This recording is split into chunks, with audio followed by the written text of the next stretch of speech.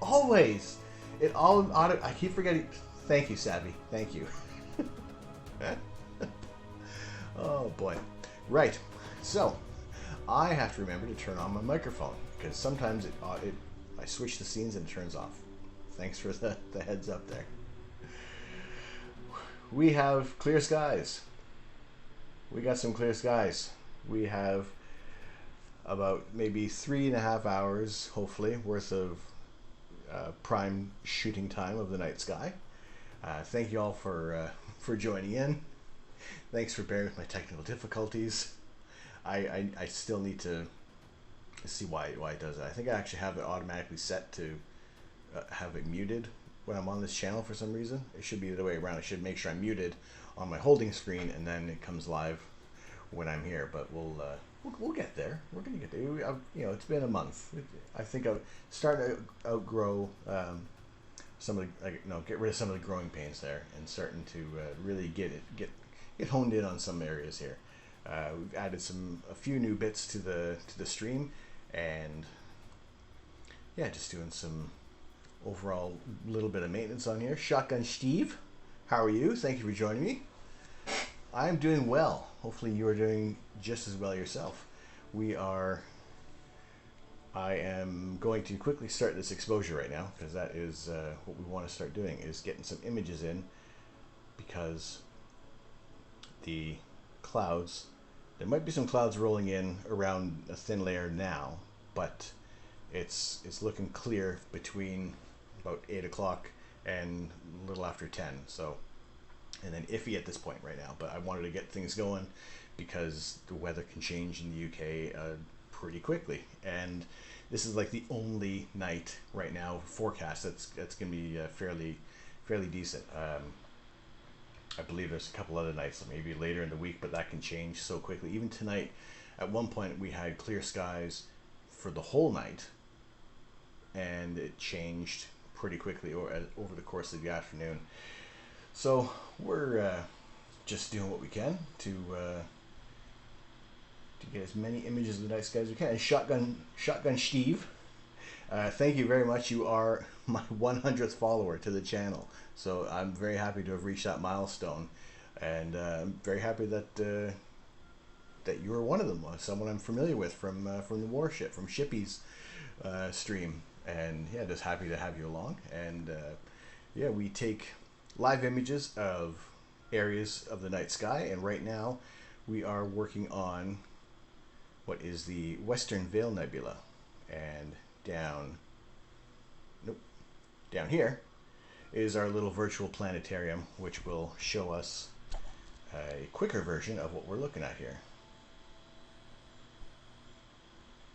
So I am in the east of England, and most of the time when we have clear skies forecast, it holds up. However, things can change. But this is the area that we're looking at right now. This is the Western Veil Nebula. It's a part of a supernova remnant that exploded about 5 to 8,000 years ago. There's still the verdict is still out on pinpointing the exact time of when this star exploded. However, this whole complex is well, this little bit of nebulosity is part of a larger complex, which consists of Pickering's Triangle, the Eastern Veil Nebula, and it's a really amazing target to shoot at many focal lengths. And tonight we are going to be shooting at a focal length of, hang on, let me just get that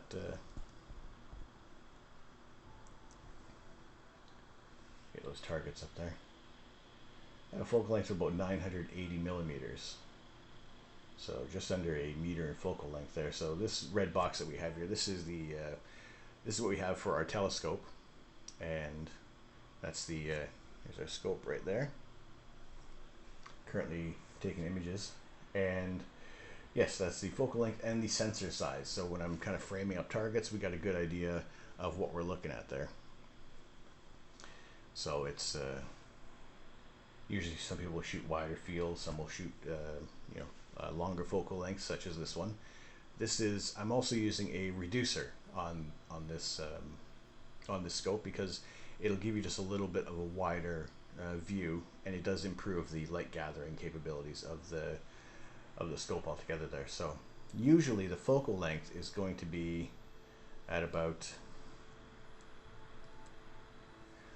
that size, and you're getting some really good details kind of coming out in the images of the nebula, but it also takes a lot longer to get a good exposure going there. So I'm running 10-minute exposures, and for this like this focal length, this is going to pull out some really interesting areas in the nebula, and also kind of give us a better idea, because we're going to see a full color image at the end of this here. And it's generally, when you're doing astrophotography, you do want to take much longer not much longer exposure. You want to do maybe 5-minute exposures, but then do several of them, like probably want to get a few hours worth of exposures there. So what we do on these streams is just, I am taking 10-minute images, single exposures of certain areas of the night sky, and we're gonna do a little bit of a histogram stretch, which just kind of brings out details. We're not doing really any editing on these images tonight, but we're just taking a look at some, what I say, just some really cool images. So for those of you who've just joined in, thank you guys very much. I am Tom, I am the Astro Canuck, and this is my little setup that we have going on right now. And we are looking at the night sky with this telescope. It's an 8-inch reflector telescope of a Ritchie-Chrétien design, which is the same designed scope as the Hubble Space Telescope. My telescope is a little smaller, and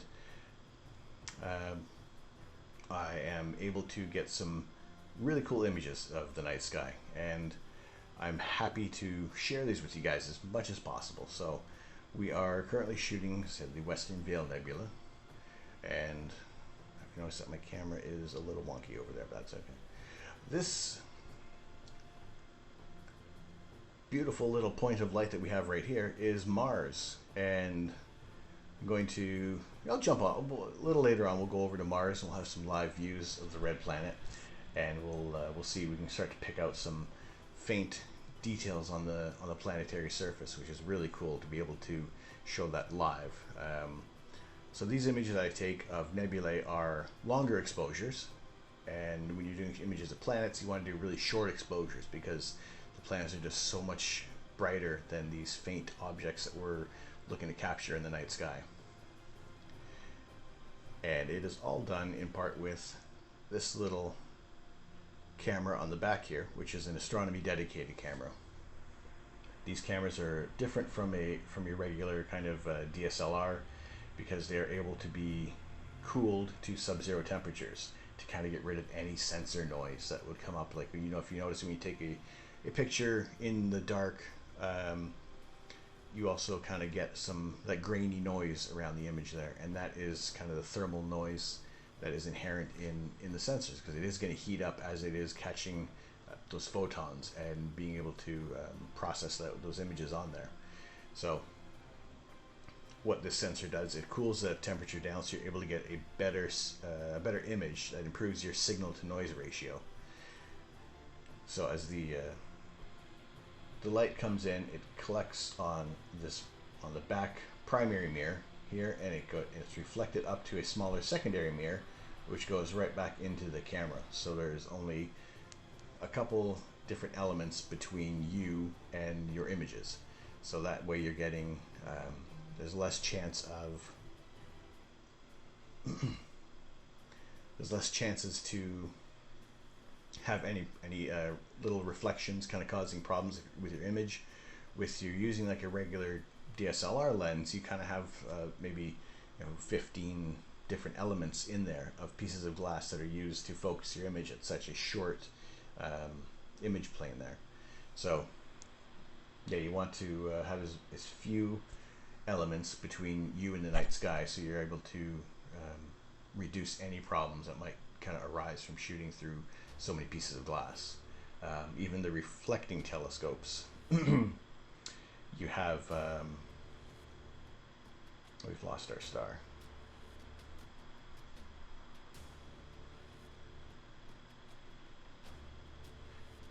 reflecting telescopes, you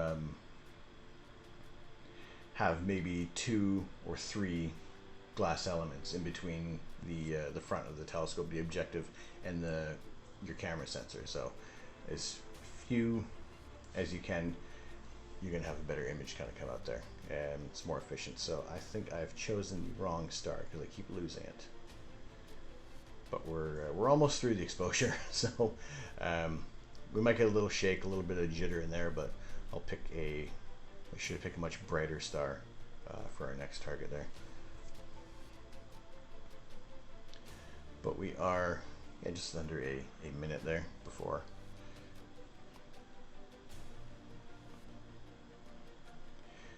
that one comes through.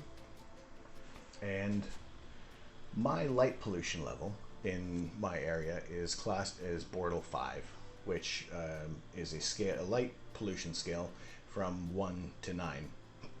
9 being the highest. So say you're in the middle of Times Square or any other large city where there's going to be lots of lights, and there's going to be a lot of reflection in the night sky.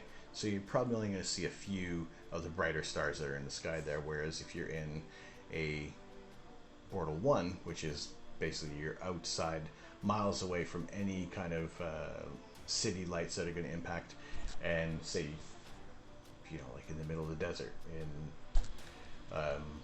somewhere like the western United States, there's many dark skies in those areas, and you're going to see the band of the Milky Way, because there's so little light pollution impacting your area of the sky.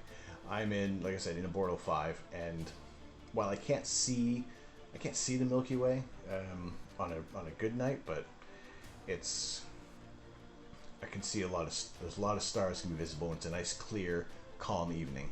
So yeah, we have a decent kind of sky there.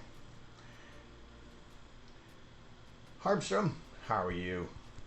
Can the moon's phase affect the Bortle number in dark environments? The Bortle scale is kind of based off of like your general city lights have a constant effect. But yes, the moon can affect your kind of your vision in that area, because the moon is going to be such a bright source of light in the sky, which is going to impact your night vision. And generally, doing astrophotography during a full moon is limited to shooting narrow band images, like single band images. So if you are using say hydrogen alpha, those images are going to be less impacted by the moon. Whereas if you're shooting just with a filter that's designed to cut out light pollution from like your street lights, then you have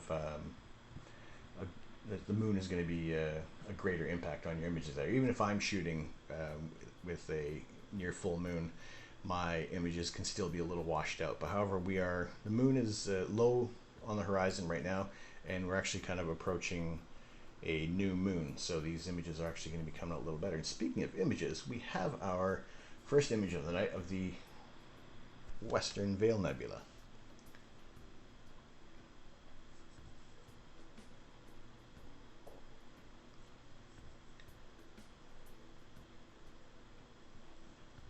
Which is part of the supernova remnant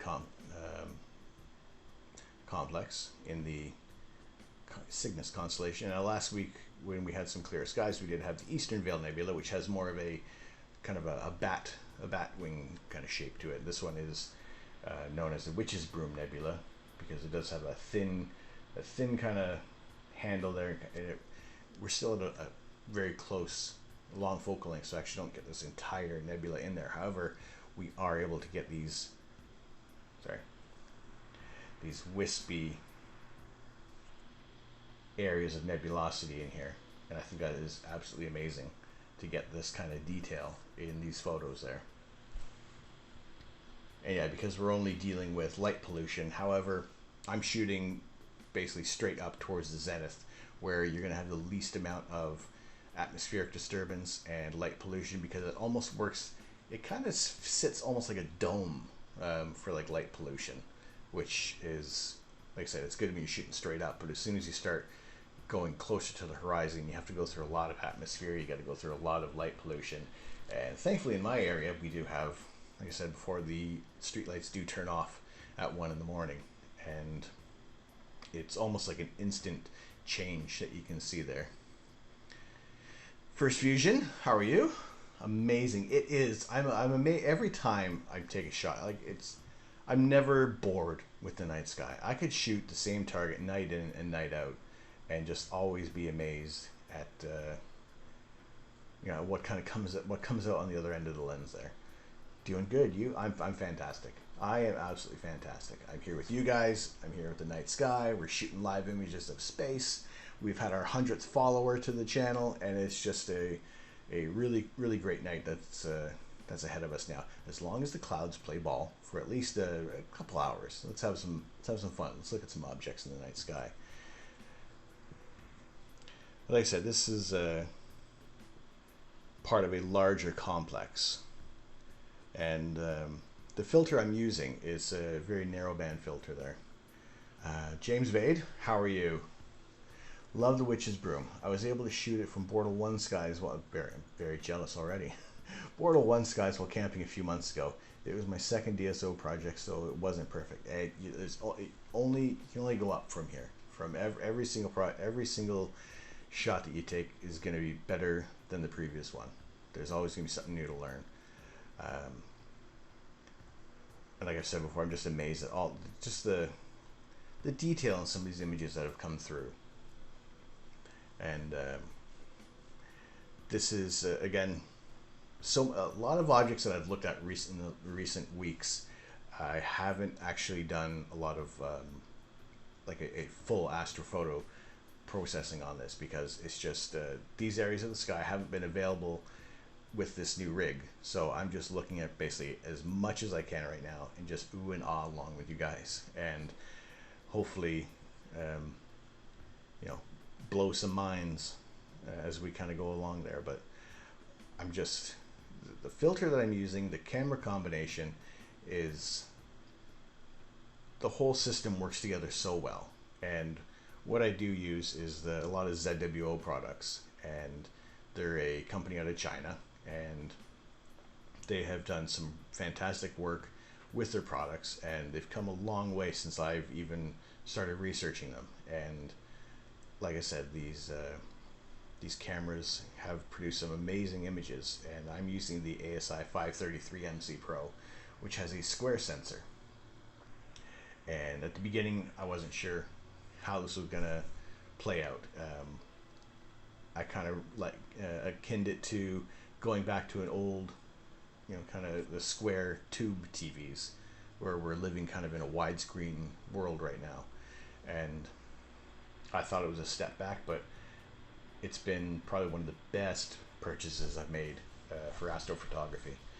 And not just that, it's you're able to cool the camera down, and it's much better performing than a DSLR, but it's just opened up the night sky, and it's allowed me to bring it to you guys as well. And I think that in itself has kind of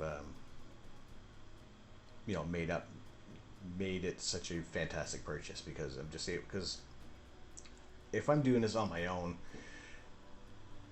looking at the images, it's almost like visual astronomy. It feels a little selfish. So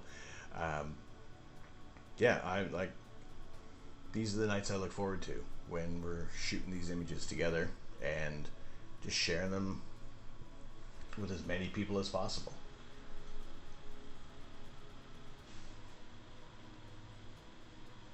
But this is, like I said, this is part of a larger complex, and I think I'm going to try to see if I can move over just a little bit, and maybe we'll get another area of this complex. Give you a quick little thing on little read up on this part of the Veil Nebula. That NGC 6960, which is the Witch's Head or Witch's Broom Nebula.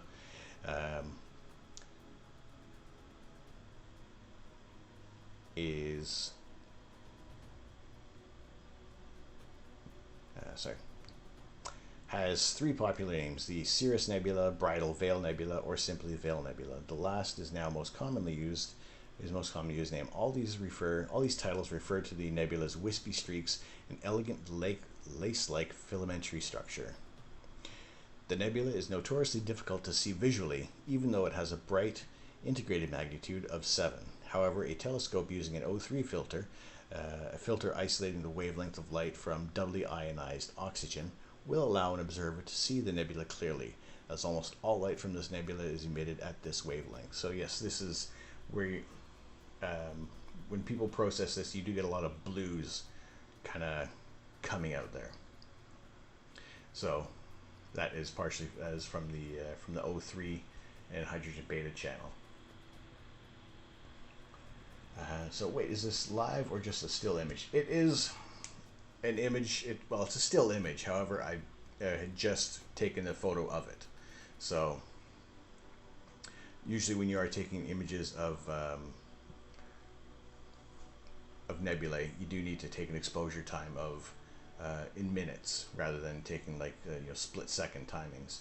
When we go over to Mars in a little bit, that will be a live image because shooting planets is different from shooting nebula.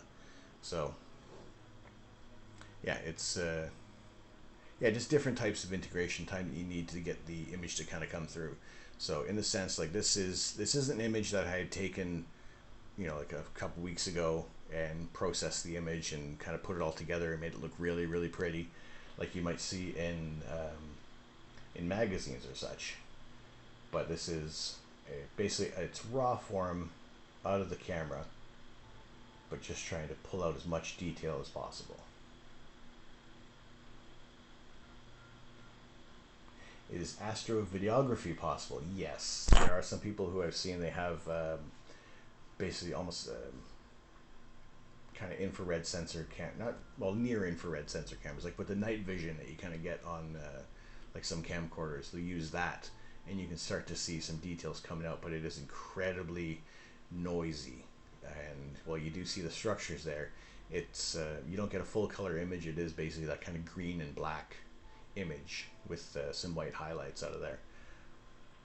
Whereas what I try to do with this is at least to bring out as many colors as possible using the color camera and the filter. So sorry, we were looking at the image for so long just straight out of the camera. I hadn't actually done a little bit of stretch to bring out some more details in there. So yeah, this is just a do not want to do that. This is just a little stretch of the histogram down here, and all that does is kind of highlights those areas. It's not editing per se, and you just it's the same image. You're just kind of pulling out those details. Normally when you're doing an astrophoto, you don't have to do as much stretching of the histogram because you've got so much signal built up in the overall image there.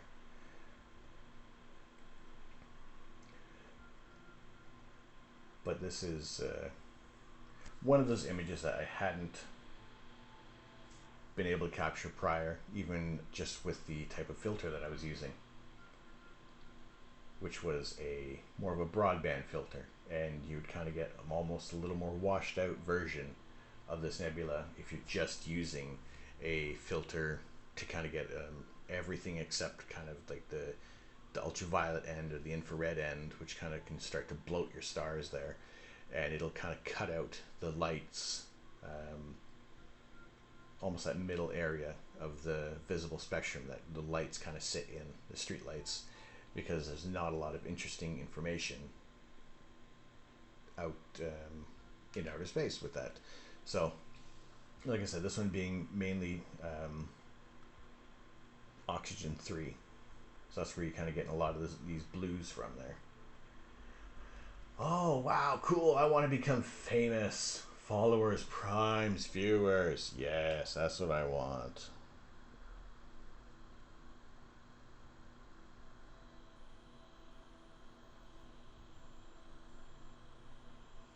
Out of here.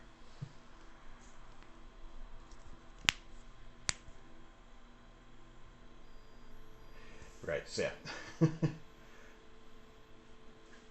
This is still part of that same nebula we took a shot at. I just kind of bumped up the brightness a little bit there, so we're able to see more of that complex in there. So just kind of zoomed in,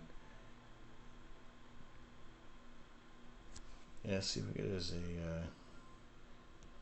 So, like I said, this whole entire nebula complex is about 5 to 8,000 years old, and if I had some information on how fast this is expanding, I would like to have known that, because we're at such a great distance. All these clouds are moving out in space, but because there's such a distance, we're not able to perceive their motions. There may be a few other nebulae that are a little closer that over time that we've been able to see a little more movement in there. So it's not that old comparing to the universe, etc. No, this is relatively young. This is, like I said, about 5 to 8,000 years ago. The star exploded, and it's left us with this small portion of this nebulous complex that we're looking at there. So, like I said, this is part of, in our planetarium software, that little portion we were just looking at is part of this larger complex. So of this this kind of rendering in Stellarium shows us this whole area of the leftover guts of a star that exploded. So, well, we still have this area available. I'm going to move over to this part of the nebula, which is also known as Pickering's Triangle.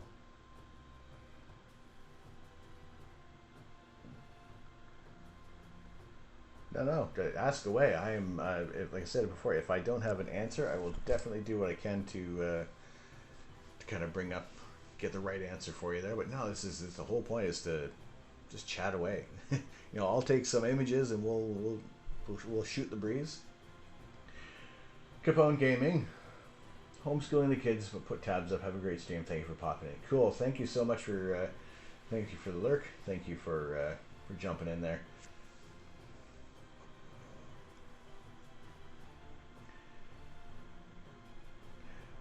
Arij, how are you? Yes, we are on. We're looking at parts of the Veil Nebula. So just down below, a couple steps there, is our current image, and I'm just going to jump over to Pickering's Triangle. We'll get some shots of that before this whole kind of complex goes over the trees and we can't see it anymore. And I think this is for the example of the filter that I'm using, this is a perfect nebula to be looking at there. And I'm really, really keen to get those images in there. So let me put those coordinates in there for that central star.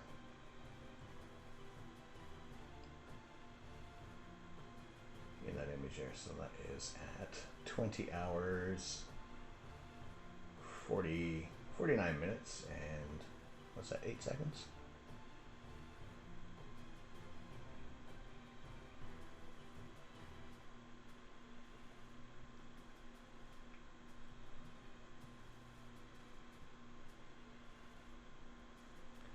So 2049 and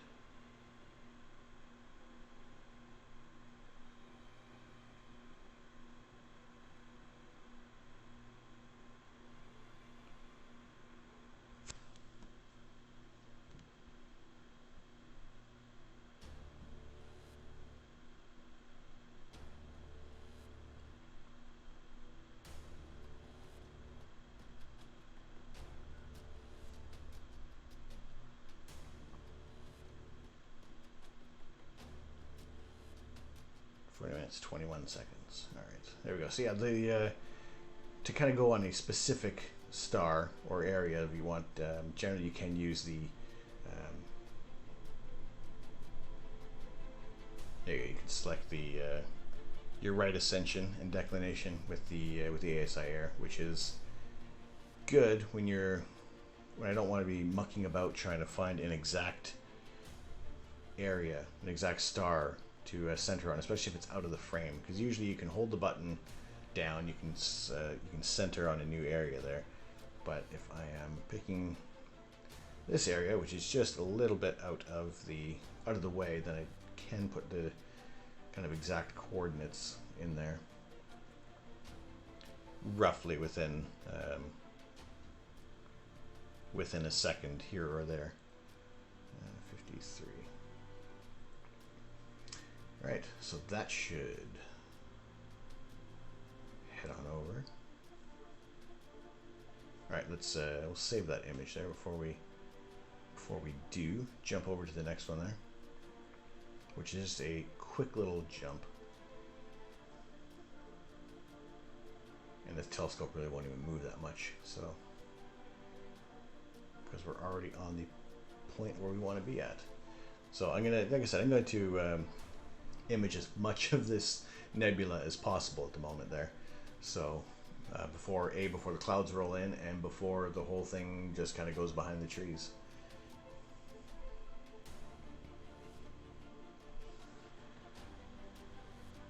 So let's get a better shot there. Make sure we're on the right area. Which I gotta say, I would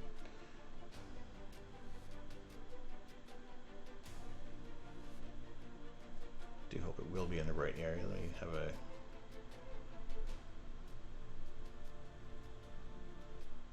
it looks good enough. We'll see. When I go into these areas, they might be great, they might be bang on, and they might not be, but we'll see. Now there also might be some clouds rolling through, because it does look a little hazy in the exposures there, but which is also why I want to be able to pick a brighter star. And actually this looks like there might be trees in the way of this. Alright, I'm going to pick a star, pick a brighter star.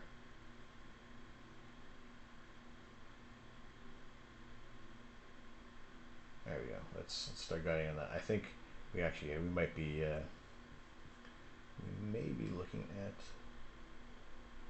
possibly at the tree. So I'm going to go a little aggressive on this one here, just to try and get some more details coming out. So drop the temperature. We're going to bump up the gain.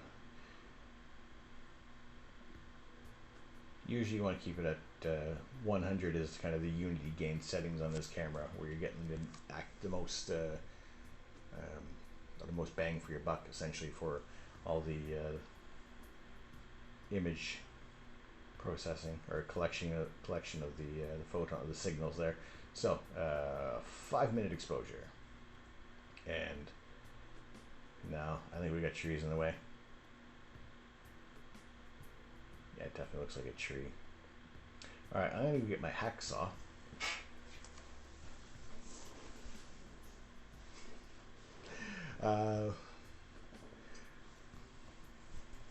A moon, and what's a moon in like a moon and sky glow filter? That is, you're reducing a lot of the contrast, so it's getting rid of the UV and IR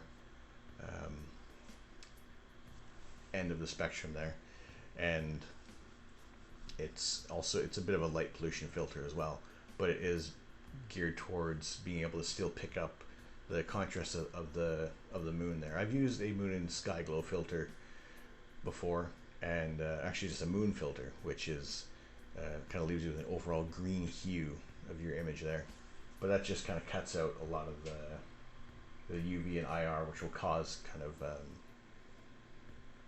bit of overall overexposing your image there. The filter that I'm using is a narrowband filter, so while you can get some shots of the moon, which I have done before, they don't look as good as they can with a broadband filter. Alright, I'm going to have to guide scope is hitting the trees. So one sec, let's get out of there, and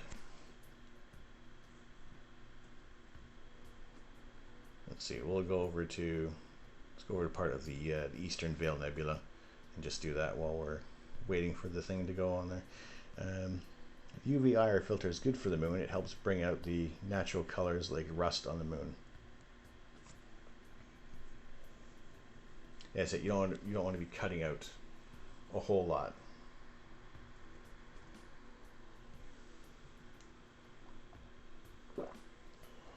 Third Rock, how are you doing tonight?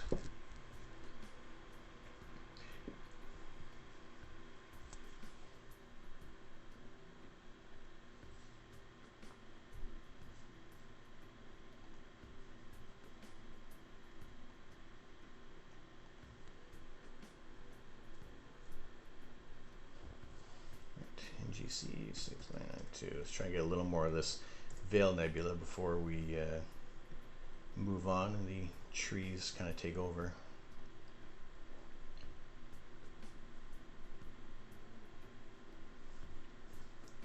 Should be slightly out of the way. Tired but alive, so that's all that matters. Fair enough.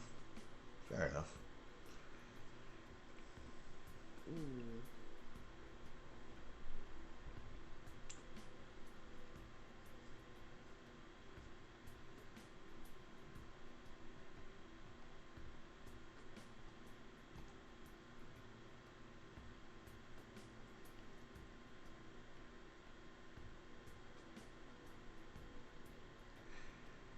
You're going to try and figure out how to do data sonification to your astrophotos.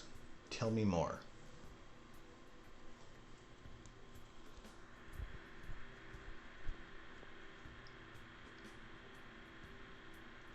I think you need to learn Python. So, oof. I mean, it's always fun to learn new coding. However, you know, best of luck on that. Yeah, I look forward to seeing your progress on that. I'm definitely looking to see what's more involved on that. Astro Caller, oi oi, how are you tonight, sir?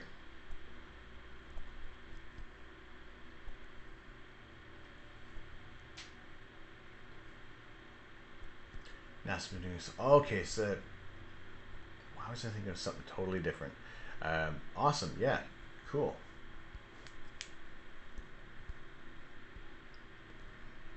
So data sonification is applying pitch to a color and volume brightness. Beautiful.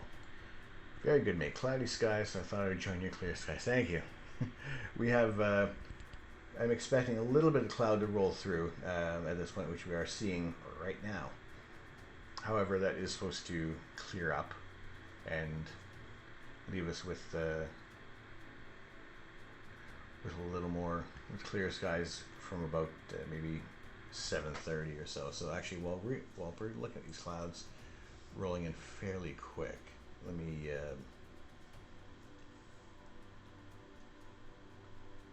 do a double check on the weather there, make sure that everybody is happy, and make sure that we're not going to get some surprise rain all of a sudden.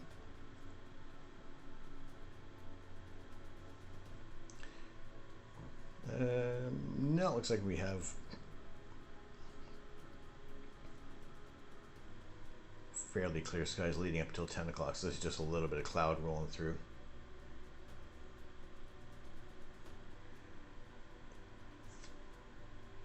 Get the idea from NASA. You can find examples on YouTube. Here's a link of one of them in the center of the Milky Way. Now that's another thing I have to kind of get set up, is another window so we can check out some of these links that kind of pop up there.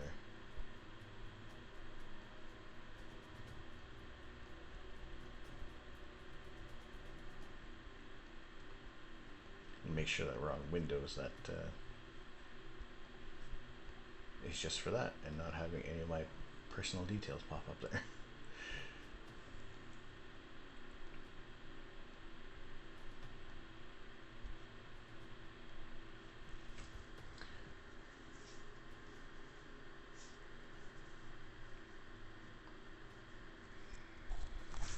Well, while we're waiting for these clouds to roll in there, if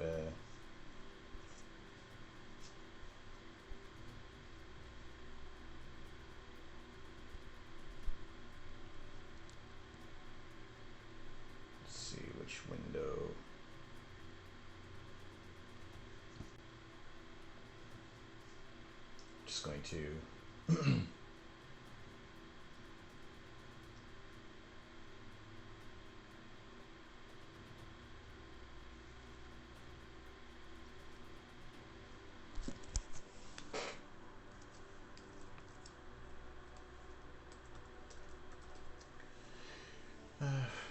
found in yesterday on Twitter was NASA posted one of the Helix Nebula.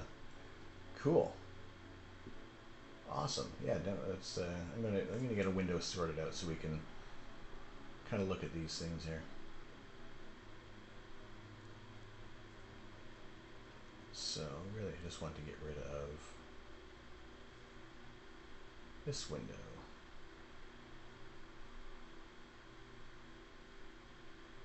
Let's see, you turn off. Let's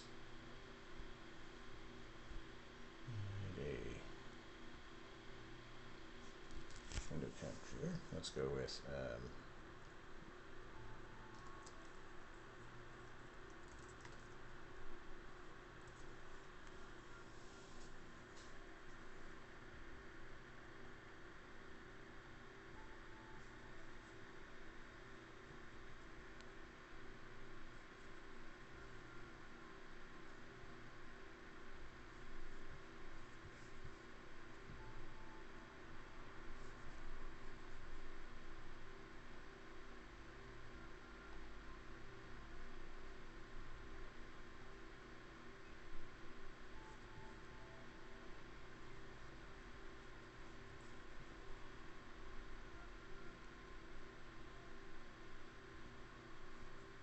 all right.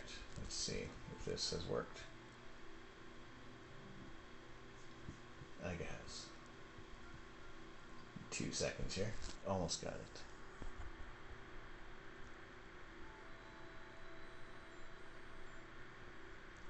This is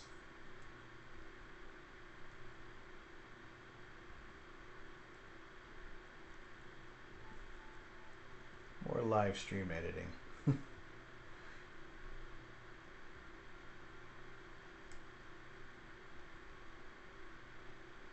Don't snap there. All right, we'll call that one.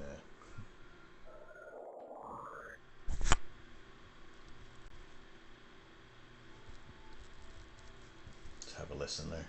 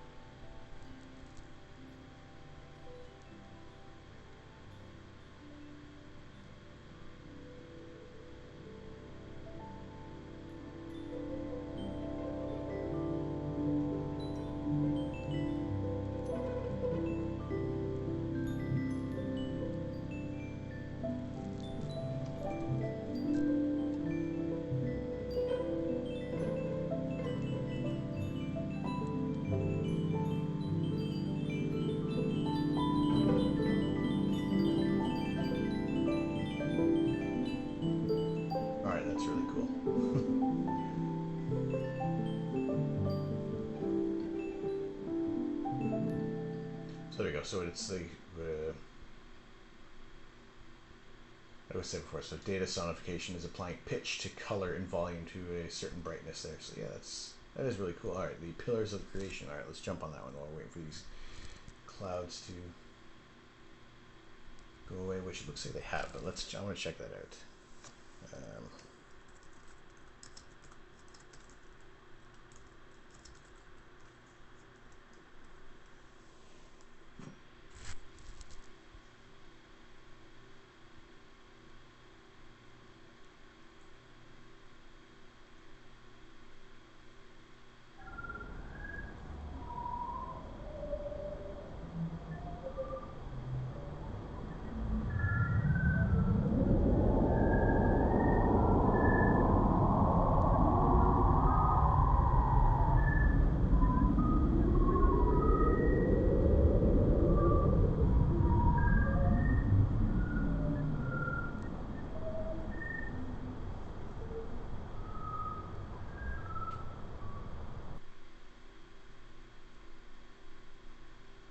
Dig it. Yeah, that would be really cool to be able to do that there. Love it. Yeah, keep me posted on that. It would be definitely like to see that that work out there. This could be the soundtrack to Annihilation.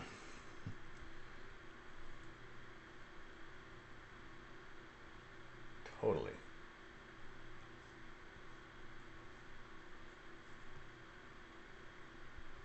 Yeah, that is really cool. Thanks. Thanks, Third Rock. That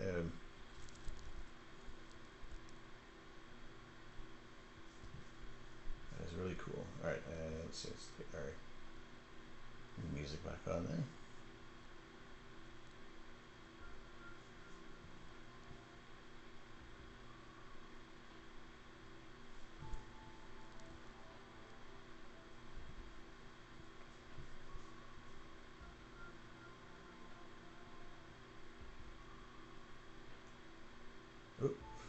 No, this is not the stream. The stream did not end. We're not playing video games right now. Wrong button.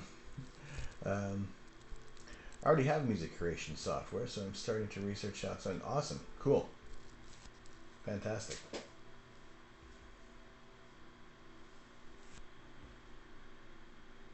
Yeah, no, I never really got into any music creation, so I'd be really interested to kind of see how you kind of go about doing this.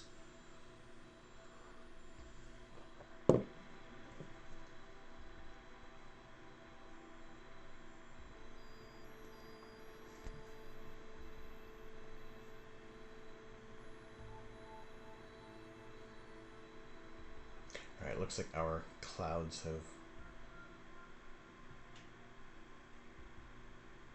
gone the way of the dodo, and we can have some clear skies rolled up. It looks like the next couple hours is going to be free for some clear skies now.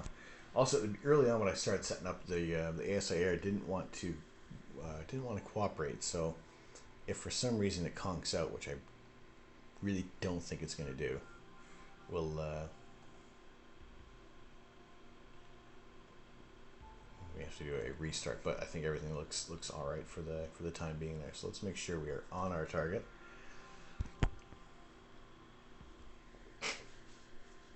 And we'll that looks good.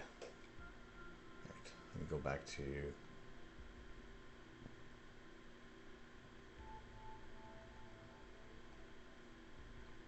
Alright, we're at minus 10 degrees I've cooled the sensor down to.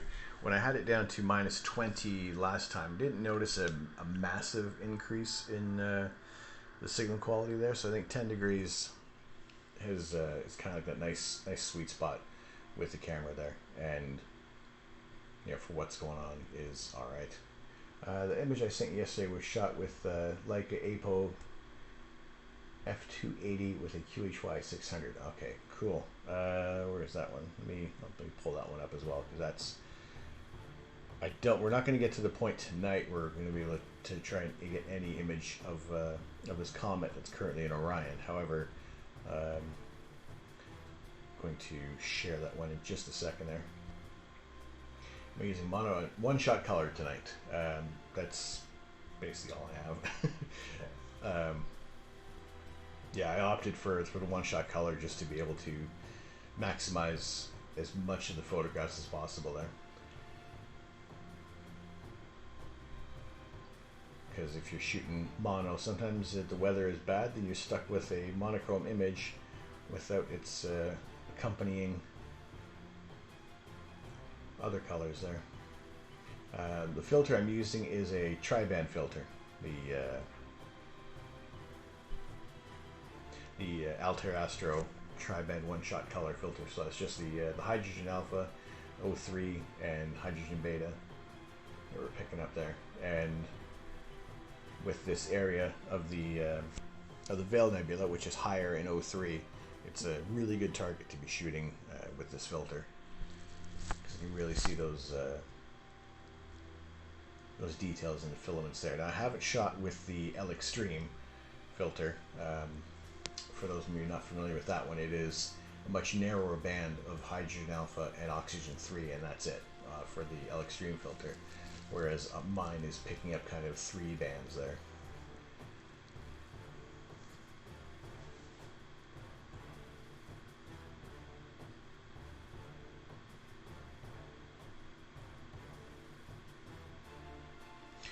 Interesting. Twitter opens in a different window.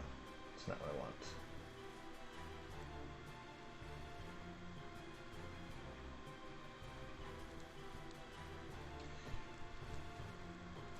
James A. Third Rock.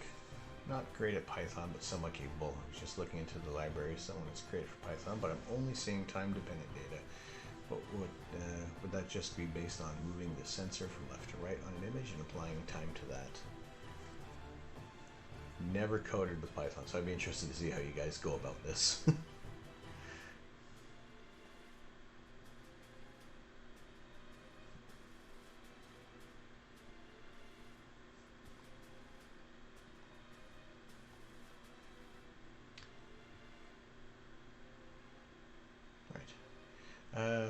What subs? I've just got L Extreme. I don't think 5 minutes is enough. What are your thoughts?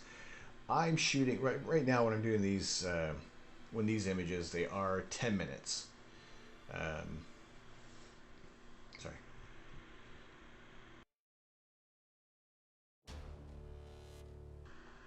Usually when I've shot images with this one, it's son of a biscuit.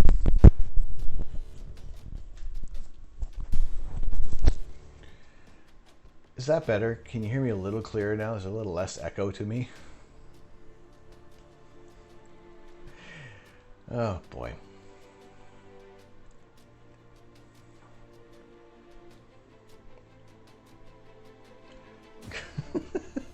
Okay, that's the second time now that I've forgotten to put my mic on me. Although at least last time I did that, it was the entire stream and nobody commented. Although I guess it's fine to have less than decent audio sometimes for early streaming. However, now that you can hear me a little better, I don't sound like I'm in a cave.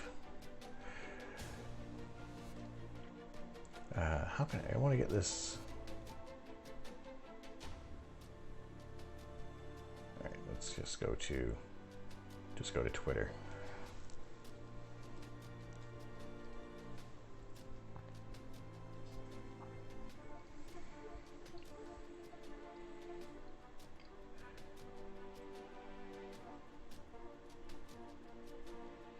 Yeah, so definitely with the going back to the exposure length with an L Extreme, I'm assuming that you're probably gonna have to go a little longer with those exposures because with this filter, with my DSLR, I had to go at least kind of 5 minutes to get an okay image, and I was pushing it with 10 minutes with the DSLR because I just kept heating up way too much there. So I'm imagining with one-shot color with the L Extreme, you do have to kind of set almost like 5 minutes as a minimum and make sure your guiding is going to be on point there.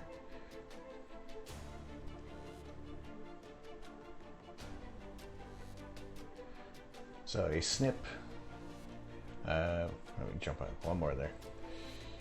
It's good that you're a mono man, so you're new to one-shot color. When I first started to look at cameras, I really thought that I was going to go with mono, but again, with sometimes the instability of the weather, I wanted to be able to get a nice color image as soon as possible. So I'm a little impatient like that there, and I know it's at the sacrifice of a little bit of detail, but overall, I'm happy with what I want to be able to do with things, and a one-shot color camera works out perfectly for me. I think if I had more of a permanent setup, then I would definitely look into to getting monochrome camera, and yeah, just kind of we would kind of work from there. But right now, it's one-shot color to get those images as quick as possible there. So going back to the data sonification, a snippet from an article is data sonification is when real data is translated into sound values. Numbers are turned into scales of pitches, volumes, rhythms, and the like.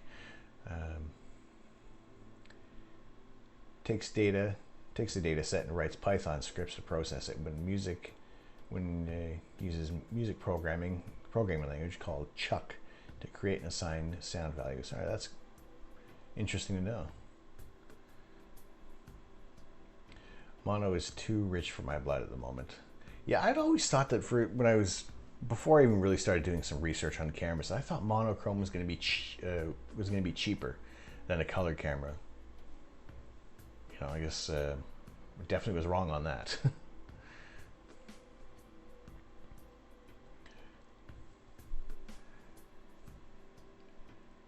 Yeah, in a way, one-shot color can seem a little lazy there, but you know, go with what's going to work there.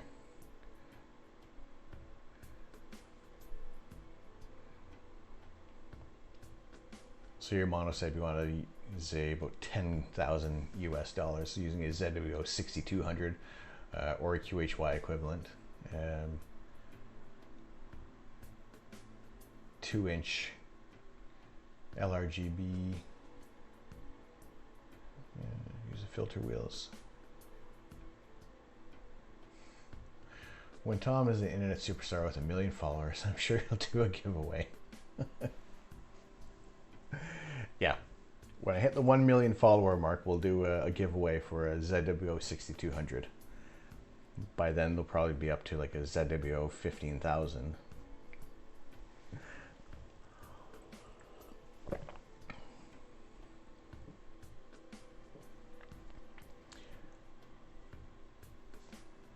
Yeah, so when I was looking at the new ZWO cameras that were coming out, you know, I was instantly thinking, okay, why not stick with the exact same sensor size as my DSLR? But those went way out of my budget. So for everything, the 533 works perfect on my end here. So happy with that to keep going there. So I do. I was musing the other earlier in the week or last week about getting a filter wheel kind of set up for this scope, and that way we could do broadband and narrowband imaging, depending if we're going over to a galaxy or over to a nebula. However, the filter wheel that I'm looking at is, because I have all 2-inch filters, that it would be about 300 pounds just for the filter wheel alone. So that is an investment for later on down the road. However, the initial investment that I'm looking to get implemented is getting a dew heater system put together there, because there are some nights that are coming up. Even tonight was actually supposed to be the dew point was supposed to reach about 10 degrees Celsius. So we're at about 11 or 12 degrees right now. So we're kind of teetering on the dew point there. So if things start going a little foggy, then unfortunately I'm probably going to have to start to pack things in. But the weather, let's see, what are we looking at for the dew point at the moment? I think we're all right. It's going to hold off basically until the clouds roll in, which is about 10-11 o'clock. And even at 10 o'clock, it's saying that there's maybe 80% coverage of just high clouds, and maybe we can avoid some of those. So I'm gonna, like I said, I'm gonna image as long as possible tonight, and if it looks like at around 10 o'clock things are getting a little iffy, we'll just play it by ear. And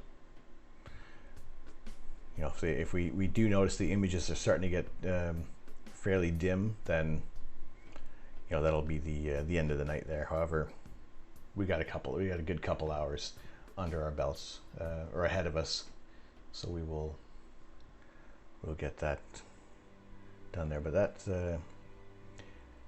that portion of the, let's say, okay, it's a different portion of the Eastern Veil Nebula that we're shooting right now. Last week was kind of more in the middle, and this is off to the kind of like the, I guess the northern point of the eastern veil, whatever orientation you're looking at there. But we also were photobombed by a plane.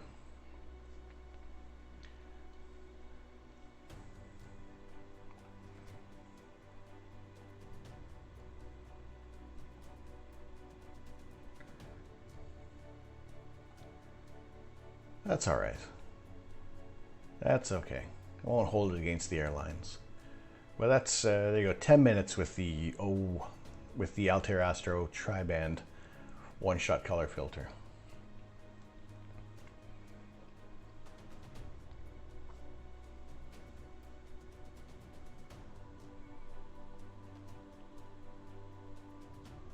I don't know how the color saturation is on your screens there, but I have a nice, really nice separation of like this kind of teal and red in the image here, and I think that's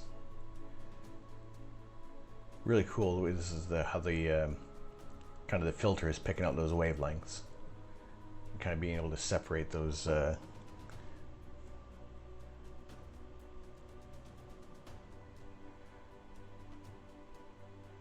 areas of gas. So let's see if I've got a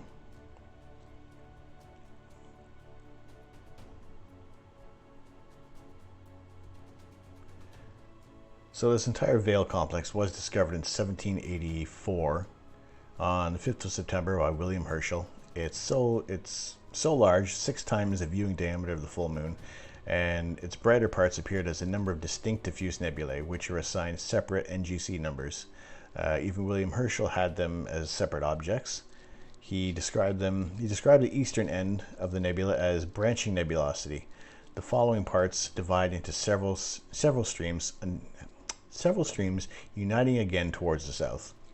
Despite its overall brightness of about magnitude 5, this object is only visible to the naked eye under exceptionally good viewing conditions because its light is distributed over such a large area. So yeah, visually, it's not the greatest target to be looking at. However, when you are taking a long exposure, it's just an amazing little portion of nebulosity out there. Luna, how are you doing tonight? We are looking at a portion of the Eastern Veil Nebula, which is a smaller portion of a much larger nebula complex.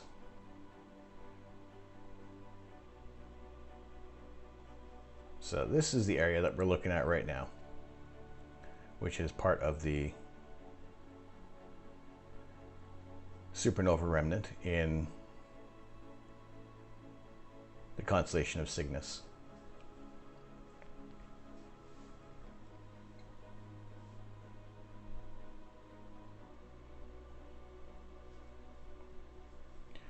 So we had a different portion of this nebula last week, but based on the catalog number, you kind of get focused on a different portion of the nebula, and I think it's always cool to see these different areas up close. Whereas it's a beautiful structure on its own, or sorry, as you know, in a wide field view. But when you're able to kind of look at the areas much closer, you just see that there's so much movement within the whole complex itself there. Just trying to get in as close as possible without really getting to. Now I have stretched this image a little bit, so we are starting to see some of the noise come through there.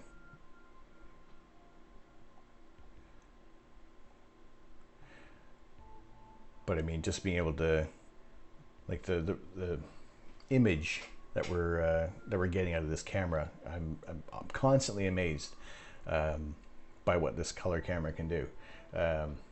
Mr. Richard 24, how are you doing tonight?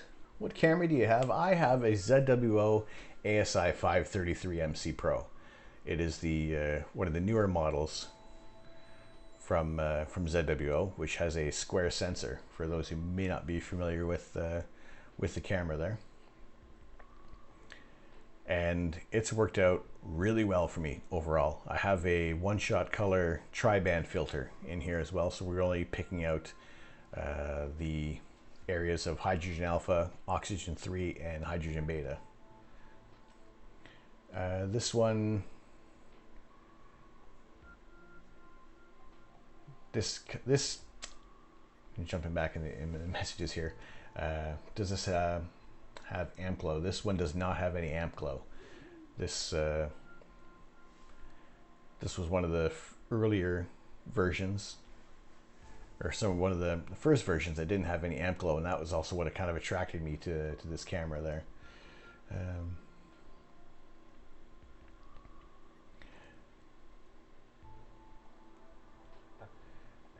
Luna, it's understandable considering how many light years away it probably is. This whole complex is about, where was it? The star exploded about 5,000 to 8,000 years ago, and its distance is about, I think they put it between, it's not exactly, no, it's about an average about, I think, 2,600 light years. There was another one that said, still not completely, yeah, it still says the distance is not precisely known. It could be from anywhere from 14 to 2,600 light years away.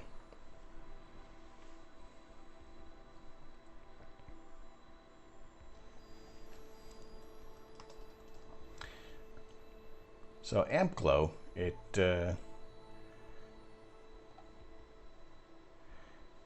comes in the form of a light source on the sides of mostly on amp glow is a generalized term that has been used in the CCD era, often referred to as amplifier glow. However, these days it generally refers to any kind of glow in the image that's caused by the camera itself. It's kind of created by heat can increase in the dark current accumulated in pixels, which exhibit roundish glows. With some cameras, you can have kind of sharp spikes coming out there. So let me get a picture of that, what amp glow is on a camera.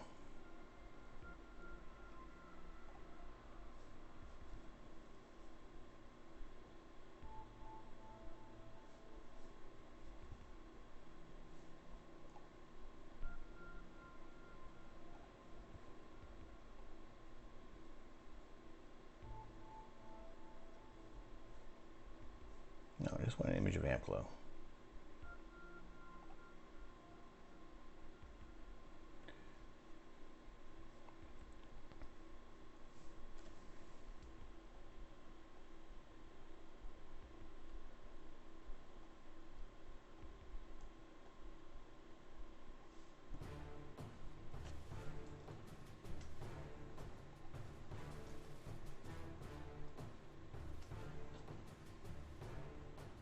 I feel like things are going to fall apart at the moment. I've just recently added a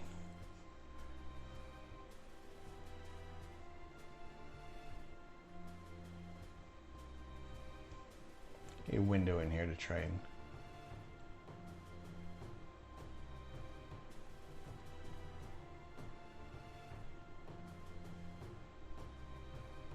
that's not working. What is this? What am I pulling around here?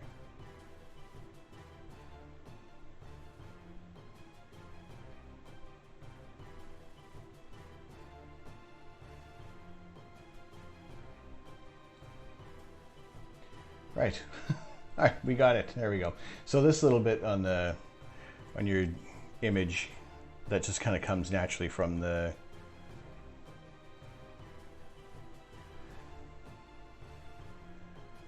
camera, like the thermal noise that kind of builds up in there, and it's oh,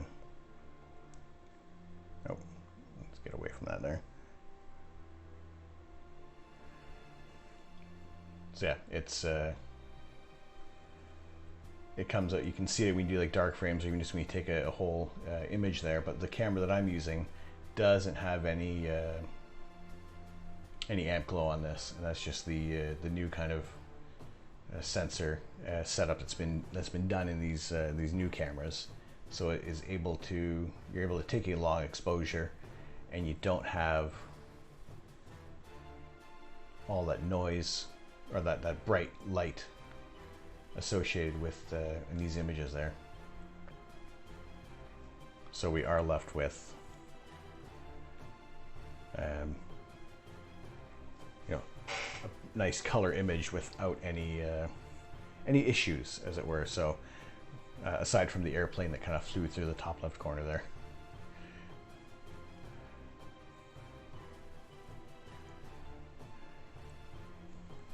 Yeah, I'm happy with the weather right now. Like I said, it's nice. It's nice and clear. It's overall calm weather right now. So also we're shooting kind of straight up, so we're shooting through any of that. We don't have to go through a lot of atmosphere to get any decent images coming through there. So we are, like I said, we're on the kind of the western side of the meridian right now, and these objects are kind of approaching the tree line. So I may need to go over back to the east. However, if there's another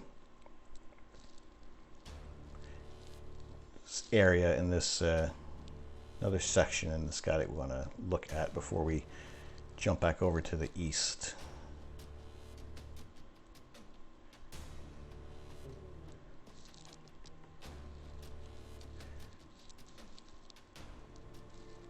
Do you ever play the game Star Citizen? I think that'd float your boat. I have not. I have not played Star Citizen. I am looking for more space-based games to kind of play on. You know, if we have an absolutely horrible weather, and if there aren't any real images at the moment to process, so if I can just kind of think of find so many space-based games where Phasmophobia fit in really well with Halloween. Pac-Man, there we go. We are playing the Pac-Man Nebula. Star Citizen would blow your mind. It's immense and lots of space navigating. I will definitely check that one out, and we'll see. I was looking to have Watch Dogs Legion on tap for November, and that was also mainly due in part because I just wanted to tour around London. And however, the game has suffered multiple crashes and freezing, and it's an issue with the Xbox that they're still looking to patch. In fact, they made a patch and it's made things worse. So yeah, definitely looking to maybe to pick another game for November, and we'll see what's available there. And like I said, maybe something that's not going to break the bank or cheap as free would be good. Like I said, a lot of the stuff is going to come from this channel is going to go towards astrophotography gear.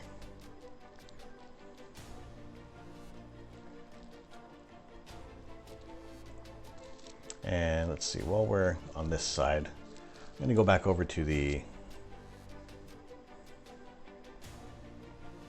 Try to pick another target in this, close to this area here.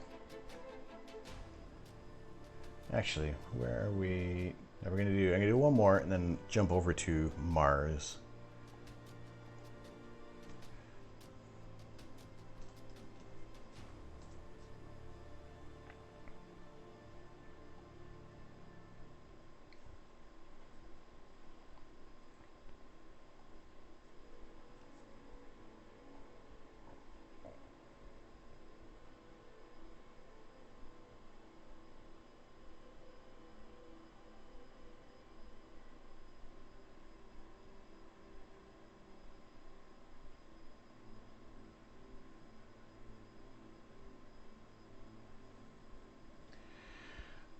Would you go to space if you had the chance?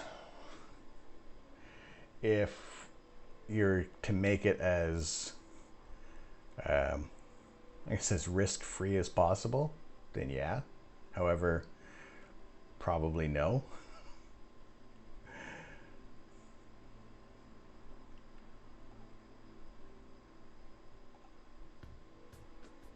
Yeah, probably 60% no, 40% yes, I would maybe go to space. Or at least low Earth orbit.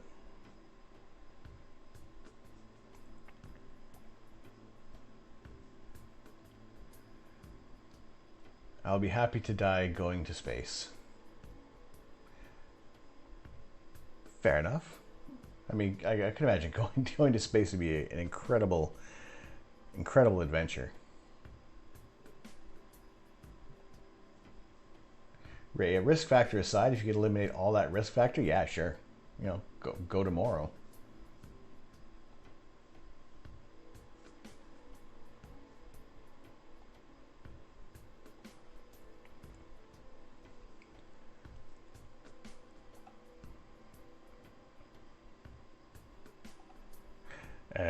But for now, I'm fine to keep my feet on the ground.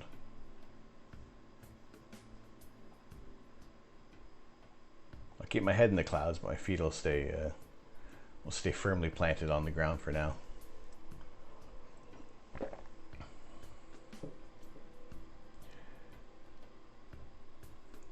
I would be the first sacrificial lamb going to Mars.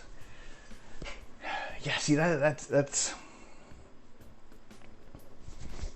I mean, going into space. I guess okay. Your question going into space is just I kind of think of like the space station, but also, I mean, going to Mars as well. That would be amazing. As much as it's gonna try to kill you as quickly as possible.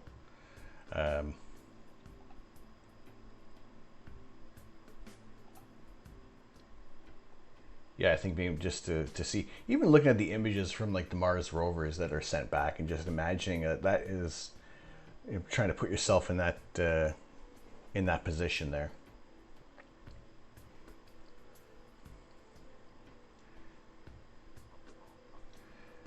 Have you taken any pictures of any of the zodiac constellations? I haven't done a lot of wide field imaging, and so I really haven't got any real wide field views in a long time of any of the constellations. I have, what have I got? I don't think actually I've actually got any of those. I have like wide field views of Orion kicking around somewhere, constellation of Auriga, what else, Cassiopeia, kind of things like areas like that, but haven't specifically done like a catalog of any other kind of constellations or asterisms like that. Like right now we're kind of, because it is the new toy, we are focusing a lot on the deep field, so you're going to get maybe kind of single stars out of those areas of the night sky. But I'm just doing I'm going to do a short exposure on this area, the Blue Snowball Nebula, because it is fairly bright.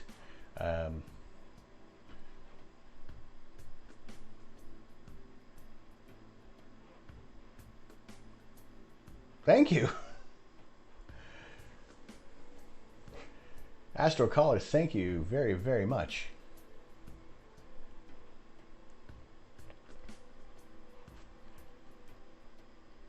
Appreciate that so much. That'll get me a bolt. Every little, thank you so much. Yeah, every little bit is going to go towards any bit of kit that we're going to be putting towards bringing some better images. And like I said, right now, the main focus of what I'm going to be doing is getting a dew heater system, because we'll be able to get some more images going longer. And Luna, thank you so much for the 100 bits. Thank you. I really need to update my alerts. I've been trying to get some other stuff going there. So, but yeah, thank you so much. And also, if you guys have noticed now that those who have subscribed, I do have my sub badges are available now. So the whole series is basically based on the star temperatures. And so right now, the 1 month subscribers, you have a star that's about 3,000 degrees Kelvin. and going up all the way to about 40,000 degrees. Like it was super hot.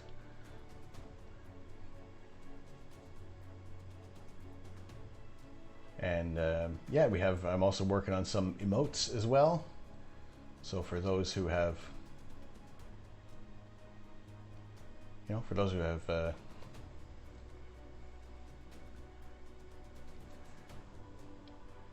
have reached the tier 1, we do have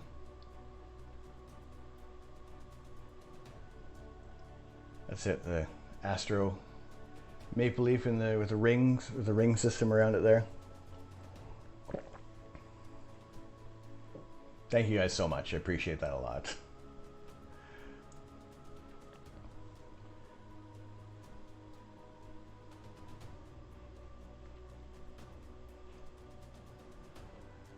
Right.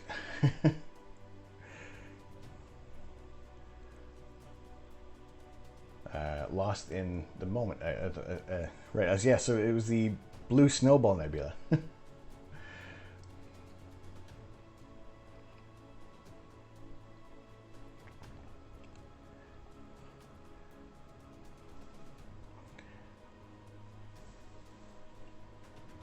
So it's a bit of an it's a little planetary nebula that's probably better for maybe using a longer focal length and even adding a Barlow to this system. However, it is a nice bright blue that's even that's showing up in the camera here, and the Blue Snowball Nebula is a bright, large, and somewhat elongated with apparent dimming at the center and a very faint central star. A small refractor will reveal a star-like object with slight nebulosity. The annular structure is more obvious with averted vision. The faint central area is surrounded by a suddenly brighter middle ring and a faint outer ring, which does not encompass the entire periphery.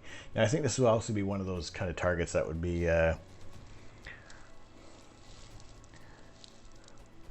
be cool to have to do maybe shorter exposures, longer focal length, and really get those details out there.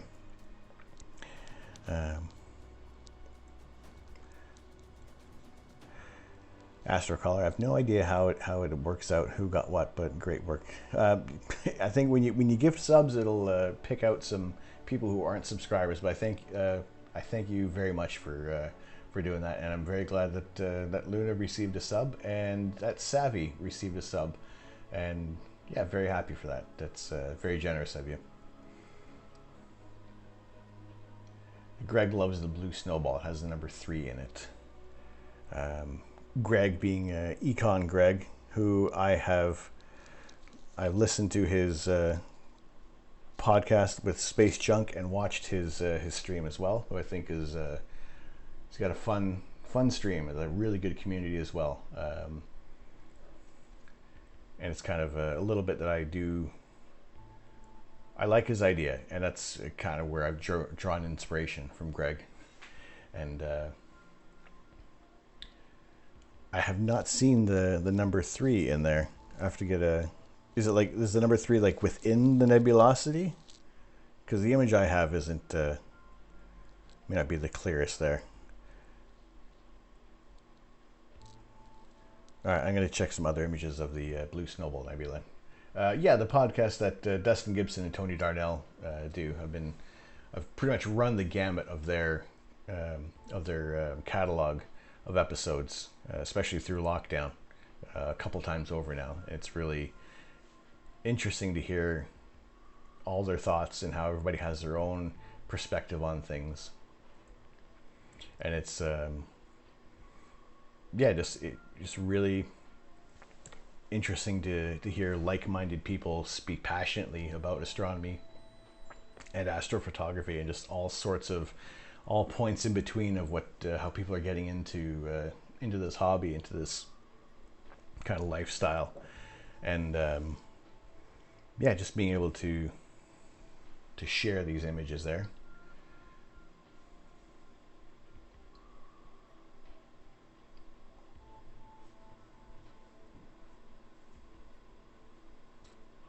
I see it here. Let's try to see if this page will work again.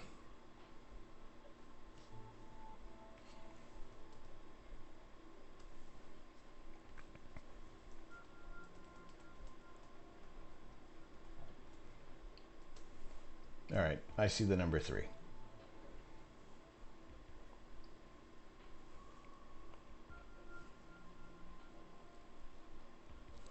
Okay, yeah, I can see how that's visible there. So this is someone else's image of the Blue Snowball Nebula. But yeah, it is cool. Like even the 37 cluster.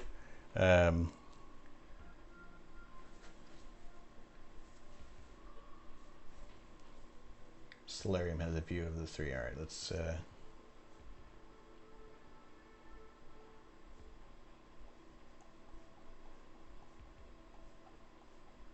see.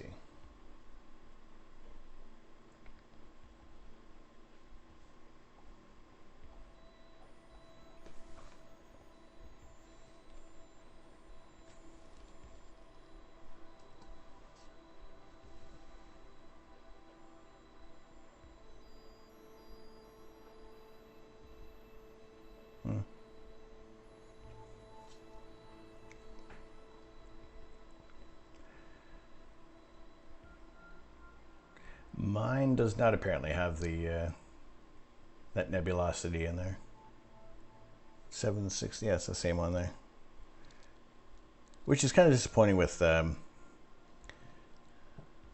of the things in Stellarium where you don't have an accurate representation, because almost you miss out on some nebulous areas there.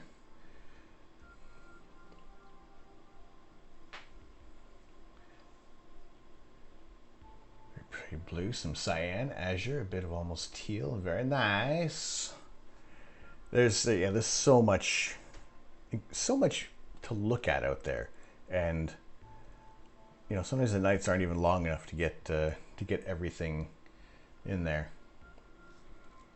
The Eastern Veil has a Trinity knot. There's all sorts of structures in there. It's really cool. Whereabouts in? Okay, I'm not going to be able to get back to the Eastern Veil because I think it's getting behind the trees at the moment there. So maybe next time there, I'll have a look at whereabouts that is.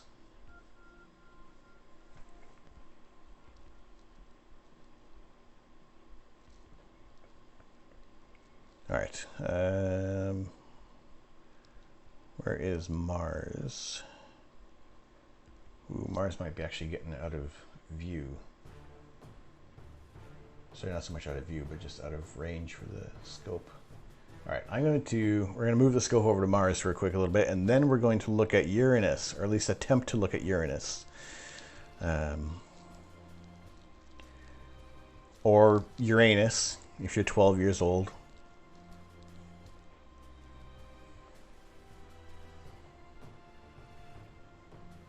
Sometimes it's Uranus.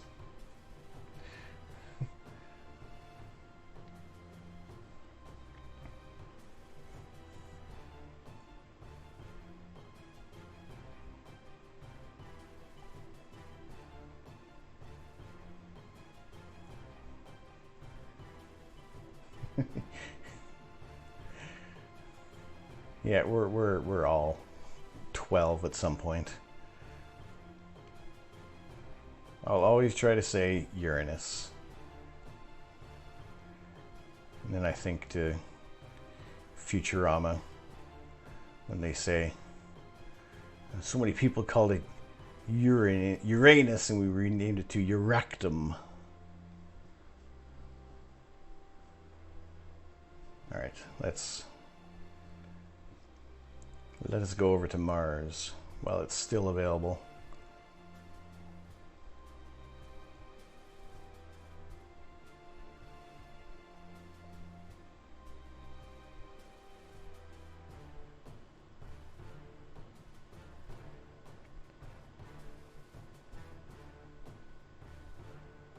Yeah, should be fine.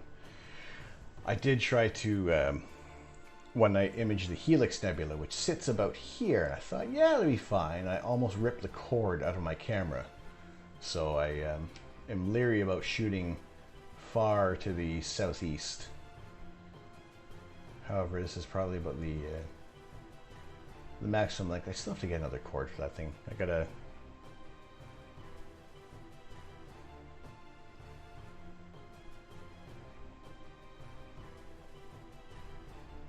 everything looks fine. We look good. That's good.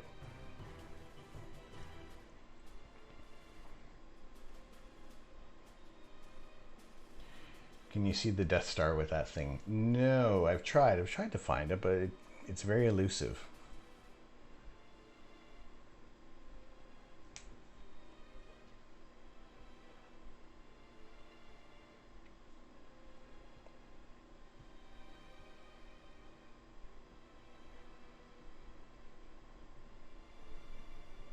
All right, we're on Mars.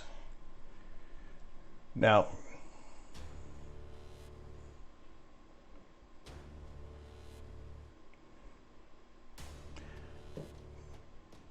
does Uranus ever get shy? It's hard to see Uranus. Well, you know, it's definitely where the sun don't shine.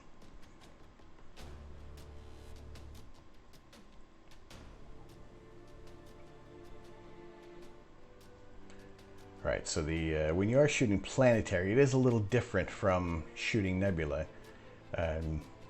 because you don't want to have a very long exposure. Now we could do some really quick exposures, and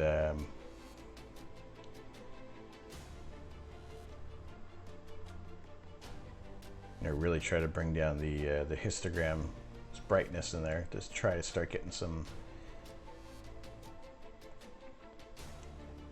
details showing in the planet. Now also, actually, it didn't turn out too bad.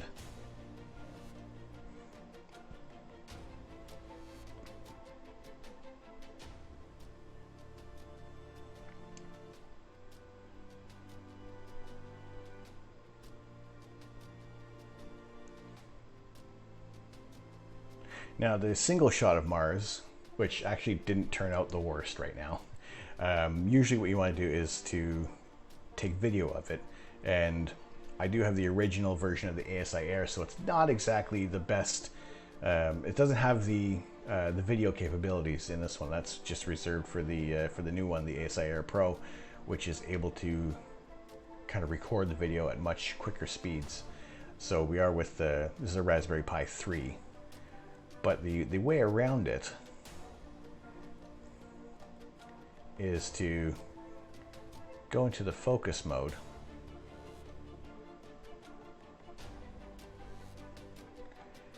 and zoom in as if you're focusing on a star, and just kind of, you fake it a little bit. So you are still taking some nice quick exposures, but we're able to get those fleeting glimpses of the surface there.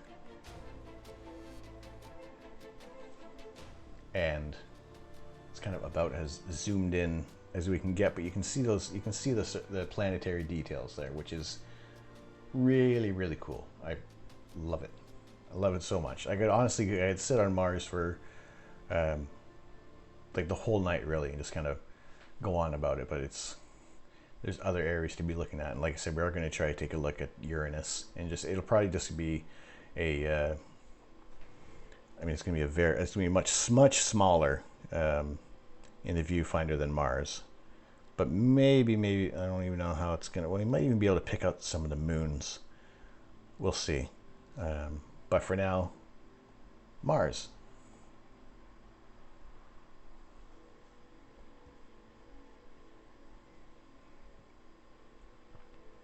Star loss. Are we getting some clouds rolling in?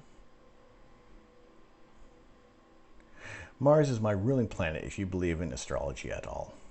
I personally no. However, I don't fault anyone who does. That's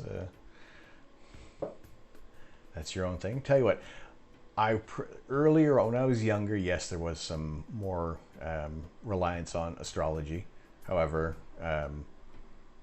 the science side came out for me, and I still don't hold against people who are who kind of believe in that. But for me, it's not the way I go about things. So let's see if we can get some more contrast in the image here. I think I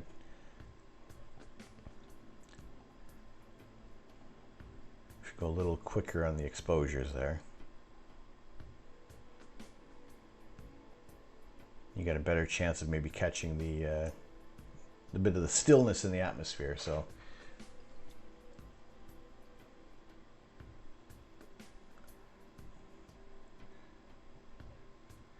am I a fan of Ancient Aliens? Well, I can't say no and I can't say yes. I do see it across my screen on Netflix.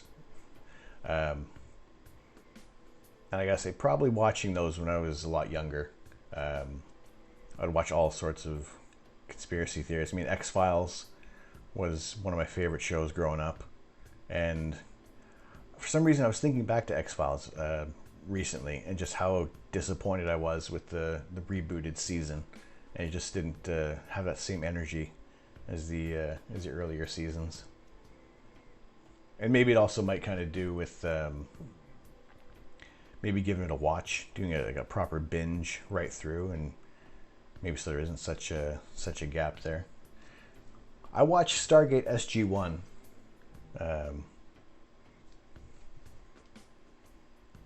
But again, that was long enough ago that I couldn't tell you exactly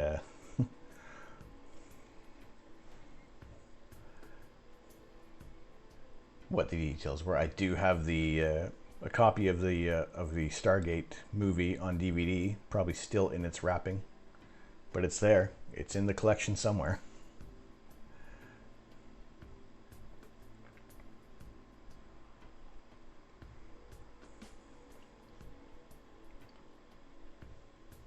I think space and sci-fi they're intertwined together, obviously, but I think when you're able to get the science right in science fiction movies, you're able to tell a better story overall because it is still grounded in the facts, and you're still trying to constrain yourself to those those physical laws, and just kind of make it almost more like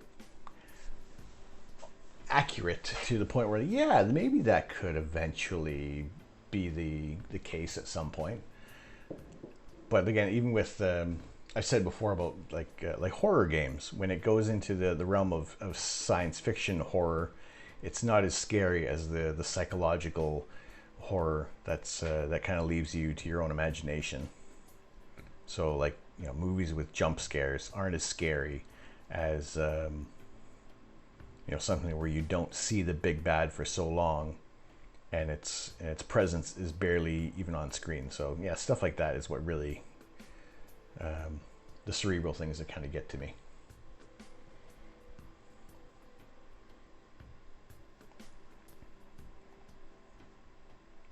All right, why am I losing the star? What's up? Hang on, let's see.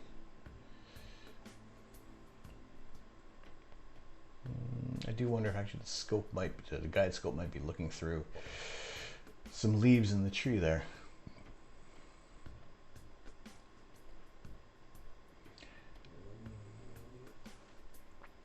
Science fiction spoops the shit out of me, like In Silence type shit, spoopy. Yeah, I mean that game is the premise of the game is all right. It almost seems like that movie. What was that movie with Emily Blunt and John Krasinski? I can't remember the title of the movie's name at the moment. Quiet Place. Quiet Place? Yeah. Yeah, it reminds me of that. That game reminds me of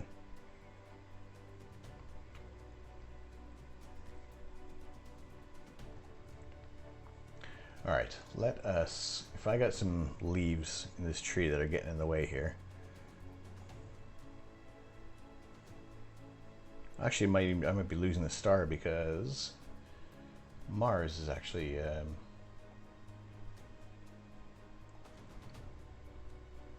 can see that bright light in the lower left corner. That would be Mars reflecting in the scope there. So you need to cut that branch. I need to cut that tree and knock down that house and get a nice view to the south and start to Get some images from Sagittarius.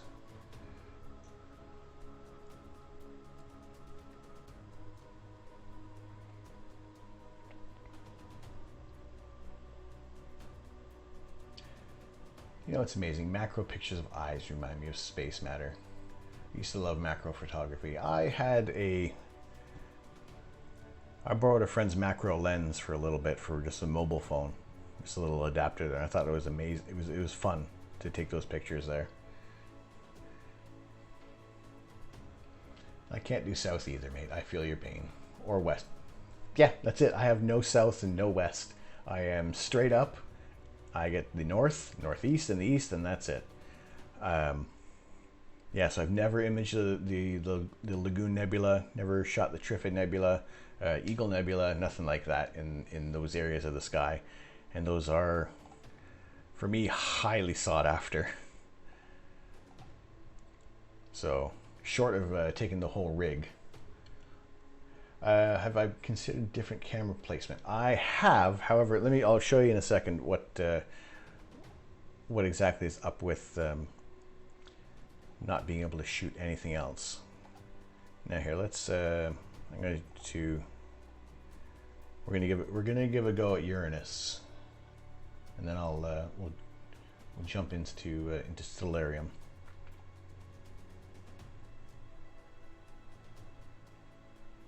All right, now I don't know how well this is gonna work. Never ever imaged Uranus before, so this will be a first for me.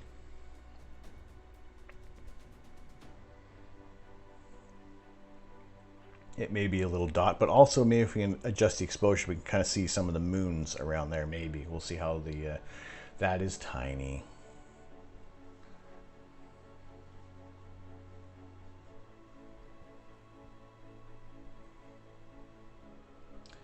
Right.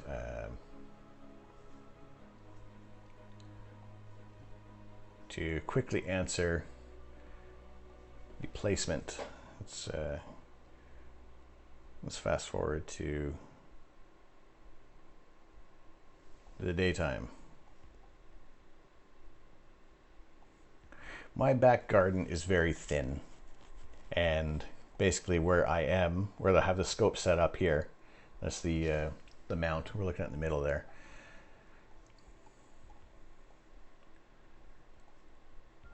And there is Polaris. That's about the only place I can actually be in the back garden without having the trees obscure Polaris, or just generally not being able to see anything else. Because I have trees, these two trees, that one and the one in the back there, they do almost touch in the back garden there. So I am very limited, and this is like the only spot I can actually have images from.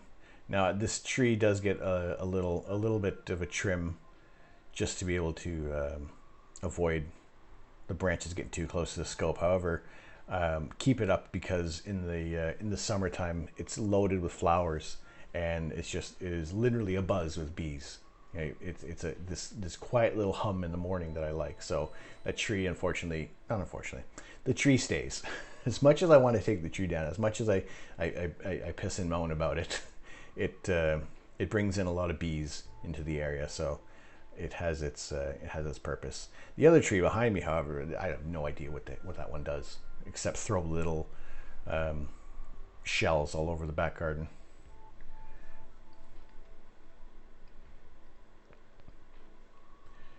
So yeah, that's short of. I used to have a little star tracker mount that was more portable. However, that one was sold, and the new owner is very happy with it. I was happy with it, but I just I kind of was making space and making room for other bits of kit that I felt were going to serve me a little better.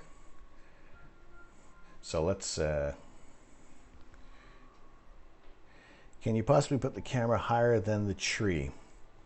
No. I mean, no. If I had like a flat roof, maybe. But then again, I've seen a lot of people. There's been some people who have put their scope setups on like a roof, and it's ended badly. So I wouldn't, short of building an observatory on top of the house, you know, but that's not going to happen anytime soon. So where I am with the setup, I got like this view to the east is fantastic. So I am happy with that. And like I said, I'm good with during galaxy season. Great in the winter time once Orion gets above the roof line there. And yeah, no, it's all good. So here's where we are in the sky now, looking at the planet Uranus.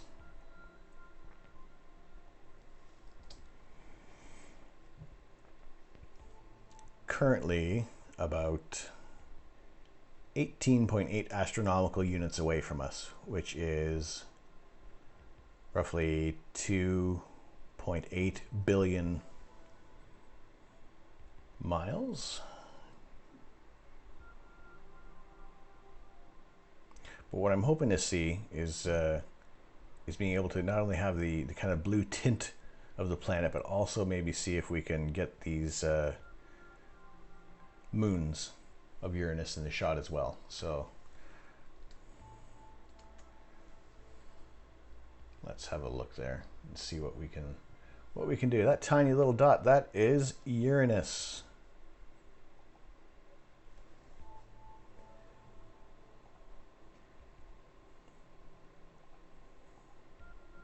Let's see, take a little longer exposure. Now this isn't going to,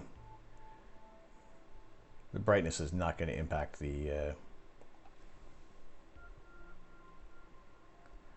guide scope at all, but there we go.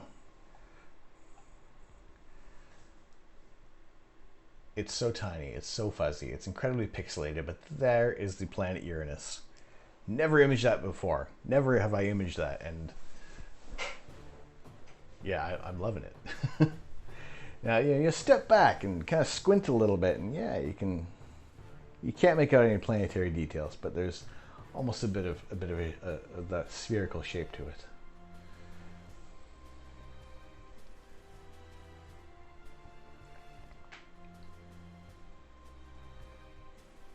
All right, let's do that kind of the video trick there and see if we can pull out any details.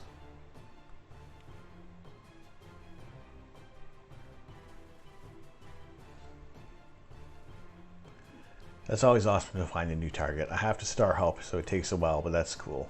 When I was using my star tracker, yeah, there's definitely a lot of star hopping, which did help me.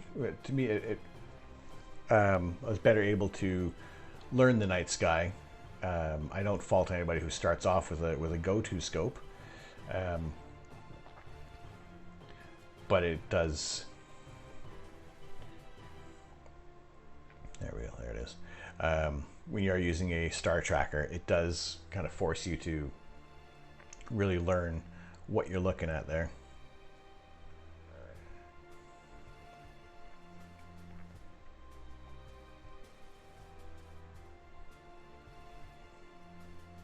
But also at the same time using a telescope with a go-to system and plate solving just kind of helps things move along a little better there.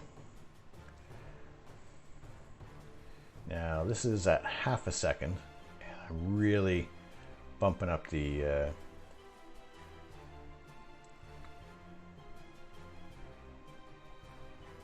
histogram. I'm hoping that we can maybe expose some of the moons around there.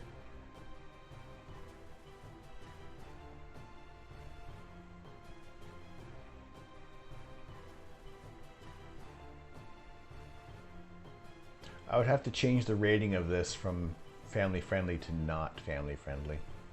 So we'll keep this PG-13 at most.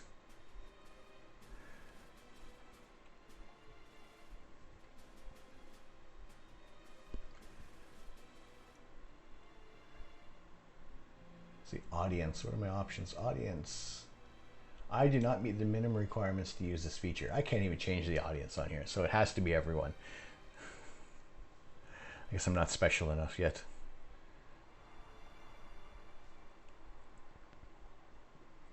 All right.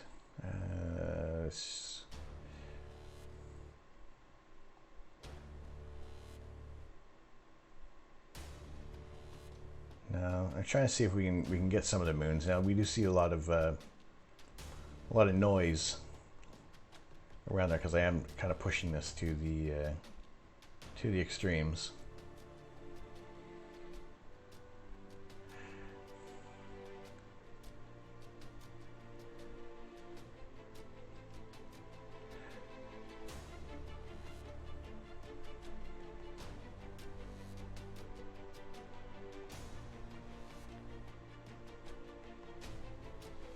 I want to see if we can see some with moons. Possibly, let's see, what do we have available in this area? There's Umbriel, Miranda, Ariel, Oberon, and none of them are making their presence known here.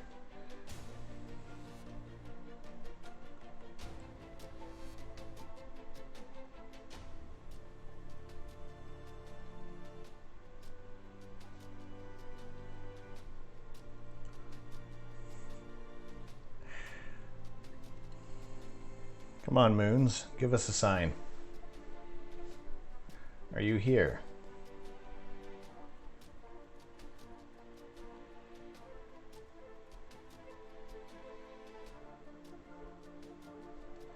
Well, let's see. I may have to, if I start going on longer exposures. Maybe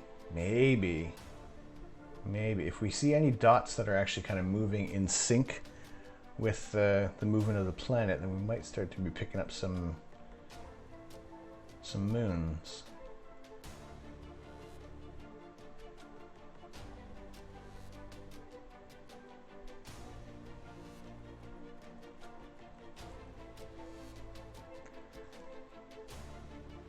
I'm thinking kind of just up to almost the midway around the upper right area might be one of the moons.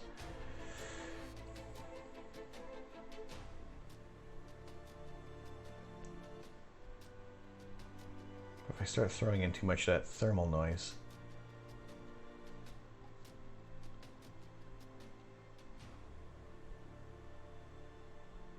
Yeah, that does look like it could possibly be a moon in that area there.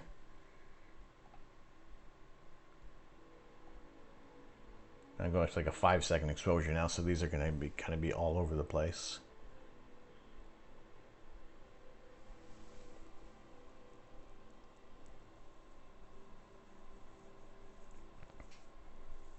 No, I think that might be a moon as well that we're looking at. Now, which one it is, that might be... Judging by the distance and where my sensor is at, I think that actually might be... Okay, that's either Ariel or Miranda.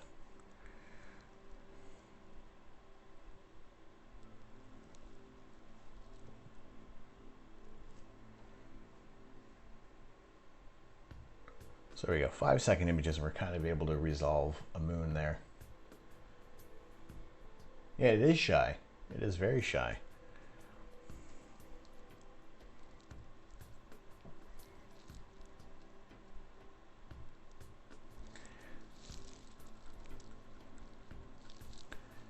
Yeah, so that is 156 light minutes away.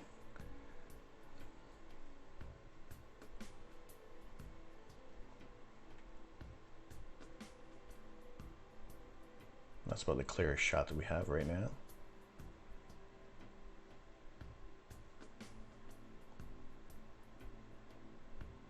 Maybe in this wider view.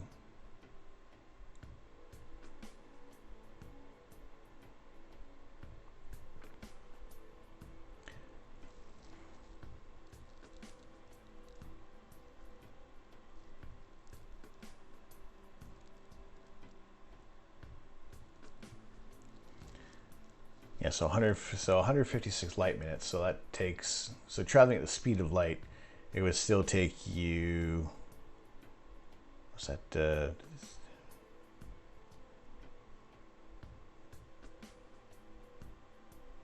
Yeah, so it would still take you just over 2.5 hours to get there if you're traveling at the speed of light. Whereas when you're sending a signal to Mars, it takes about anywhere from about 5 to 13 minutes there. So yeah, I definitely think in this area we do have some of the moons visible in this shot here. So yeah, happy to to have imaged Uranus for the first time. And yeah, that's what I really love about doing this, is that we're seeing these objects that you know, you're definitely not going to be able to see a lot of this with binoculars, even with a telescope. You're gonna have to have a large aperture and a much quicker focal ratio to be able to really get some details out of this area of the sky.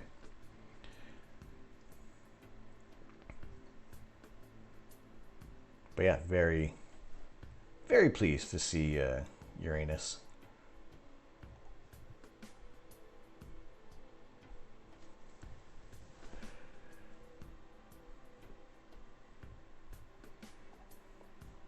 All right, now that we're in this area, we're in the eastern area of the night sky. Let's do a quick look at the.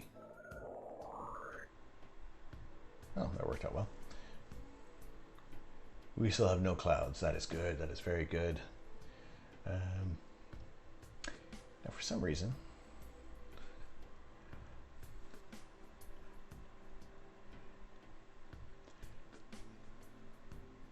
you know, growing up, to me, Pluto was a planet, and Uranus was Uranus. So,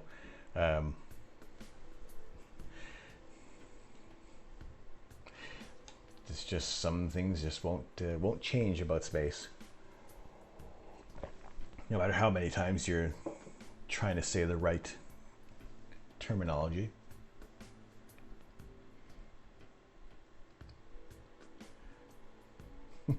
Pluto is still a planet. Everyone can fight me. There would be a line for some people. Like I said, I can flip flop on that. In my heart, you know, Pluto has always been a planet, and after doing some research on Pluto, I did write a dissertation on it, and it's just interesting to see how many people kind of perceived Pluto when it was first discovered, and a lot of people thought it was blue, and not until we had the New Horizons mission fly by did we actually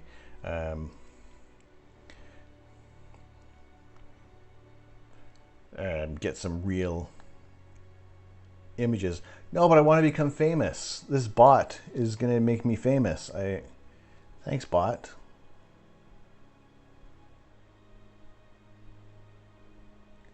Bye, bot.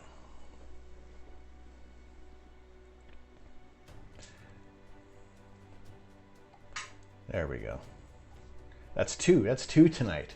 That is 2 in 1. That's the first time.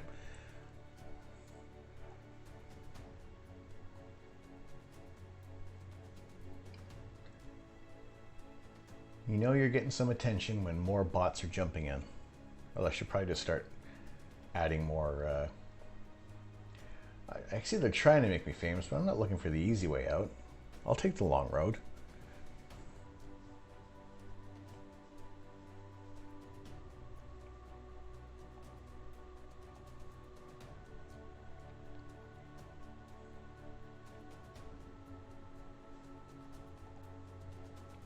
All right. Let us move to a new area of the night sky. Pick out some nebulosity, perhaps, something that's a little brighter, a little easier to see. What do we have here?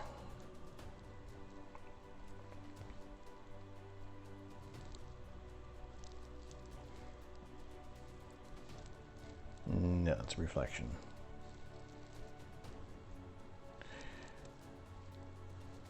It looks like we have, what's that? That's okay.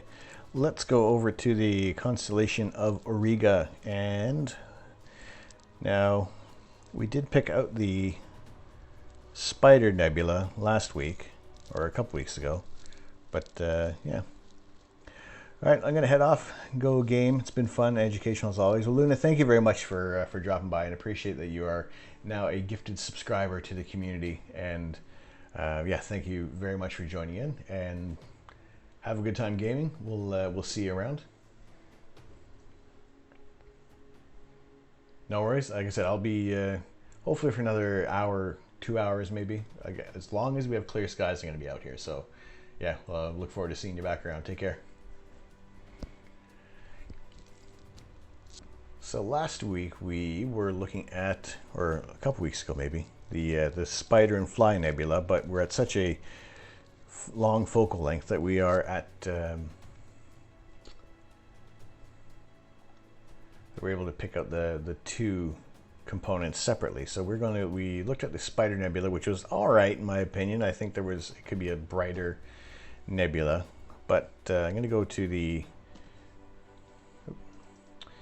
Fly Nebula, which is NGC 1931, and we'll see how that one turns out.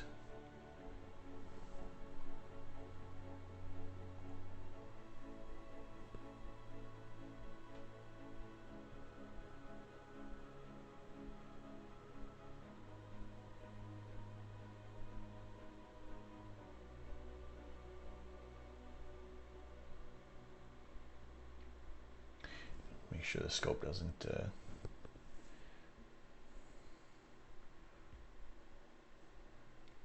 do anything crazy, which for the most part it actually hasn't. It actually may not even be.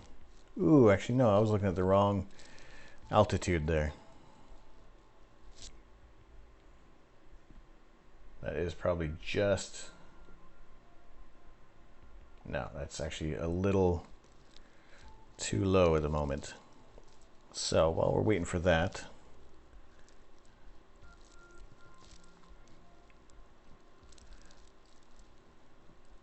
we have plenty other options.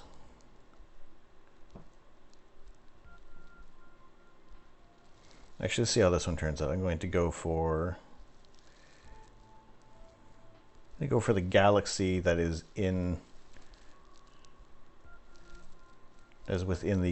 behind the California Nebula, which I thought it had a different classification number there.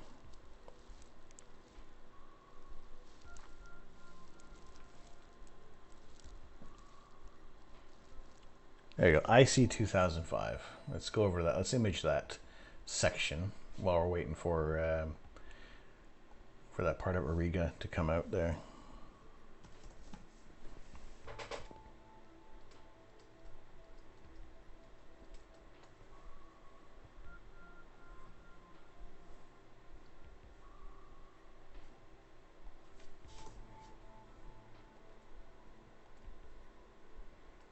All right. Well, very happy to have gotten Uranus, and well, planetary isn't overall planetary imaging isn't high on my list of things to do. I did try to do Mars a couple years back when it was last at opposition, but I was also using a mobile phone to capture the video for that, so it may not have been the best. Probably wasn't the best camera to be using. But I mean, I still came up with a bit of an image from Mars. However, what we've looked at tonight was already way better than what I was able to image with the old telescope and mount. So we'll. I don't think that's exactly what kind of put me off, but it was. I don't know what it is about the planets are interesting. They're fabulous. They're great.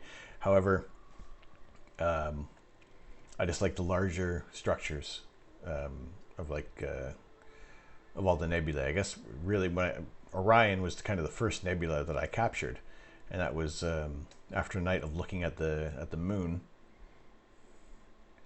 And accidentally leaving on the lunar filter, which ended up just kind of giving this this green cast of the core of Orion there, and I thought it was kind of cool. And then the next night I took that filter off and just had my actually didn't even have any filter on that. That was before I got a light pollution filter, and I was blown away by what I was seeing in the camera's viewfinder there. And it was a 15-second exposure, and they got bumped up to ISO 12,000 just to try and see anything in there.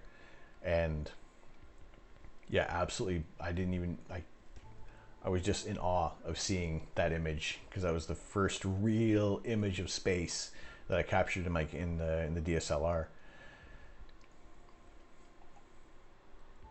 So I was yeah, thoroughly impressed with that, and I can't wait until Orion is back around and I'm able to shoot it at this wider focal length, able to get more of that the structure in the in the field of view.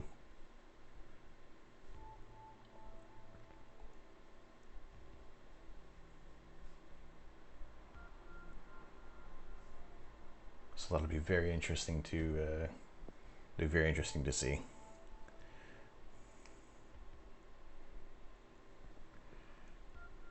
Hey Savvy, you were gonna sub on your next wage anyway. Well, thank you. Actually, thank Astro Caller. He gifted those subs out, and that one went to you. And I'm very happy that that you were you're the recipient. So yeah, welcome as a what did I have? I had listings of what people. Now that you've joined the observatory, you're, I think, an observatory assistant. I think we have, yeah, for kind of labeling as observatory assistant for tier 1. Tier 2 would be an observatory manager, and tier 3 would be an associate to the observatory, or no, a director, associate director, or just a director to the observatory. And yeah, we kind of plan things out a little differently. And right now we do have we have one new emote available, and all the sub badges are based off of temperatures of stars. So I have all that sorted out, and I have tons of emotes ready to go for once we kind of reach the next level of subscribers. But we'll we'll kind of get those out as they go. I mean, for in tier 2, I'm gonna have more planets that I've designed, and those emotes that are going to be available in tier 3 are going to be a similar kind of illustrative planet, but it's going to be the core of the planet there. So those are the kind of things I'm working on as a graphic designer. Just trying to make as much of this custom little customization to the channel as much as possible there. And I think there's gonna be a lot of little changes that kind of go on in the coming weeks. But yeah, I think overall I'm still trying to figure out exactly what I'm doing with the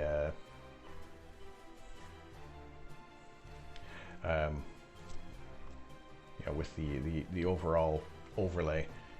Like I said, I'm kind of happy with how this looks, but I do still want to work some stuff out and get a bit of a better border system kind of going on with this. But yeah, we'll kind of see how this flows there, because usually a lot of people kind of have like a big talking head, but I also want to still be able to have all the little important things that of what we're looking at here. So speaking of what we are looking at, we've started guiding. Guiding is good, and this is we're within the California Nebula right now, and I will start the exposure. And actually, you know what, I can ramble on about stuff. We're gonna start a long exposure here because this is very faint where we're shooting. And if we go into Stellarium now, another thing for what I've noticed is I'm not getting a problem with encoding right now, because usually when I ran Stellarium, it would immediately start to slow things down. However, when I was going to run it as an administrator, but there was also another option to run using the NVIDIA graphics card. So all the CPU process. As I say that, there's an encoding overload. It heard me talking, but it's been much more infrequent than other nights. So I'm thinking that, yeah, I may have picked a better setting than before. So we are going to go over to the California Nebula, which we are at the right time, right? 21, yeah.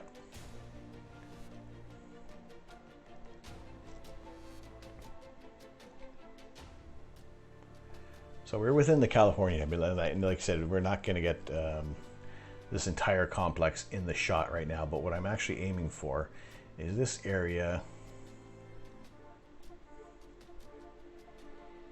Where is it?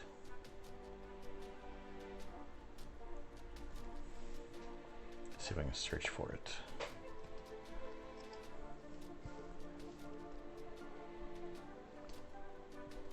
There we go, IC 2005.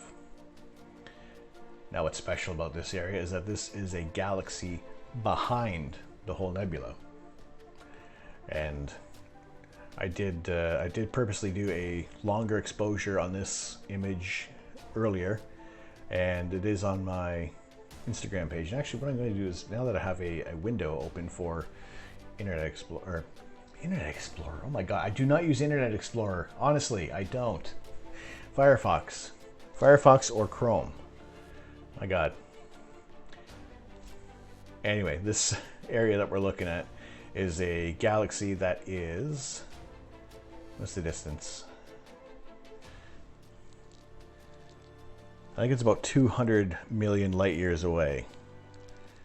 280 Freudian slip. That is worse than a Freudian slip. That's, oh. God, if you guys can forgive me. I do not use Internet Explorer. Oh gosh. Yeah, so this the galaxy that we're going to be shooting is 280 million light years away. And I don't have a lot written up on it there, but it is a elliptical galaxy appearing in the constellation Perseus. It's 279 million light years from our solar system.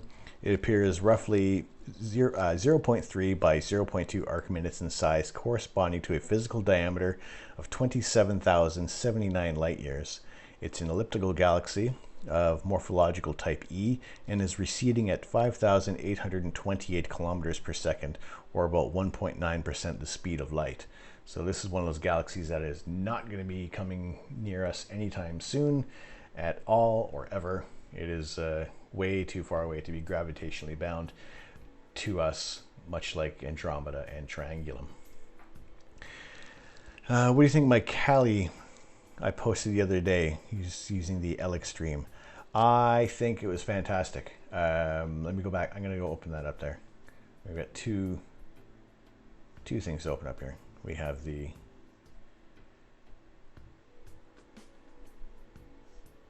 let's go to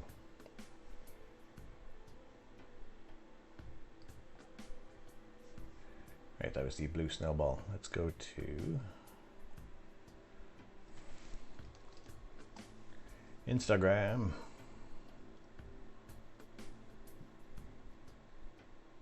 I do have to line this up a little better here.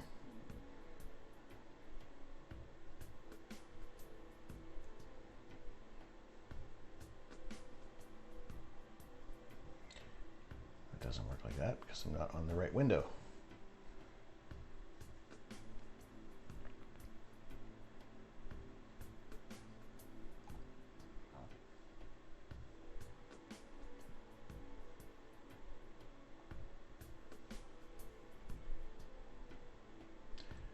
Right. There you are. Let's check out your story.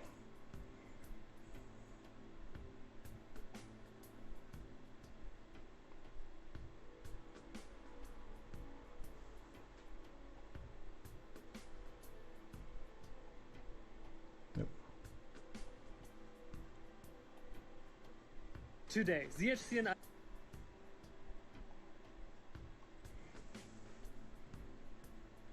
Right, Astro Caller.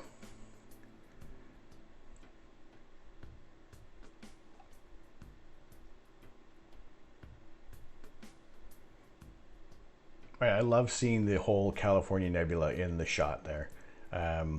As you know, as much as I like seeing some nice detail, like really zoomed in images. However, but this whole nebulous complex is amazing. That where some people have shot and treated it.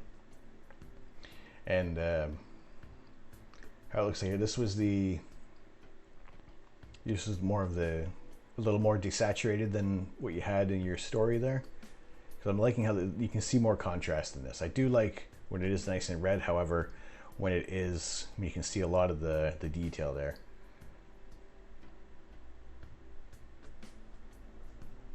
I mean, always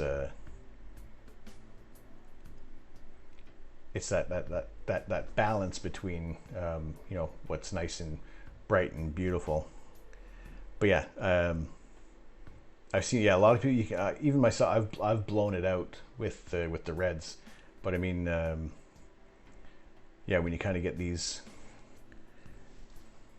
better contrast between everything, I think it does a little more justice, and you can see a lot more detail within the nebula there.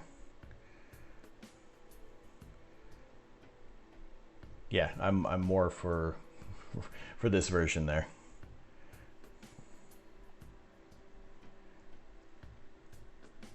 Yeah, I mean, those of you who are on, check out Astro Caller's Instagram, because he's got some absolutely tremendous images on there. And he also has the scope that I want, so I do want that Esprit 100.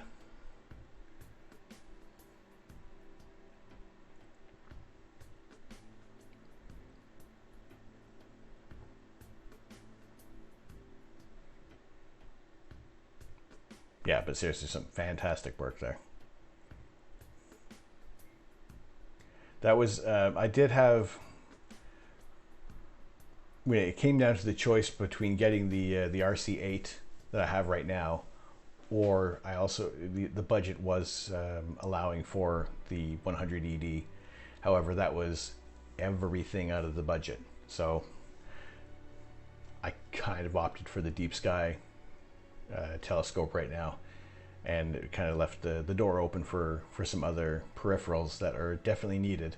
And like I said, so you would say to go to the 120 then, eh?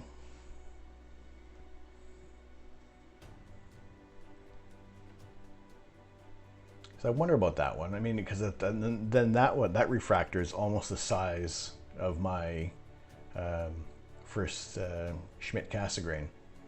So it was at 127 millimeters. So this would be, yeah, I definitely would need to get a different camera there. I think eventually what I do want to be able to have is an observatory with at least two scopes set up and ready to go at all time. Let's see how our let's take a quick look at the sky and the exposure. It's coming along well. There's one other thing I wanted to look at in here. I totally forgot what it was. It was your California Nebula, and then it'll come to me eventually. We'll get back there. It's let's see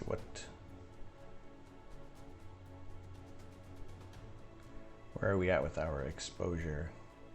Still another 5 minutes. However, I'm going with the longer exposure for this one, because it is such a dim object, and maybe we'll get some movement, maybe not. I mean, the guiding has overall been fairly well tonight, so I'm happy with that. And usually that's about this is about where my guiding kind of sits, almost since the update, the latest update in the ASI Air. It's been around 0.75. It used to hang around like 0.5, give or take a little bit there, and now it have a hard time kind of getting back down to that point there. I don't know what has changed, and I've tried a bunch of different combinations. I mean, I've balanced the scope to like within an inch of its life, and yeah, just not too sure what has kind of changed in those settings or in their in the programming for the ASI Air that's kind of changed things up a bit. So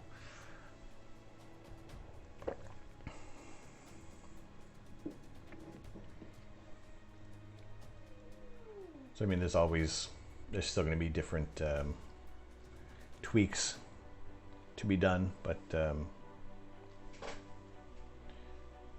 yeah, we'll see.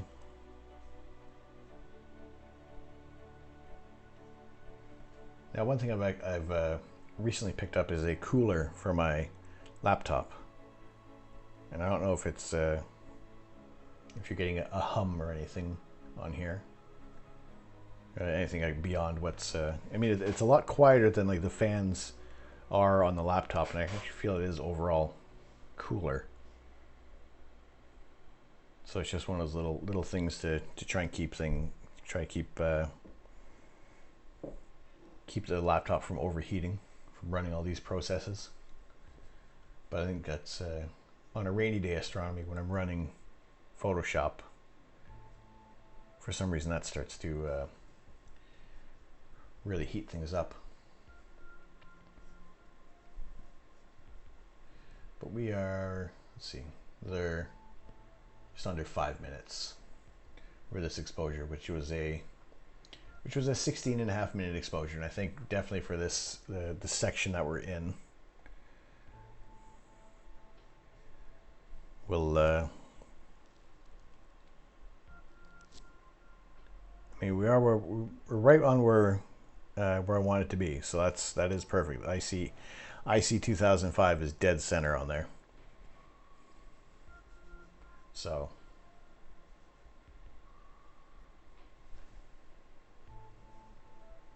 my mouse has died.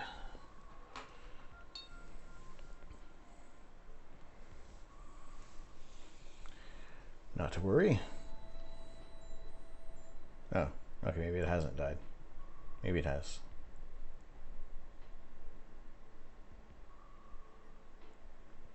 I'm gonna plug it in.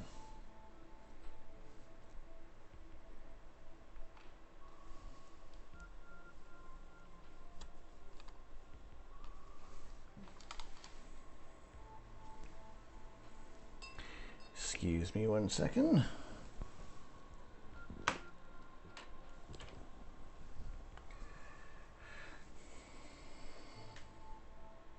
All right, seems to be all right.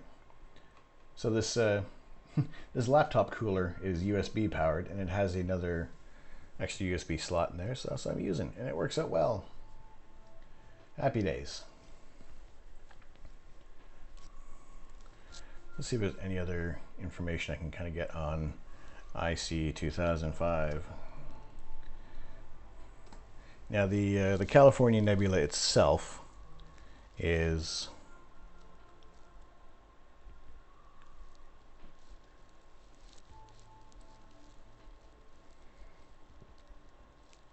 about 1,000 light years away, so obviously much closer and much more detailed than this galaxy hiding behind it. But I was really happy to have kind of captured that before and, pardon me, focus on it with the new scope.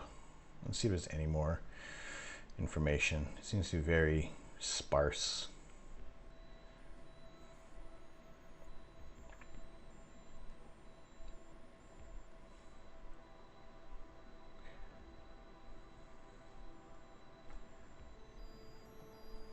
Doesn't seem to be a great deal on there.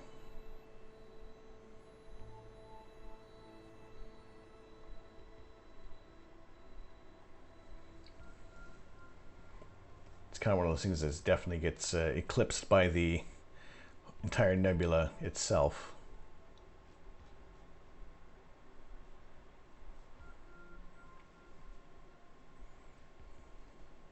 no, kind of like beyond, not much beyond what I had given out there. So we are just over a minute until this exposure is done. This was a 16.5 minute exposure, and yeah, I have done one of these exposures before, kind of leading up to the start of the broadcast. So this was one of those ones that patience.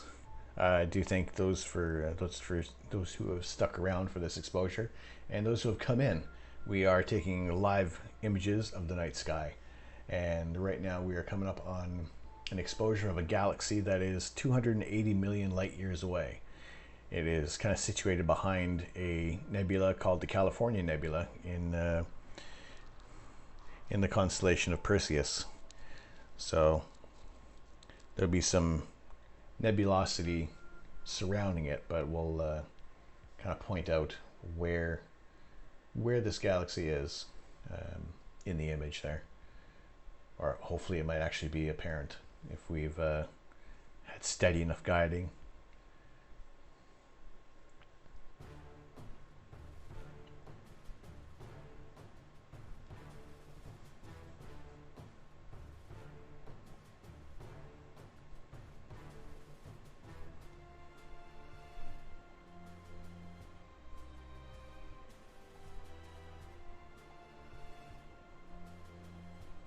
All right.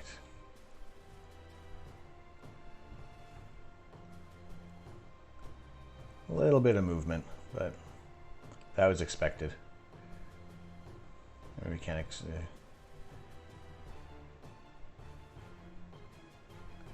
Overall guiding has been all right, so.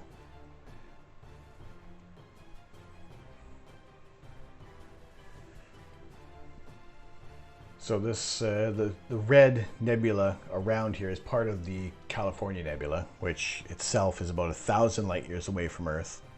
Or at least 1,000 light years from our solar system. And so this entire region of space is filled with the gas from which many massive and luminous stars have formed. The glowing portion of the nebula is about 100 light years in extent.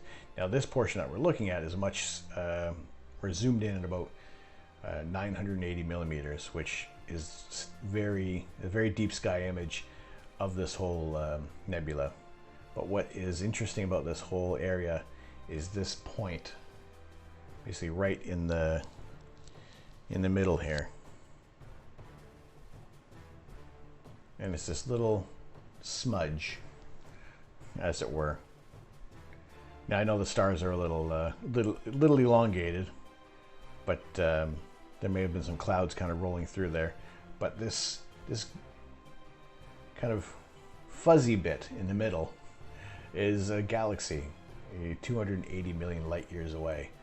So being able to image this is one of those things that it would often be overlooked if when someone is processing these images there, and often maybe dismissed as, unless you're actually looking for it, you may not realize what you've actually captured there. So being able to shoot another galaxy so far behind, you look at different areas like dark areas in the night sky, and it may look like there's absolutely nothing there, but it could be loaded with galaxies hidden behind a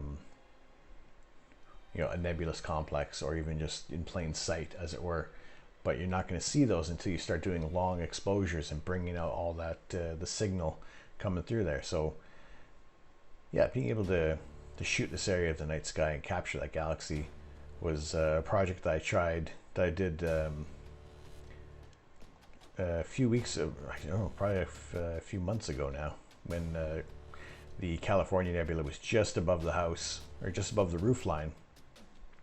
I was able to start capturing some images there, and I will show you that image, that processed image that I took of the California Nebula, and you can kind of compare against what we're looking at versus what we saw there.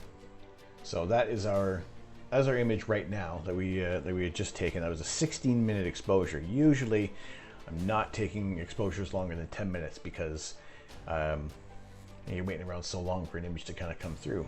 But I wanted to try to get as much detail of this galaxy here in the middle as possible. And so this is also an example of what you get with a single exposure versus a image that has been processed. And this was my image of the same area of the night sky with the galaxy in the middle there.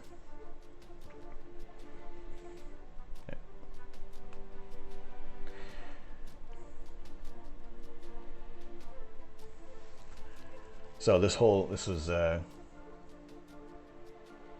long was this exposure? I don't even remember how long I exposed this for. There you go, 4 hours and 20 minutes versus a 16-minute image.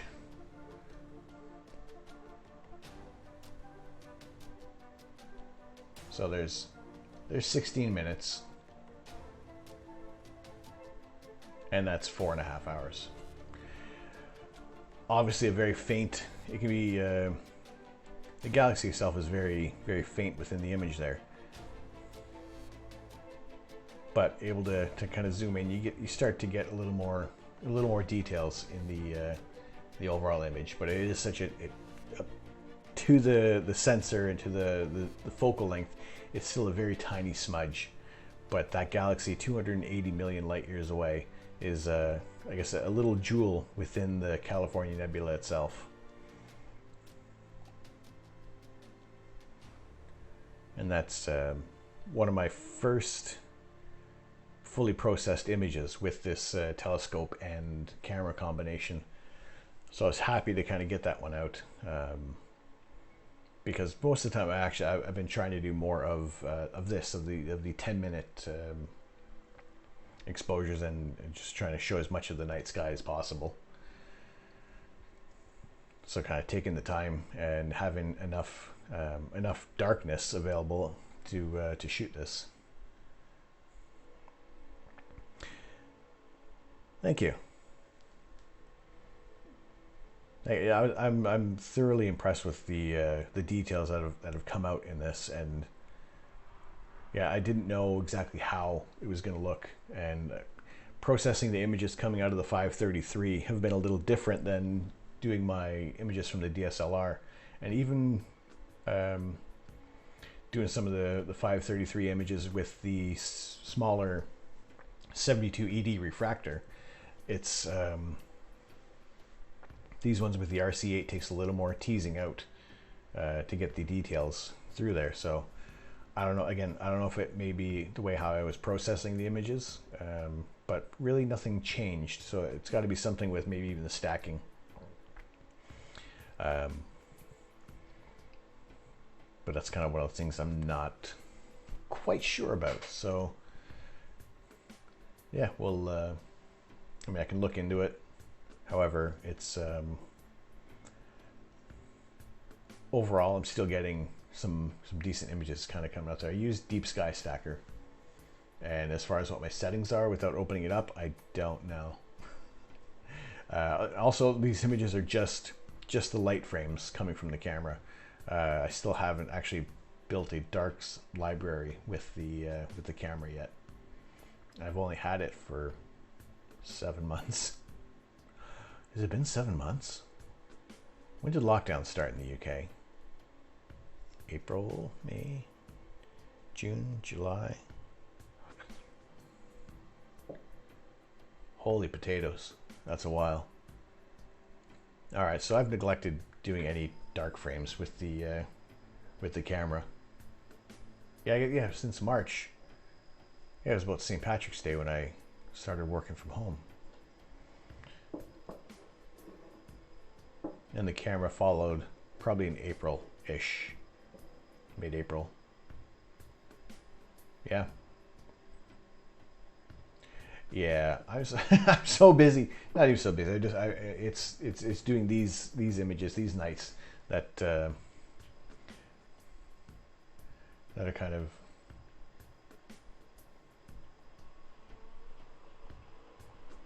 keeping things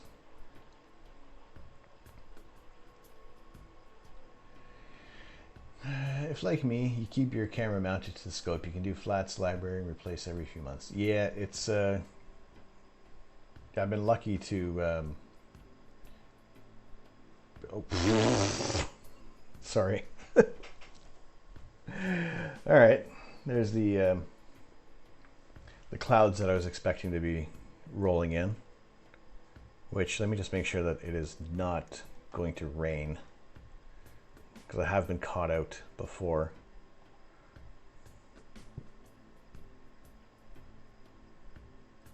All right, the forecast has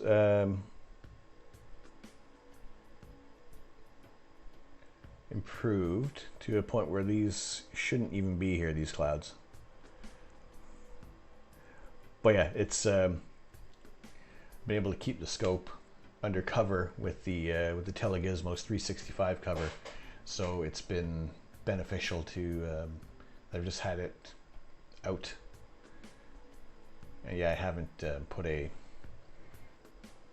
scope cover, or not scope cover.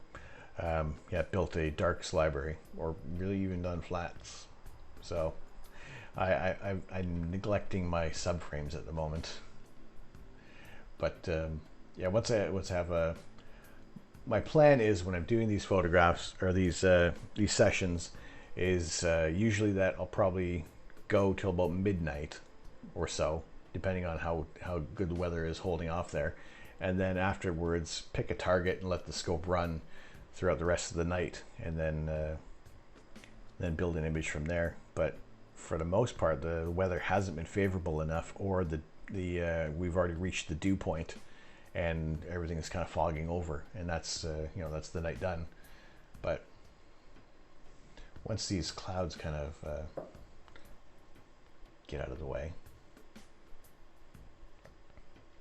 All right, now for some reason I've just noticed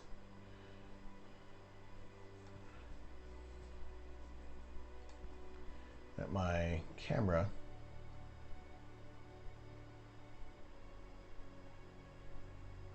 and frame here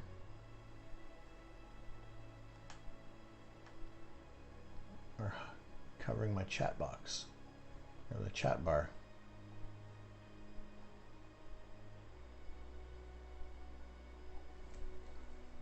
I did not want it to do that.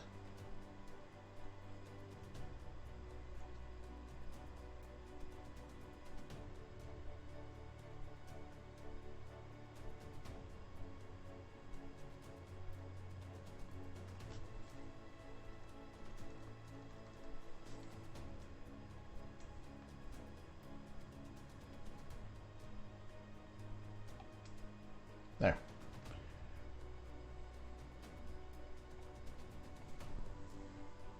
There we go. That's good. Yeah, so there's still going to be lots of changes that are going to be coming to the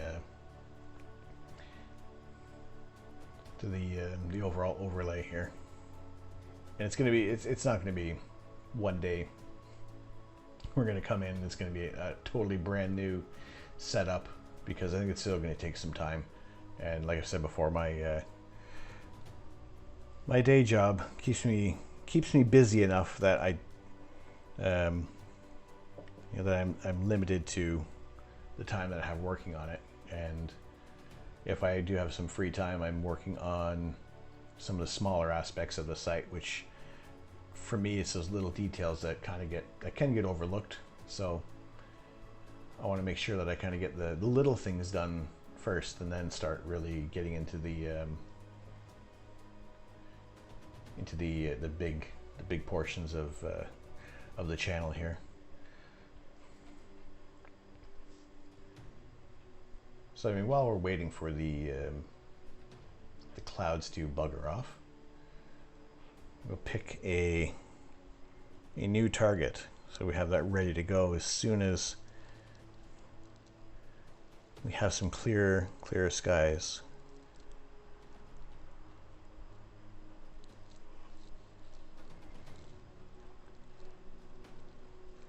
Like I said, basically anything that is about 36, 37 degrees above the horizon is what I can see above the roof line. So that's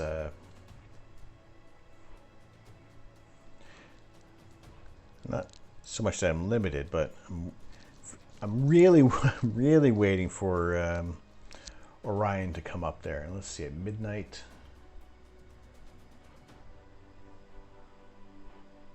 Will the weather hold off?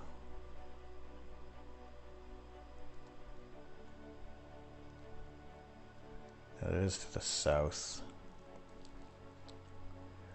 I mean, if things go well, there's a possibility of getting the Rosette Nebula, or even the Cone Nebula, or the Christmas tree cluster, before the night is through. And it's going a little too far south. I do have to get a longer cord for the camera, because it's it tugs on the power cord if you go too far to the south.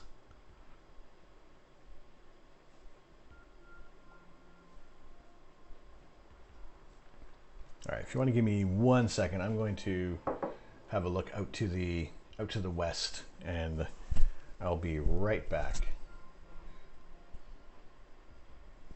2 seconds. You probably even just see me poke my head out there.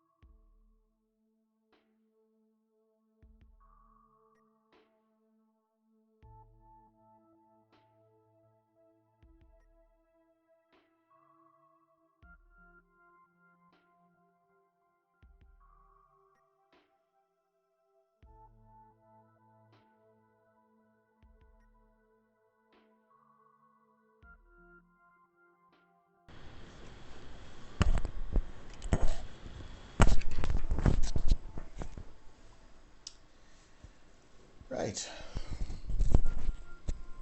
There are a substantial amount of clouds to the west. That is not what I want to see.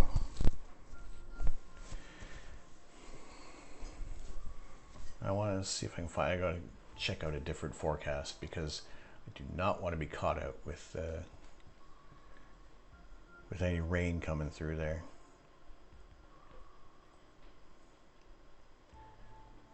Let's see.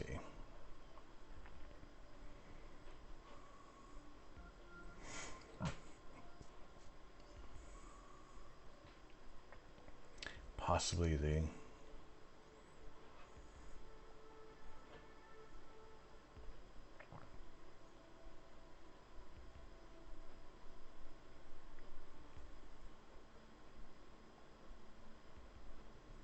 just waiting for the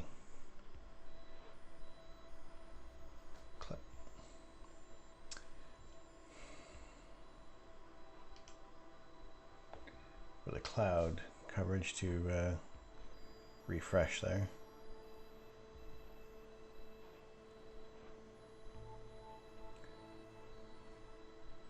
It looks like, it doesn't look favorable. That's unfortunate.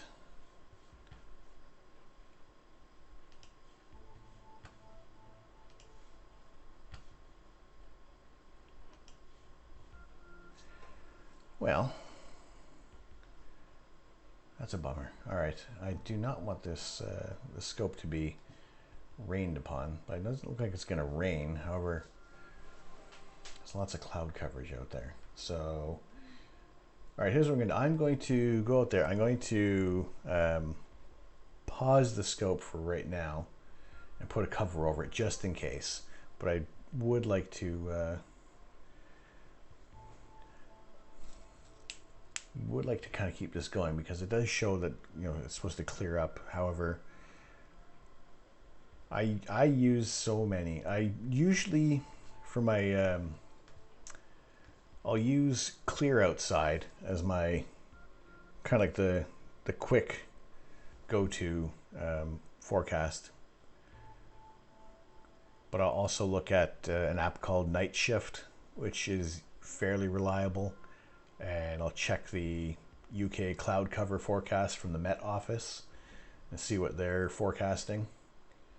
And right now the Met Office is showing cloud coverage the whole night through now, whereas Clear Outside and Night Shift are saying no more than 2% cloud coverage in my area. Let me give it another refresh and see if they've changed their minds. No, it says it's supposed to be clear out. So,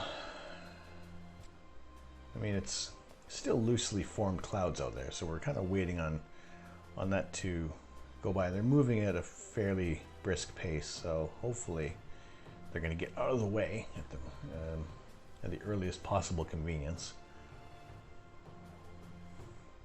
But also at the same time, I don't want it to be raining, so I'm going to reposition the scope so that I am at least avoiding any rain getting into the tube.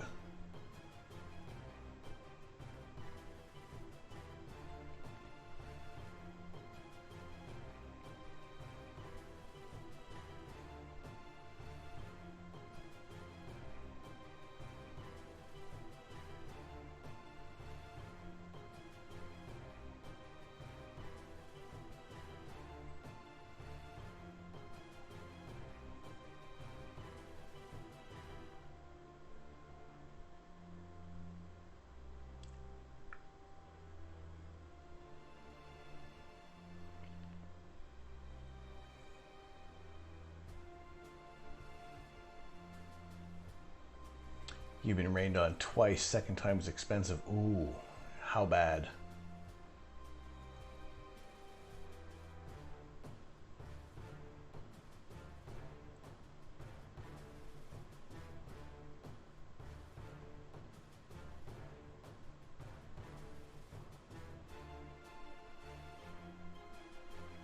Actually, give me 1 second. I'm going to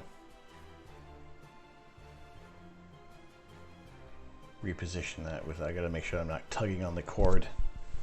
One moment, you'll see me in the camera there.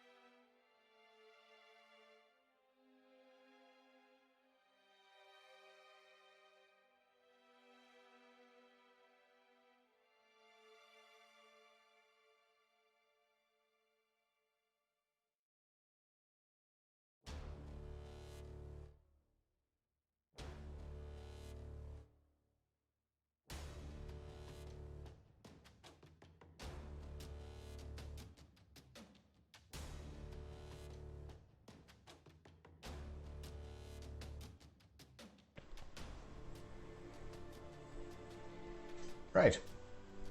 Just kind of keep the tube from looking up at the moment. So let's turn off guiding as well, so it doesn't get all mad at me. Stop guiding. Stop tracking. There we go. And we will resume the scope once these clouds kind of get out of the way. So Pegasus Ultimate Power Box fried, 500 pounds, and my ASI 183 MC gone, currently being repaired by ZWO. Holy dude, sorry to hear that. Yeah, there was one night with this scope that I got a little bit of drizzle that started happening all of a sudden out of nowhere. There was no rain forecast, and all of a sudden, I thought, does that look like rain? And yeah, it started raining out of nowhere. Nothing untoward happened, but I had to quickly abandon the evening.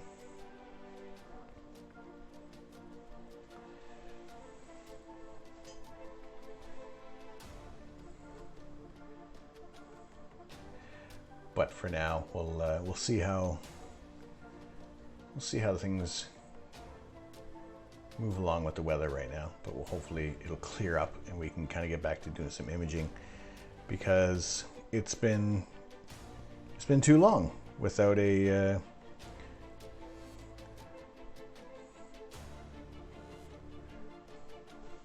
without clouds. So I do want to hopefully see the forecast pan out to a favorable forecast, which was slightly promised.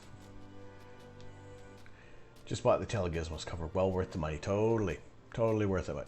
Absolutely 100% worth that price point on there. And really, yeah, I mean it.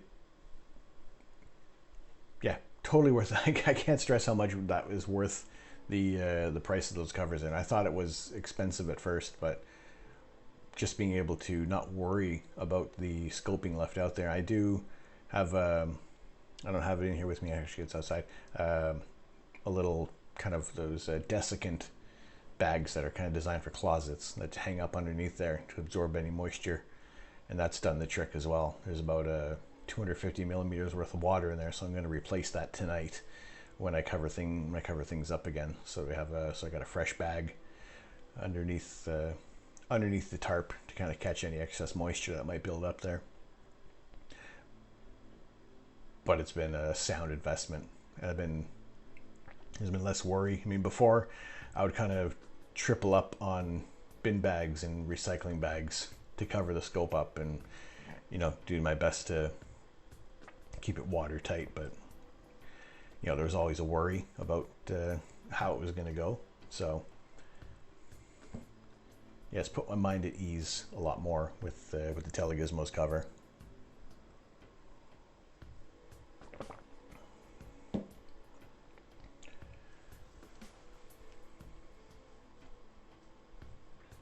But for now, while we're kind of waiting for the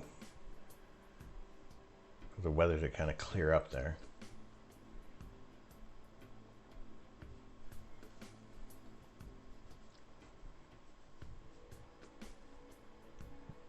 I want to have a quick look at what is available in, like, what images they don't really, you can't really browse the catalog so much.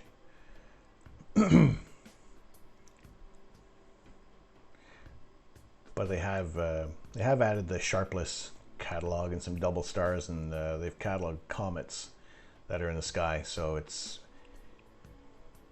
kind of opened up the options of what to look for. But also things kind of double up in the catalogs, whereas one section might be NGC, and then off to a few degrees is Sharpless. So still getting used to or becoming familiar with some of these things in the catalog. Like, what's that? Look, Sharpless 2-162. It looks like the Bubble Nebula. So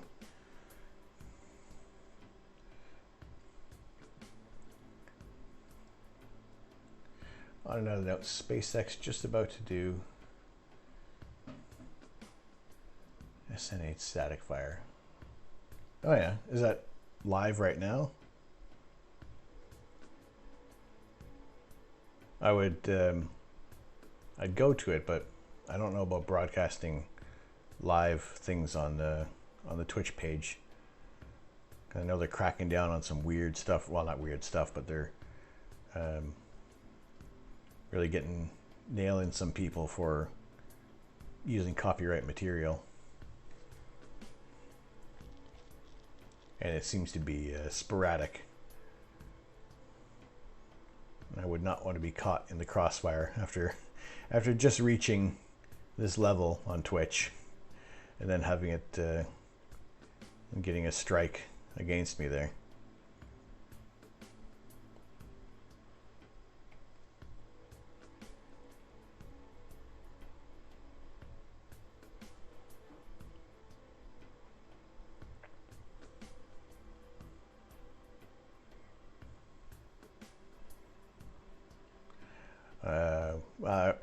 I probably would go to that, but it'd probably eat up my bandwidth and I'd start losing things there. It's weird the way how the computer reacts to what program is getting all the power or not. And my internet has been patchy at best recently, so I do want to be able to keep things going there. And hoping that these clouds will, well, they're a little loose at the moment, the clouds.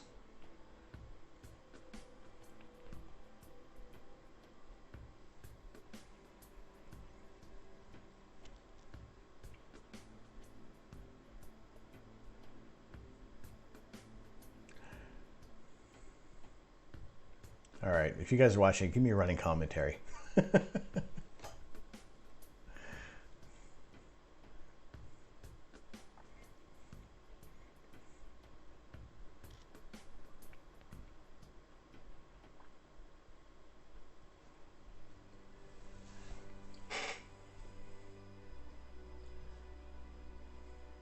Well, for those of you who have just joined in, we are waiting for these clouds to go away so we can take some more images of outer space.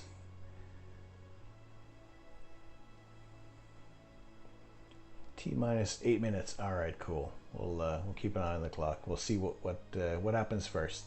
Launch or clear skies? I'm thinking launch. Ms. Meacher, hello, hello. How are you?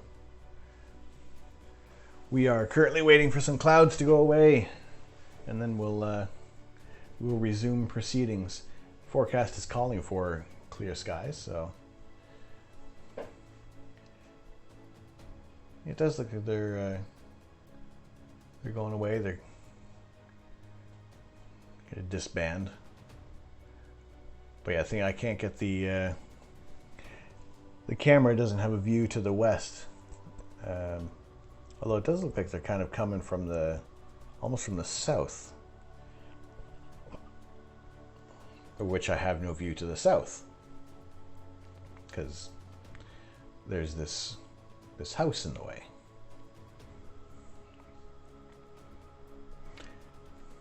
Although the scope was starting to feel a little wet, so that also is going to impact things. If we're collecting too much moisture on the mirrors, then it won't be the clouds that we have to worry about. It will be the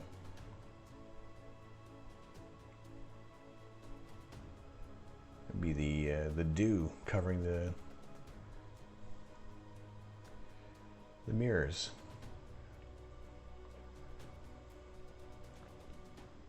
Of which this is the running counter for any donations that come through for the dew heater. Totally not necessary at all for the channel, but it is just one of those things that we're keeping track on. And basically, if we can almost reach halfway point there, then I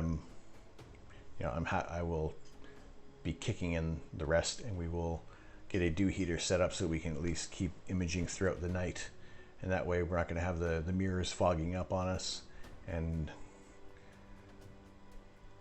it will just keep things in better running order throughout the whole night there. So that's just one of the other little things. Again, it's not necessary that we do that there, but yeah, like I said, any money that's kind of come in from subscriptions and bits and other kind of donations like that just go towards any kit for the scope, anything to kind of keep things going throughout the night longer and bringing you guys as many images as possible. So yeah, it's just one of the things totally want to be upfront about that it's not going towards a new Xbox or anything like that.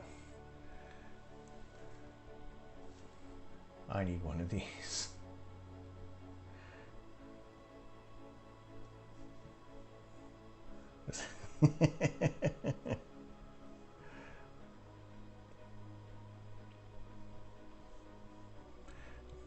Oh, always out of stock. Such a shame.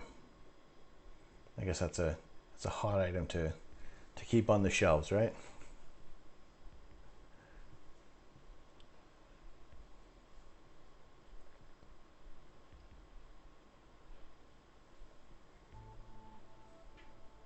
I think it was OPT on April Fools when they had the cloud filter where you could see through all the clouds, and well, if that wasn't something that everybody would absolutely love.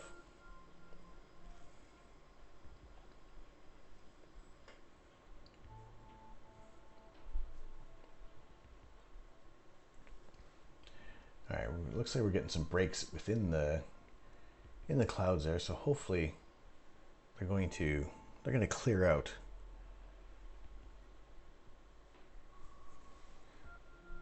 Let's see. Depends on how I've organized or oriented the camera. Let's see if I can get a better view of more of the sky.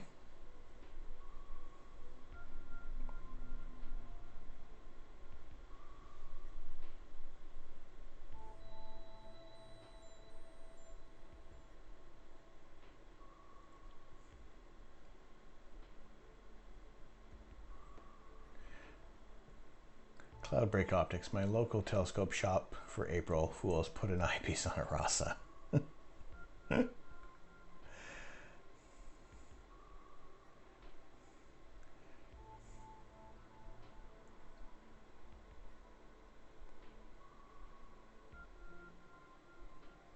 Oh, I can see to the west.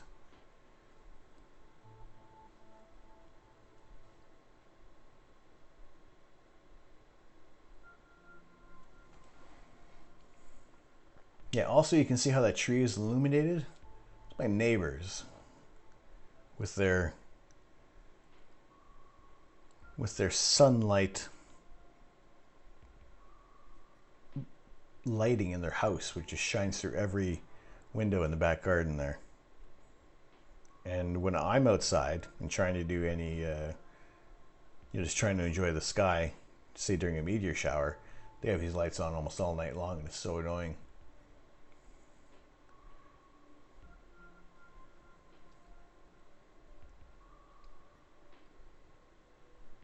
But yeah, this is the lovely tree that fills with bees that blocks my view to the west. You thought that was going to rhyme, didn't it? Well, it doesn't.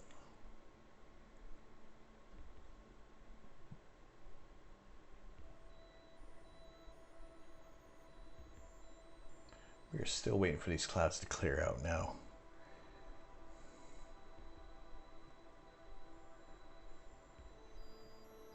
They might be clearing up. There might be because it looks like they are coming from the south almost. So we actually just see there's Mars peeking through the trees.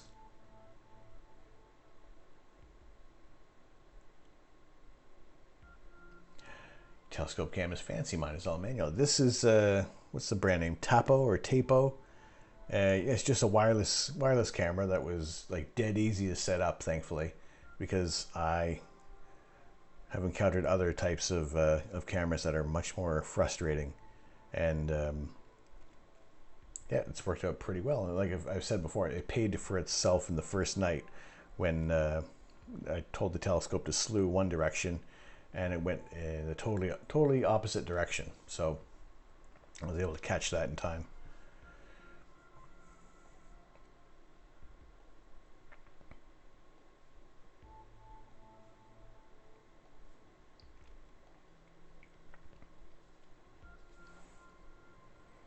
Mine is a USB security camera that has night vision. yeah, this one I kind of would have liked if this one also had a wired option, a wired connection, because I think that would like I'd be able to get a much better image. I mean, right now it's on low quality, so I'm using like low bandwidth. And really, this one has a night vision option as well, but you're not able to, can't always see the clouds as well sometimes. Yeah, this is the time you can barely pick out the clouds. So while it does work, well with night vision, it is better to keep it in the day mode. And as long as there is some noise with it, at least we can still see the clouds, which are appearing to dissipate, and we can actually kind of get back to doing some imaging.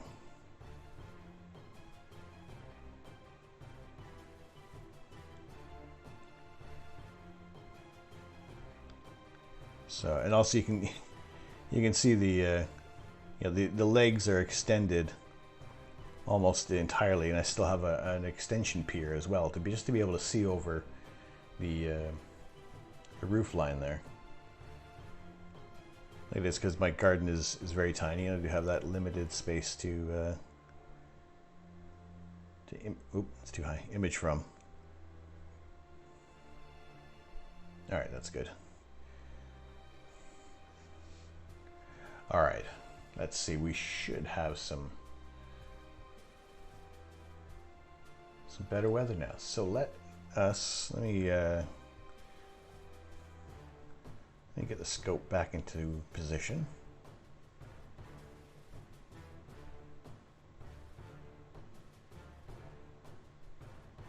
Oop, not the way.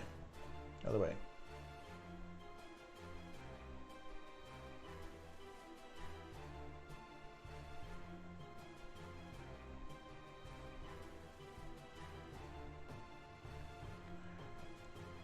Cursed on duty. Good evening. How are you?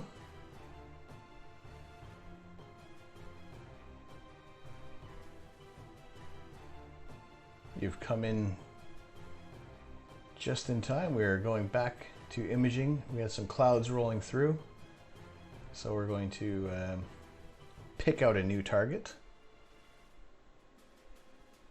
And first we'll kind of get the scope back into a better position at the moment.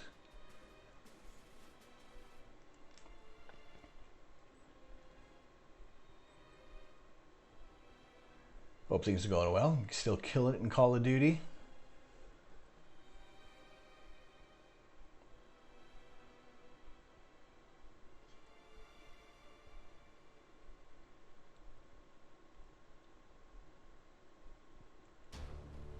Right, now let's take a quick image and see where we are. Get the scope back on track. Just make sure we are we're pointing at a point in the sky. It is clear beyond the roof line, kind of. Oh, let's turn the tracking back on.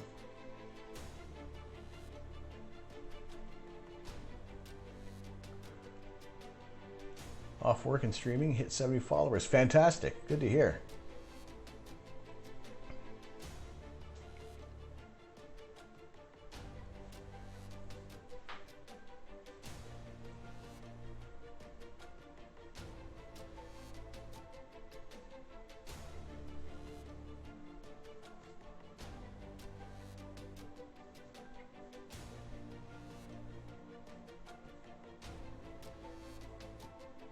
Right, we're just, let me switch up to, so we kind of get an idea what we're looking at here. Just trying to get you don't really have to start guiding at the moment, but I just wanted to be sure that we were in an area of the night sky that I wasn't actually pointing towards the roof, so that when I do the next exposure, we can at least find out where we are and get the scope synced up again.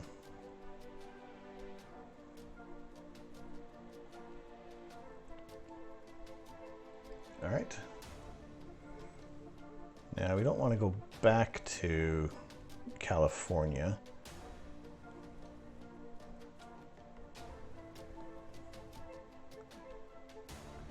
Actually, I was going to look at that, what was NGC 1931, which was part of the Spider and the Fly Nebula. And I took one shot of, I guess what would be the Spider part of that. And it came out all right in the shot there, but I do want to get its compatriot in the sky there. And then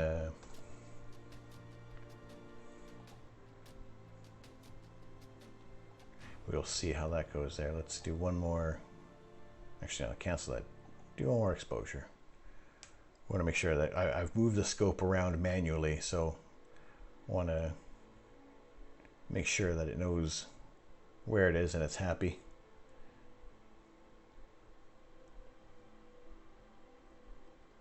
Looks like a scrubbed static fire.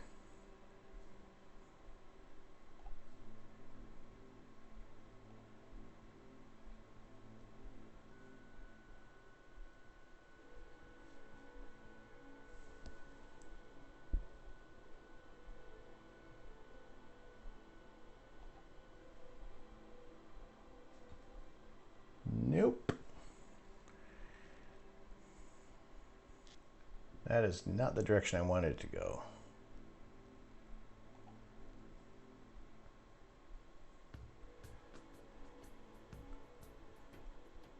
Looks like we stay on Earth a little bit longer. Oh, it's unfortunate.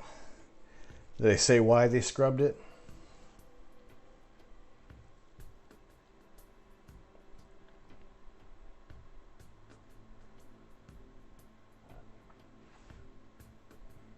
Not yet, no. Okay.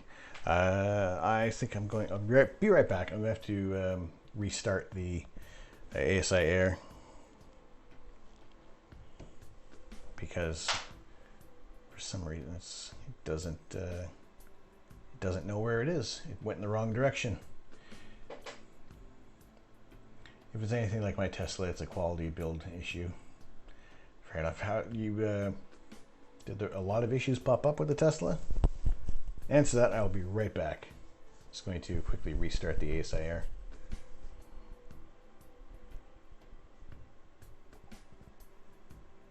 Ooh, do I want to?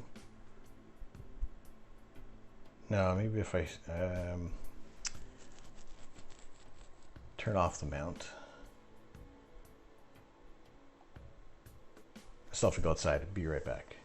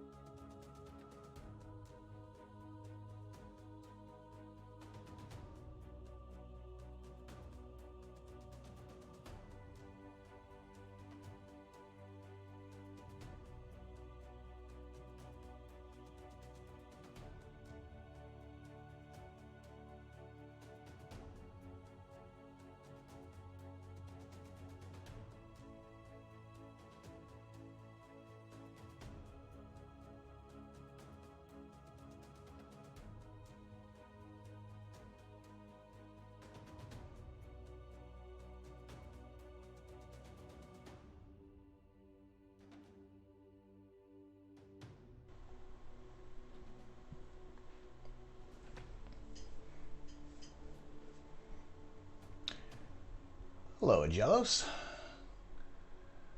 Hello, Sucalaris. How are you?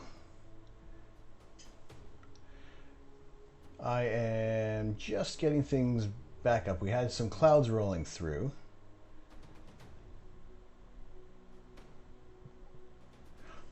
Hi there. We had some clouds rolling through, so I just had to do some reset. Had to reset the equipment a bit there.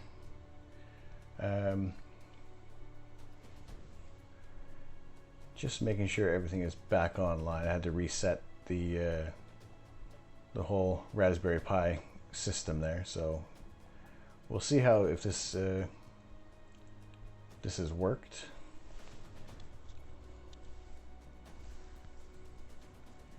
Just give you 1 second there. It's yeah, we had some clouds that were a little threatening, so I kind of had to move things manually, and then you throw the system off a little bit when you do that. And well, if I'm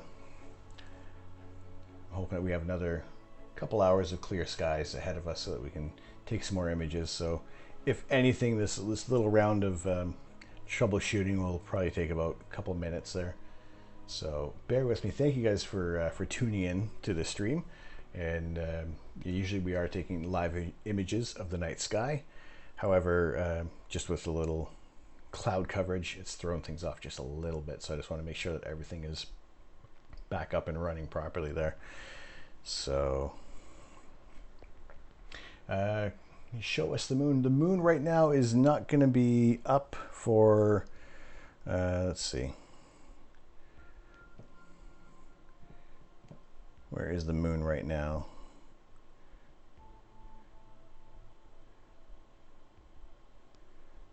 The moon will not be above the roof line until well into the early morning there. So that is, for the sake of astrophotography, it's perfect. So we don't have any extra light kind of blocking any targets there. But at the same time, it is nice to look at the moon live through the scope there.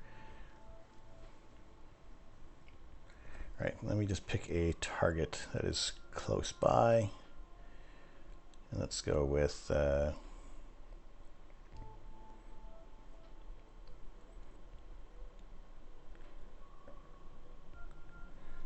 Flaming Star Nebula. We'll shoot that as well. That is IC 405. Hopefully this all works. How far can the telescope see? This telescope has a field of view, or has a focal length of 980 millimeters, which is this image down here is about the focal length where you can see things at. If I can, I'll pull up an image of the moon on the planetarium software so you can get an idea of what focal length we're at there. But let me just get on this target here, make sure that we are up and running.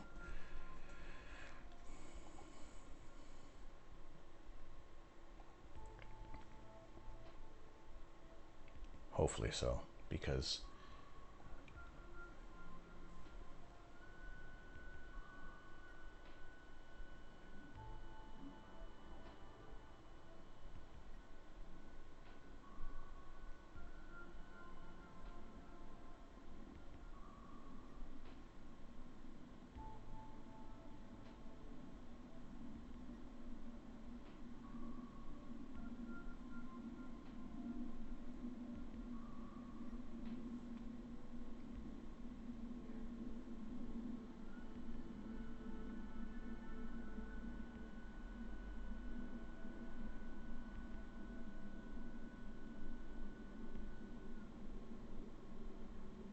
we're looking good. We're looking good.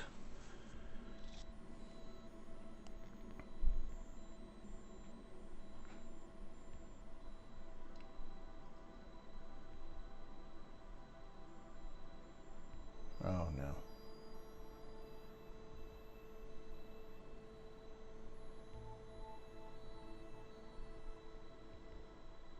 Well, this is the kind of thing that comes along when you are doing remote control of your telescope, where it doesn't always want to work for you. And hopefully This is the exact opposite of the case, where now it is working for us. Usually what it does when it does the auto centering, it won't take any more than one attempt, and we're on an image there. So it's going to be 1 second and we're almost there. So what we're going to be looking at is an emission nebula, and this is a emission nebula located, it's called the Flaming Star Nebula, located near an open cluster M38, and this whole structure lies about 1,500 light years away. And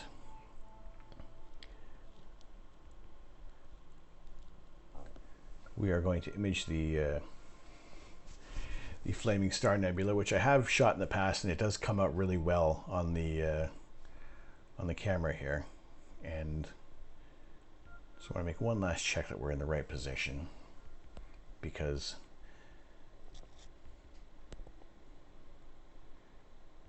I said I'm having some slight issues with the mount and everything there, but it looks like we are back on track. So I'm going to start this image.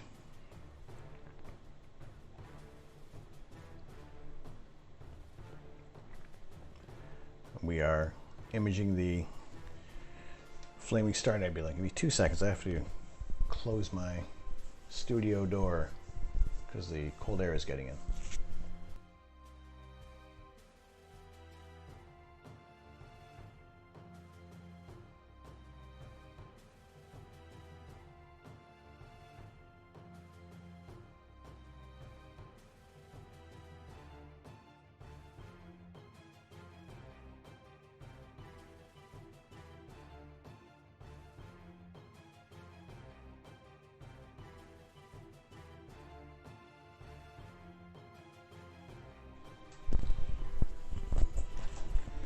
All right, there we go. Technology, it's grand. It really is. Thank you guys for sticking around. Like I said, we just had some clouds roll through, and I took some precautions to make sure that there wasn't going to be any surprise rain coming on into the area. So it looks like we are back on track and imaging the night sky. So thank you very much for tuning in.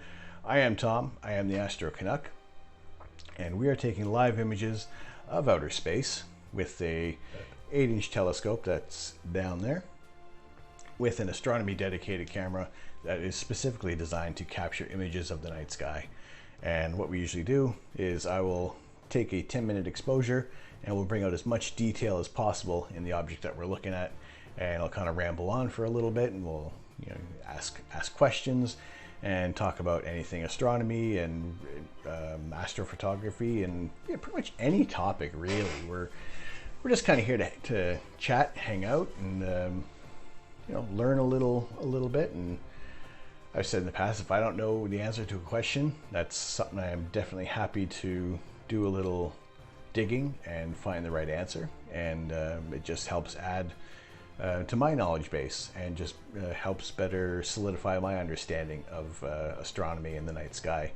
So I have been doing astrophotography for about 4 years now, and I've been independently studying astronomy for just as long, intently, and always had an interest in the night sky, and always loved looking at those photos from the Hubble telescope in magazines, and not really being amazed by these images, but still not understanding exactly what it was I was looking at. So now, after these years of study and just kind of capturing images myself and understanding what's out there, I figure I've gathered a bit of a base knowledge that I'm happy to chat about and answer to the best of my ability.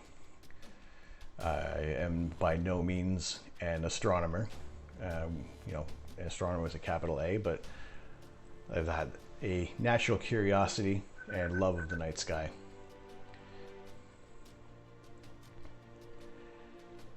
Agelos, thank you very much for the follow. Welcome to the observatory. We are very happy to have you along, and like I said, anytime we have clear nights, I am shooting images of the night sky.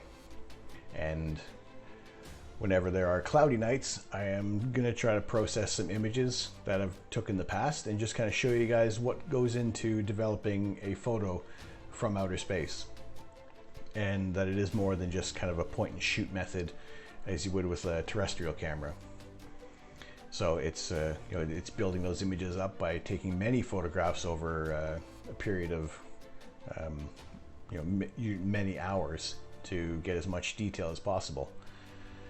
I try to stream at least 3-4 times a week, and whenever there's clear skies, I will stream any night that we're gonna have a clear sky. I'm in the east of England, so the weather can sometimes be a little iffy, and but whenever there's clear skies, I'll put notices out on Facebook, on my Facebook page, Twitter, Instagram, and that's all under Astro Canuck or the Astro Canuck, and you'll see those pop up along here every now and then during the stream, and you can keep up to date on when I can go live at a moment's notice, because the weather can be absolutely terrible, but sometimes it will clear up, and I am able to kind of get set up in about a period of about 30 minutes, and I'm ready to go. So it's like I said, if the skies are surprisingly clear, happy to fire up a stream. Usually I will put out a notice about when I'm doing my rainy day astronomy, which is usually the astrophotography processing, and other times randomly, if there's a game that is kind of interesting to play, I'll play some video games on this site as well, just to break things up a bit and just have a little bit of fun. This month's game was supposed to be Watch Dogs Legion. However, that has changed up a bit because of just some technical issues with the game itself. So we're looking for a new November game to feature whenever there are some really cloudy days, or really cloudy nights, sorry, and the photography processing is a little sparse. So yeah, just a mixed bag. 99% of this is astronomy, astrophotography related, and yeah, just happy to have a chat of whatever. And we are a growing community. I've only been streaming since 1st of October, so there's still lots to learn about the software involved with processing images, and there's just learning the overall structure of Twitch. So we are controlling this telescope.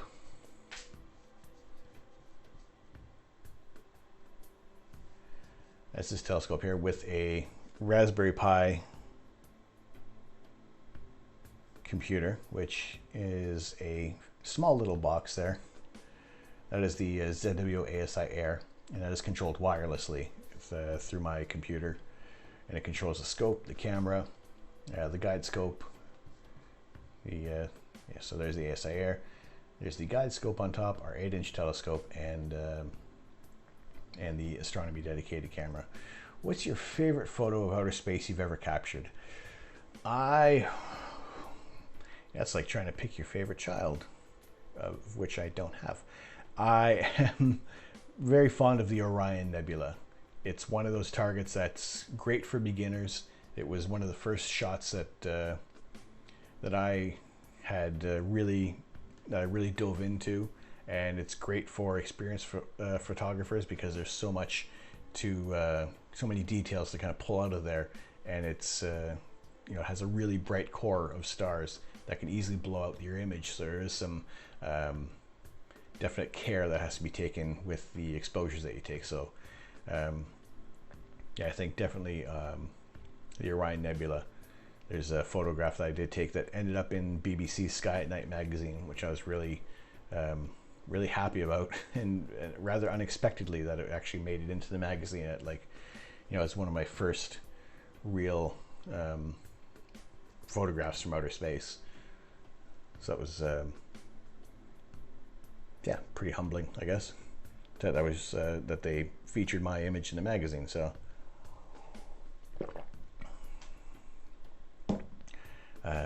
See, Elite Dangerous, Kerbal Space Program, Surviving Mars, a few space games. Cool. Yeah, definitely make a list of things to check out there, because I mean, yeah, it's fun to play the some of the popular games.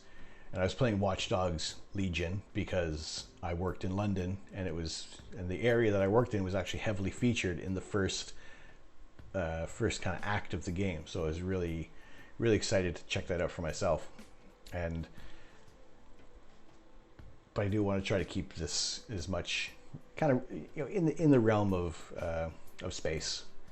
So I guess the odd time, Halloween, Phasmophobia was the theme of the month, which I still jump in with other people who are still playing it on a regular basis.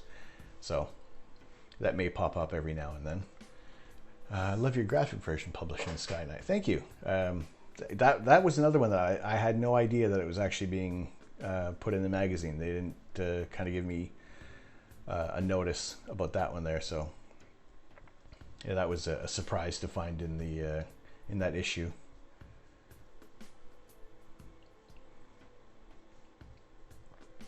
All right, our Flaming Star is just about done there. Should be coming through any second now.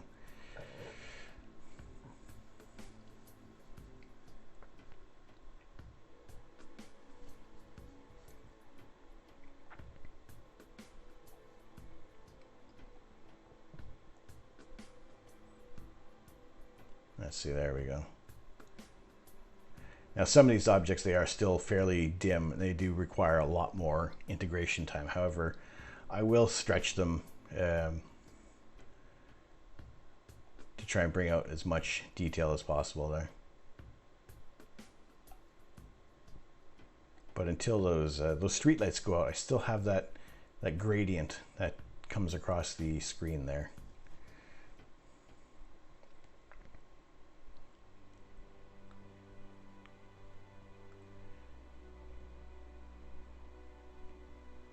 Now let's see, well, there's one item. It's just about above the roofline. That is the Monkey Head Nebula, which I will aim to photograph shortly. But right now we're looking at the Flaming Star Nebula, which is in the constellation of Auriga.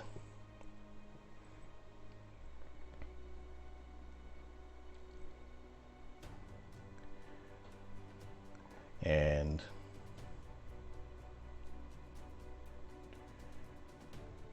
there you go. Let me just I'm just going to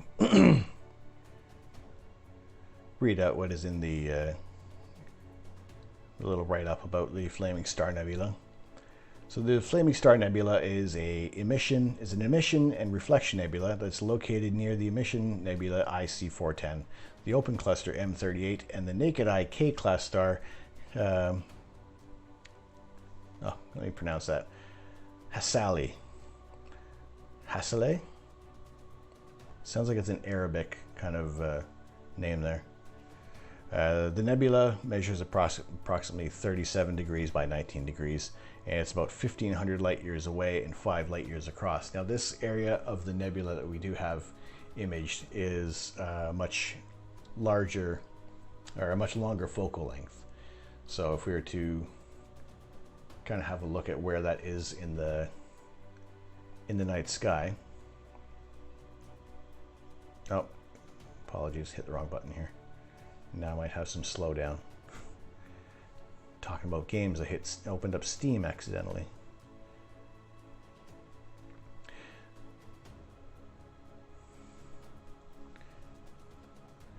So yeah, the Flaming Star Nebula is in here, the constellation of Auriga. And this whole structure there is about 1,500 light years across. Or sorry, 1,500 light years away and 5 light years across. And this little red box is what we are seeing. That's the focal length of the telescope and the size of the sensor. So we are kind of in the main part of the main body of the nebula there, kind of the meat and potatoes of it, and the a lot of the wispy areas surrounding the nebula are out of frame there, but there have been some amazing shots that people have done. All right, gonna get some 40 winks. As always, love watching. Enjoy the rest of the night in clear skies. Thank you, Astro Caller. Thank you so much for the gifted subs. Appreciate that immensely. Thanks for sticking around and joining in. Appreciate all the work that you've done as well yourself. So those of you who are in the chat, Astro Caller is another UK-based astrophotographer by the same name on Instagram. So if you do want to check out some of his images, have a look afterwards, and yeah, throw him a like here and there because he does some amazing work. So yeah, thank you very much for popping in there. Always happy to give shout outs. If you guys are streamers, if you guys are on Instagram, I'm happy to share anything, because the more people we can discover, the more enjoyment that we can get out of astronomy, astrophotography, and just basically any other hobby that you might be into, because who knows who likes what you like. And it's a good community that we want to build out here, and just happy to be able to share as much as possible in terms of astronomy, astrophotography, community. And yeah, because there have been a lot of people who share the this kind of mentality of, you know, just shouting out and praising those who are doing similar things to us. So it's what I want to reflect on this channel as well. So yeah, this little red box is the area that we're looking at in the night sky of the Flaming Star Nebula.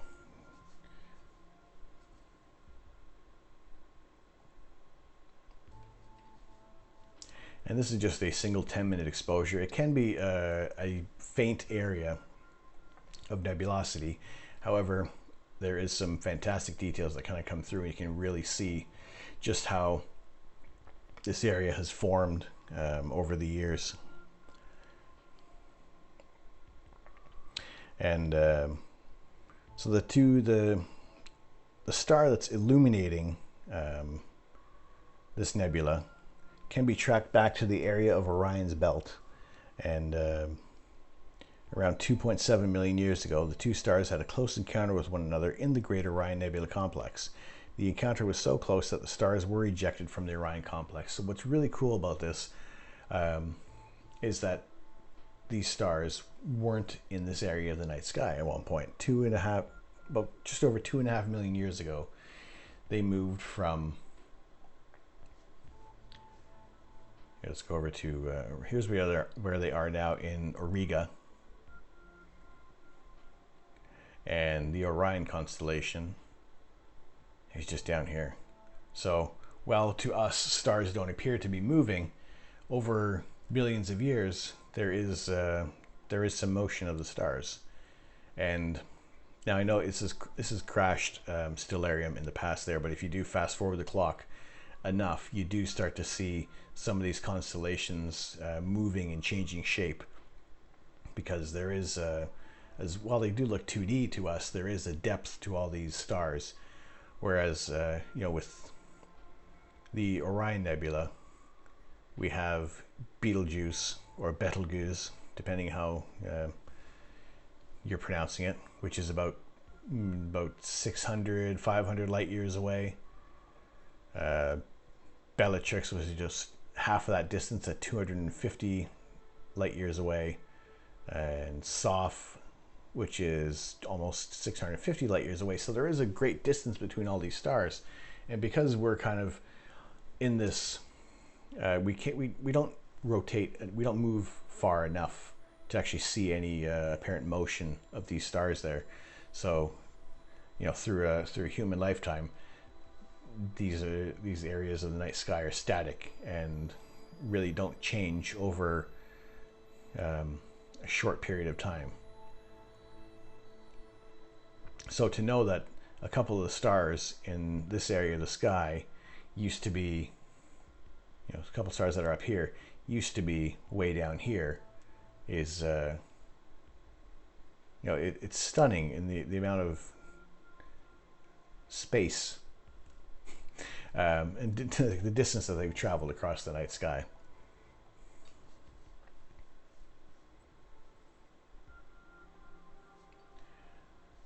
So this area is much larger complex than what we're looking at right now. However, at these focal lengths, you do get to see more details than you would in a kind of a wide field image. And something like this I have imaged in the past with a smaller telescope, but at a wider focal length. So I was able to, get more of the nebula within the shot there. And let me just pull that one up there, because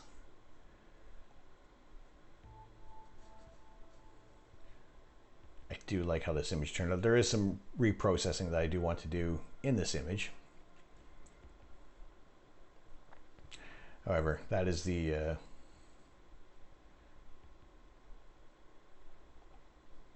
shot of the Flaming Star Nebula in a wide field image. So to kind of give you a better idea of what it is we're looking at there. So, like I said, in our shot down here, it's just this little area. So you can tell about almost a meter in focal length. You're really kind of getting up close and personal with the nebula. Whereas at the longer focal lengths, it will you get more detail out of there. So what if you capture this with 20-minute exposure? Will it be better? It would be marginally improved. You do have a bit of a law of diminishing returns on a single exposure. However, a lot of the detail comes out in doing multiple exposures. Usually I shoot at about 4 minutes in length, 4 or 5 minutes for a shot. So this image here of the Flaming Star is 14 hours and 20 minutes worth of exposures. And so yeah, because some of it is so faint that it does need to be built up over time. So I have done 16-minute images, and there are some minor benefits, but it's one of those things that would be you run the risk of having like airplanes or satellites kind of going through your image the longer that you expose for. So for what I do for these sessions is I do a 10-minute exposure, and generally if something kind of flies through, we're not too fussed on that, because we're not really building a final image with the shots that we take tonight or any other nights there. So we are just kind of looking at specific images or specific areas in the night sky, and just trying to tease out as many details as possible within the time frame there. So I always want to try to get as many images as possible. I mean, I can stretch it a little more there to try and pull out some details. However, you start to see more noise showing up in the image, because while the camera I'm using is a cooled astronomy dedicated camera, where you are able to get rid of a lot of the noise. But when you do stretch the histogram down here at the bottom there, you are amplifying noise that is always going to be in an image.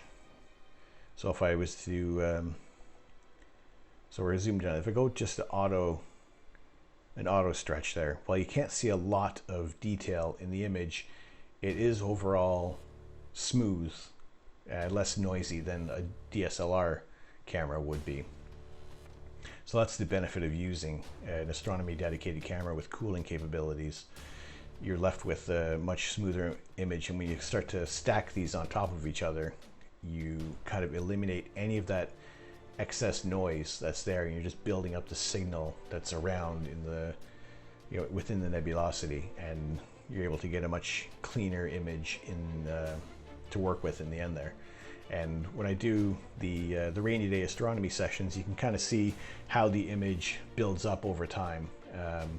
Builds up over time, how you can expose the certain details bit by bit as you're working on them there. But for the sake of what we do for these sessions, it is a little bit of an aggressive approach on things, just to try and bring out as many details as possible there. And there are some areas of the night sky that look a lot better than others because they are, they're brighter areas of nebulosity. Some are emission nebula, like part of this one. Some are reflection nebulae, where basically the stars are kind of illuminating the gas and dust in the area, versus emission nebulae, where they are where the hydrogen is being excited by the radiation coming off of the birth of stars and other areas in that section of the sky. So like I said, I'm waiting for the Monkey Head Nebula, which should be up above the roof line in, let's see, I need it to be at least 36 degrees. So in about 20 minutes, that will be, that's a nice bright emission nebula to image there. But I'm going to try out for another one here, which is just fairly close to the Flaming Star Nebula, which is part of the what's known as the Spider and the Fly. And this one is looks like it's a combination, another combo of emission and reflection. Yeah, so it could be a smaller, interesting object. Some of the times that with the images that we'll shoot might be, they might turn out great, they might not. And some of the ones that don't turn out great are the ones that are definitely going to need more time, where you would take those series of images and stack them up and do a proper process of them to get those details to come out there.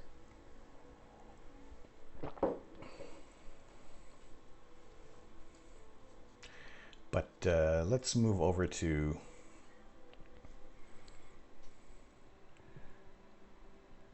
NGC 1931. Now this is all being controlled again with that Raspberry Pi computer, and there are a few different options. There's this one by ZWO. There is another one that's called the Stellar Mate, and there are some by Prima Luce Labs, and those ones by Prima Luce are almost an entire computer system in itself, and they're a little more expensive than say the ZWO ASI Air or the Stellar Mate, where the Stellar Mate and the ASI Air really just kind of have their own software built in there, and it will kind of give its own Wi-Fi signal, and it'll save the images, but you have to process them separately on another computer. Whereas some of the Eagle devices from Prima Luce, you can basically do a lot of your processing on those itself as like its own standalone computer. And it just depends on what your goals are ultimately. Everyone's going to have a different vision of what they want to do with astronomy or astrophotography. So for me, it's controlling this little computer and giving a rough stretch of the images and showing you guys as much of the night sky as possible is what I want to do. So I mean, I thank those who have followed the channel, who have joined the observatory. I appreciate those who have subscribed to the channel, and there's I'm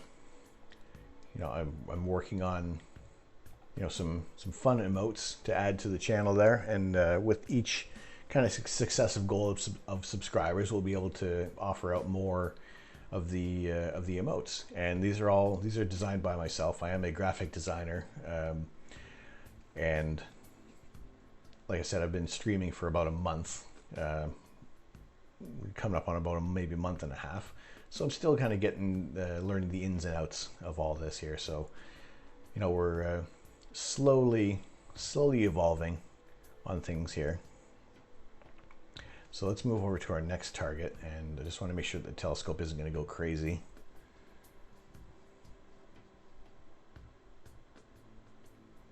It probably shouldn't, because it is a the target is just very, very close to where we're at. And it looks like we're back on track, and I'm happy with that because now we don't have to waste any time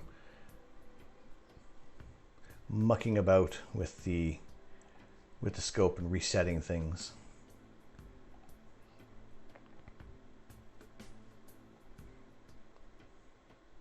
All right, so yeah, down here is the preview for the ASI Air. And I mean, already I'm kind of seeing a little bit of faint gray smudgy bits in the middle there. So this could be an interesting target to look at, hopefully.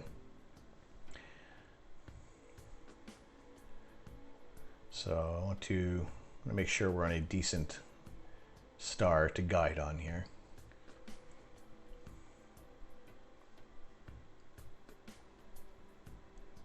Because we might be getting some haze possibly rolling through. It might even be still got some light. Like, I mean, you can see down in the scope there, that kind of the white glow behind the roof line there. That is still the street lights that are causing issues, and it's kind of giving an overall gradient to our image. Until they shut off at 1 in the morning, they are something that we have to contend with the entire night there. So just make sure that everybody is guiding happily.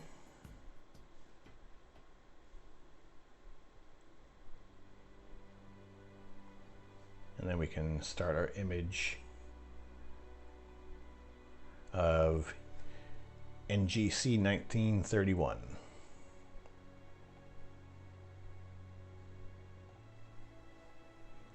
And that's working out pretty well.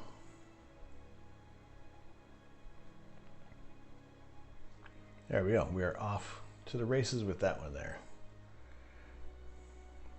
So the whole idea with the ASI Air is that you can control a whole host of parts of the telescope, where you can, you make sure your guide scope is looking at the correct star and following that, and making sure that the mount isn't wobbling any direction that isn't desired.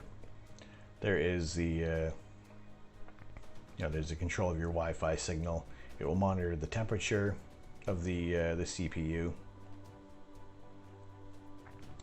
You can control the camera itself, and let's see, I do want to start cooling this down a little more, actually, because we're at 0 degrees. I want to bring it down to about -10 degrees, and that kind of seems to be about the optimal area to have to drop the sensor temperature down to.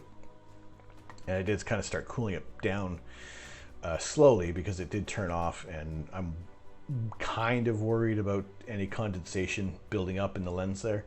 So that is another thing that you have to pay attention to, is the dew point. And you don't want to have any condensation building up on your lenses, on your mirrors, because that's just going to leave you with a foggy image overall. You're not going to get the best resolution.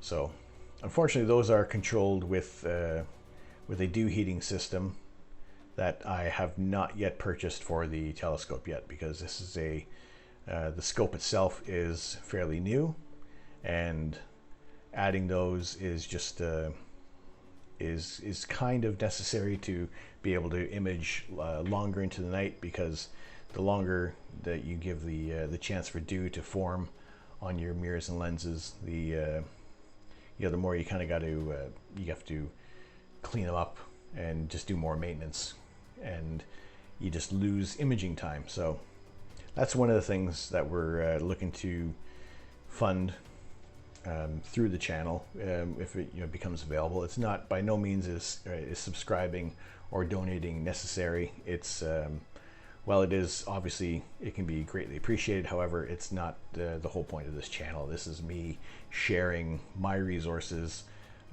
with you guys to bring you images of the night sky.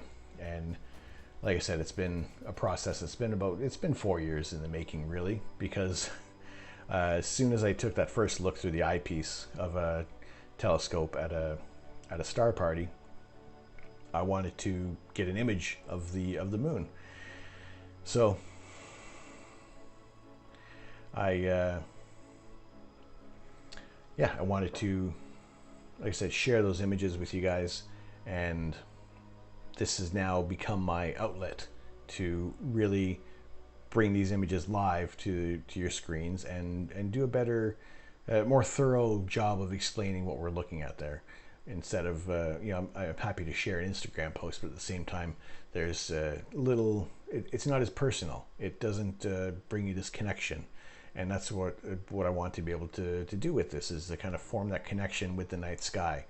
And these images that we're looking at, that they're coming through, it's nothing that's been processed beforehand. I haven't taken them days in advance or anything like that, but these are, as I'm rambling on, we're collecting these photons coming from outer space, traveling millions and thousands of light years away, and we're capturing them in this camera, and you guys are seeing them as they come in. So it's a little different than what you look at in magazines. They're definitely not going to be as pretty as the ones in the magazines, but it's something that is it's essentially a raw image that we're looking at. However, at the time that I'm taking to expose these images at, we're able to build this improve the signal to noise ratio and bring out a good image, well, as good as possible, of the night sky. So it's just been a project that I wanted to do for quite a while, and really I thought I really wanted to kind of get into doing this a little before the UK went into its first national lockdown, but the resources weren't quite there, and it wouldn't be kind of the product I'd be delivering wouldn't be as, I wouldn't even say polished at the moment at the time, but just being ready to do this for you guys. And it's an evolving thing. It's always going to be growing and changing, and like I said, any kind of funds that come in from monetizing this channel, I mean, we just became an affiliate last week. Actually, it's about a week and a half ago that we reached the affiliate level, so we're able to monetize things. But it's not a necessary thing to be donating or subscribing as much appreciated as it is. It's, I'm happy to share these images with you guys. Putsy, how are you? Hope you're feeling good, my man. Hope your voice is recovered from the other night, from all that all your singing. Good morning to you.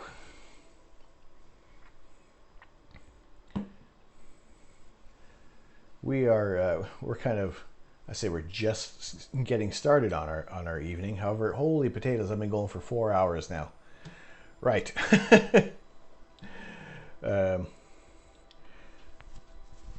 Just woke up, slept early, like finally. That's yeah, you've been doing pulling all-nighters on your streams there. I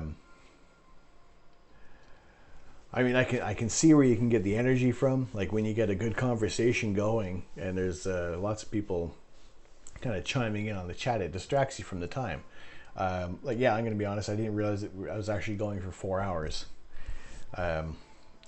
Usually we're kind of starting at about 8, almost 9 o'clock in the UK, but the weather was looking fairly decent right from once we reached astronomical dark, so I did want to be able to get as much time in as possible. I know that I'm probably going to become a victim of condensation sooner than later, which is unfortunate, but yeah. So what made you buy an ASI 533? that is a fantastic question, and I'm happy to answer that one. And it is a long journey it's taken for me to decide on this camera, because obviously the square sensor was something that threw me right away, and it took a fair amount of kind of convincing from it wasn't so much what a lot of people had to convince me, it was I had to convince myself. And ultimately it came down to that there is 0 amp glow in this camera, where I can do a 10-minute exposure and you don't suffer the problems that can come from some of the earlier cameras where they have the amp glow. And I'll show you.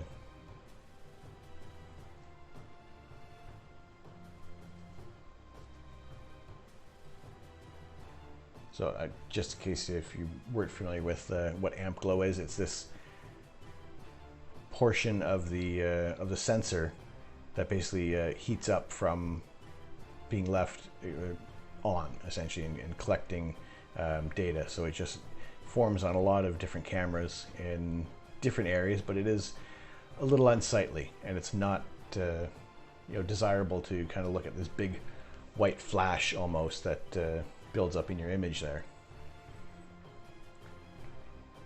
So having an image where you can expose for 10 minutes, 20 minutes, and you have absolutely no kind of these digital artifacts, as it were, impeding the image there. So something like that was the big seller in the end. The square sensor was it took a lot of getting used to, because I was always, because we're in a 16:9 widescreen world now, and even when we had the I think of the old square TVs, the old 4:3 aspects, and I'm gonna hold that thought for 1 second with this image. I'm gonna finish my thought on the camera. Was that it did seem like it could be a bit of a you're going taking a step backwards, but after I basically took like the first image with this camera, I was hooked on it, and I thought about the square sensor works great for sharing these images immediately on Instagram, which has become my larger platform of people to share my images with right now. So it was kind of one of those, like, the instant sharing capability of this, but also it seemed a little easier to form a mosaic with a square image, or you could still make a rectangular image. While that you would need 3:2 to kind of get that widescreen aspect ratio. But the 0 amp glow, it has a really large well depth, and you don't have stars being blown out. I've done a 10-minute exposure, of the Andromeda galaxy, and the core still has a really nice gradient from the center out, and there really isn't any point in there that's blown out and like completely white. So things like the smaller technical aspects of the camera were really attractive. I mean, the price point as well was kind of like within my budget of what I wanted to get into. I was originally thinking the $294, and I was basically like up in the air which one is it going to be, the $294 or the $533, and it was that 0 amp glow, kind of the better price point, and a lot of people were very happy with this camera. And I'm thinking, I don't want to be dealing with that amp glow in the end, and that's what it came down to. Like, pretty much the biggest selling factor was 0 amp glow. Here's a 10-minute exposure that we've just finished, and there's no amp glow. There may be a bit of a gradient, but that comes from the street lights that are kind of impeding on the image at the moment. However,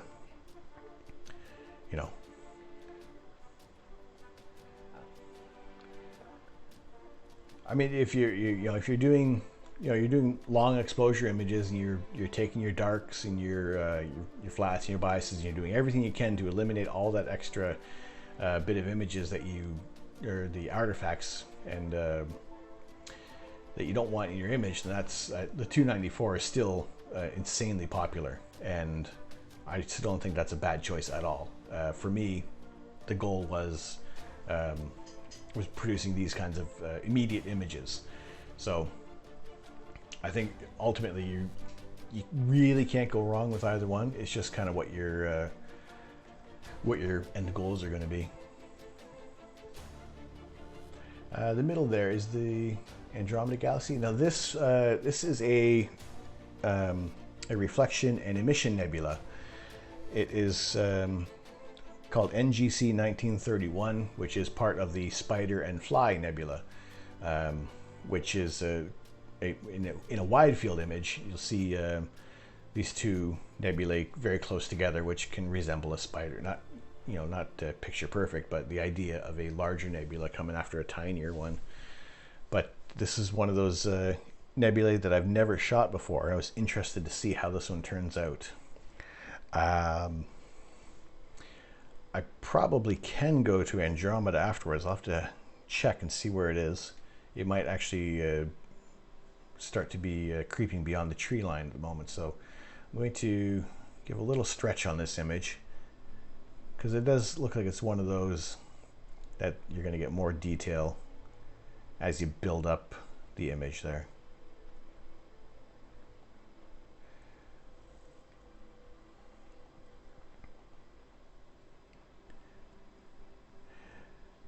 I mean, it's cute.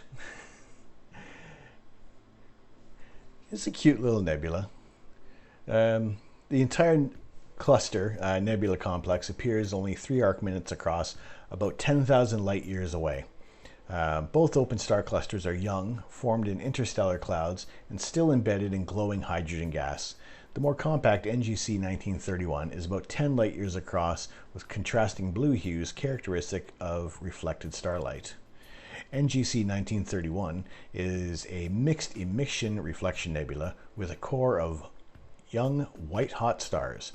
The nebulosity is listed as Sharpless 2237. At its center are 4 stars in a trapezium-like configuration. For this reason, NGC 1931 has been referred to as a miniature version of the Orion Nebula. Its brightest classed O and B stars will possess short, dramatic lives, while the smaller yellow suns will live on in a cluster and orbit the galaxy together. So this bright little core, I'm really zooming in and exaggerating the noise. And really, if I was to put it back to an auto stretch, you see for the most part it still is, it's fairly smooth. And if you're if you're dithering and you have enough images kind of stacked up there, a lot of this noise and some of the hot pixels really average out pretty quickly. And I mean, moving from a DSLR to one of the to an astronomy dedicated camera is a massive leap than if you are if you're kind of hopping from like say a ZWO to a QHY or even within the ZWO family. You don't get that massive jump. And that's what I noticed right away, was how little noise there was in a single exposure versus what was how much noise was in a DSLR camera when my sensor was heating up to like 25 degrees Celsius on a cool night. So being able to keep this at where we are at -10, and also this image this exposure started at about 0 degrees, so it's a little uneven with the noise. But I mean, this is one of those little nebulae that's going to need, I would need to probably get rid of the reducer on here and increase the focal length. And it definitely needs more integration time. Now, I get the idea what they're talking about with it being like a tiny or a miniature Orion. with this little cluster, comparing to the trapezium. However, if you did a 10-minute exposure of the Orion Nebula, that core is completely white and blown out because it is so bright and much closer as well. With this whole little nebula complex is about 10,000 light years away, whereas the Orion Nebula is about 1,200 light years away. So it's much closer, much brighter in the sky, and I'm excited for that to start rising above the roofline, and that should be consistently happening earlier and earlier as the weeks kind of go by there. And like I said, I would hoped to have gotten more of the Orion the Orion Nebula maybe tonight. However, it's 9 degrees outside, 9 degrees Celsius. The dew point is 8, and we're probably going to get condensed out before we get clouded out at about 3 in the morning. So I figured there's probably maybe about another hour I got on the on a clear lens, on a clear mirror on the scope there. So like I said, we're going to go as long as we can, because sometimes these clear nights can be few and far between. The next night that looks clear is let's see, that's Wednesday, Thursday, Friday, Saturday. Is Sunday night is being kind of the next forecast clear night, which is great because it's a new moon and we have absolutely no moon to worry about. The dew point. All right, that is that is a big issue. The other night it was -17 with a few at -19. Everything was frosting up before I even polar aligned. -17. Whereabouts? Not nowhere specific, but whereabouts are you, Mr. Richard?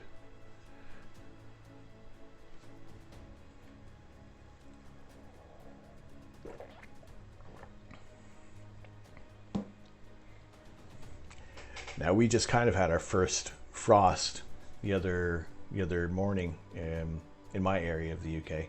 Edmonton. Did we already go on about this? Talking about the West Edmonton Mall? I apologize if I forgot, but now that you're saying that.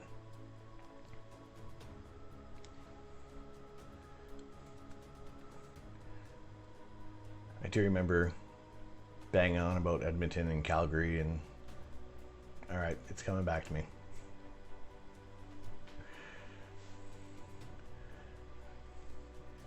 Now that I've had to refresh my memory, it's going to that'll definitely stick now. It's there's a lot of new names and places to associate with, and I would always try my best to remember as many as possible, and I do ask for a tiny bit of forgiveness if I do forget. But as the weeks go on, that I can be afforded less and less forgiveness, because I should start to remember some familiar faces, as it were. The old balls. Who are you? How you doing, Pops? Tomorrow night's the same in Edmonton, -19, a dew point of -20. Man, oh man. At that point, I wouldn't even need to cool down. You wouldn't even need to cool down the camera. Like, the whole thing is probably going to be sitting at like -8 degrees, maybe. Like, at that point, you don't even need any cooling. When I started up the camera tonight, it was at about 7 degrees. So there wasn't a whole lot of cooling. Some nights have been actually down to 4 degrees starting out there. So it's less work on the cooling system there.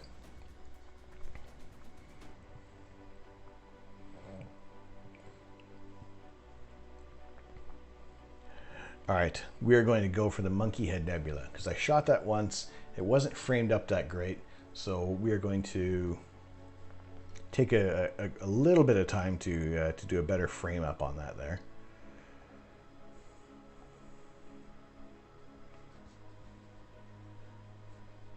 So we'll pick our target, which is NGC 2174.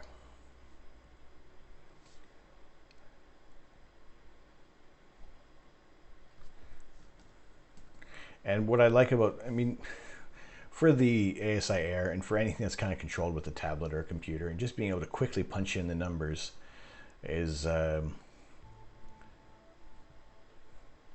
can see much quicker than using a handset, which feels like using like a really old touch tone phone where you got to wait for that first button to respond and then go to the next one and then go to the next one. I mean, at least it's not a rotary phone, right? Right.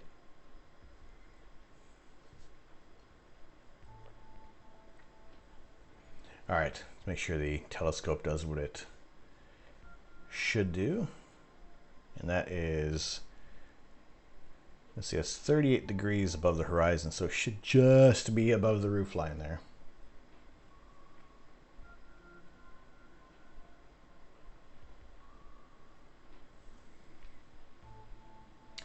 We just want to make sure. Looks good.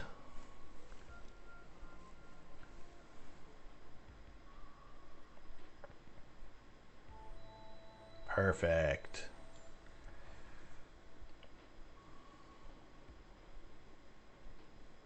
That's what we like to see. All right, now we need to make sure that this is the way how this is centered.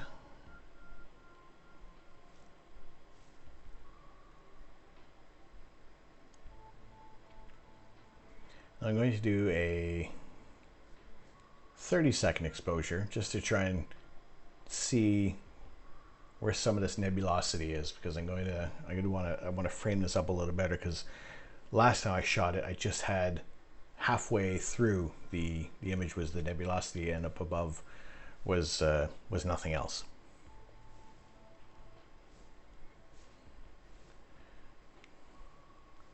So I do see, all right, a bit of the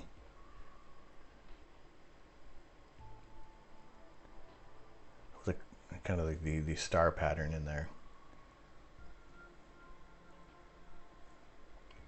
We just want to make sure that this is framed up better so it looks all right.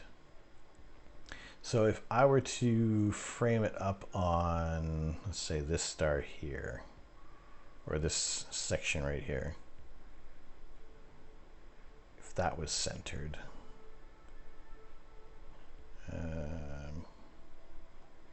right there.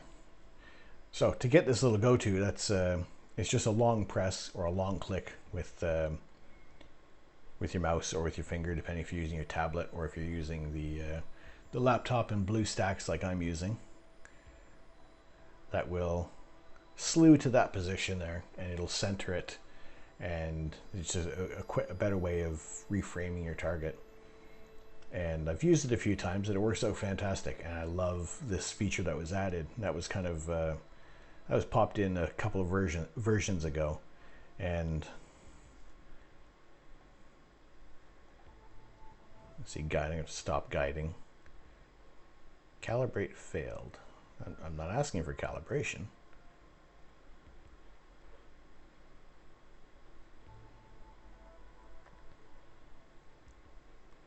I am asking, well, this looks like the guide scope is getting a little foggy. Oh, why did I hit stop?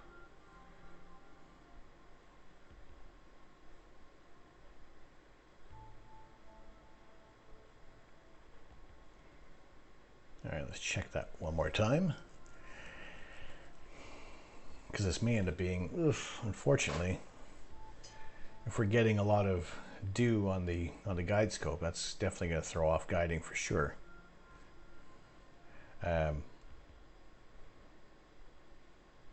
Yeah. So, like I said, absolutely not necessary, but any subscriptions, any donations that do come in, there is the donation button at the bottom in the About section, and that'll kind of take you to a secure site through Stream Elements. And again, this is not necessary. I'm just letting you guys know that anything that kind of comes in is going towards the scope and the whole the equipment setup. As far as, you know, the other things of getting lighting for my stream and, you know, different cameras, that's stuff that you guys don't really see what's going on. I mean, I'm happy with how a lot of this looks. I'm using my old DSLR for my camera. I have other monitors available that work as light boxes. I'm totally happy with that. And like the interesting stuff is, you know, what's farther below this goal thing here. It's down here. That's the interesting stuff. That's what I want to be able to improve and show you guys what is going to bring you more images. Bubba Zelnick. Hi Ma, how are you?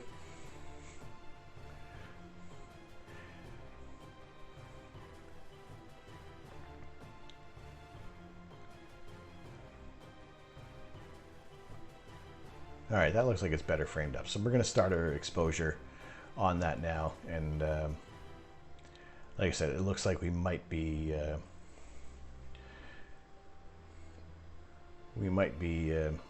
succumbing to condensation. And you can even see, like, in the, like, even overall with that glow, that sky glow, it's much more prominent. And you know, that's reflecting off any of the water molecules in the sky, which are much higher at the moment. You know, because we're at high humidity. What are we at? We're at, actually, no, that's the other day. What's tonight? Tonight is 95% relative humidity.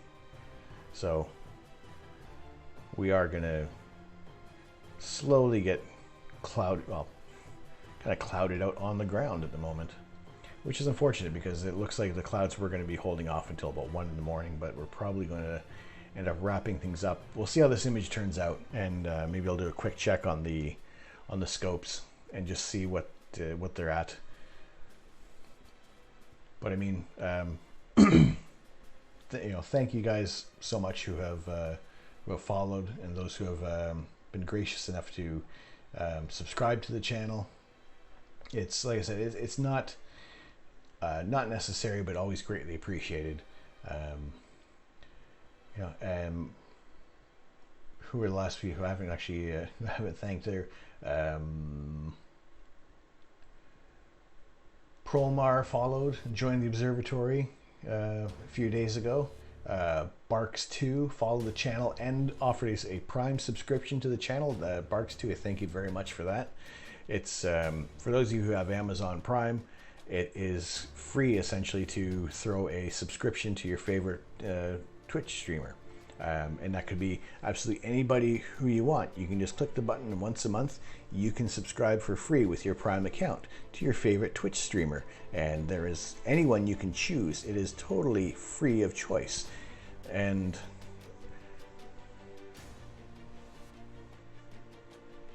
still not necessary to subscribe to the channel. But if you have Amazon Prime, for a free click, you can subscribe to your favorite Twitch streamer. Absolutely anyone you want. A Lost Prophet followed, joined the observatory. Nova Charter joining the observatory. Shotgun Steve was our 100th follower to the observatory. And thank you very much for joining in from Shippy's crew, and it's much appreciated. I choose you, like Pikachu. We had two gifted subs, 2 gifted tier 1 subs from Astrocaller tonight, and I appreciate that immensely. It's kind of humbling that those people want to kind of throw some money this way of their hard-earned cash, and you know, this is all that goes towards is just improving these images as much as possible. And you know, I'm entirely grateful for those who have who have contributed, who have joined. And yeah, I couldn't be any more appreciative. And the way I want to try to really give back is to bring you more images of the night sky, and you know, image as long as possible.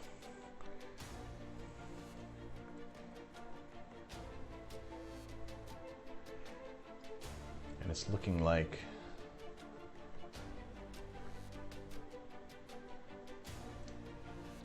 we're getting a little grayed out there, and this might end up being the last image of the evening. So we'll see how that goes. I'm interesting. Well, thank you. Thanks, Ma. I try to be as interesting as possible. And while for some people it might, for some reason, seem like a dry subject for science and technology, it you know, it's for me, astronomy is one of the most interesting things about life, really. I mean, there's so much more beyond, you know, beyond our streets, our houses, our neighborhoods. It's crazy. Ruffin, what you looking for? What I'm looking for as many clear nights as possible.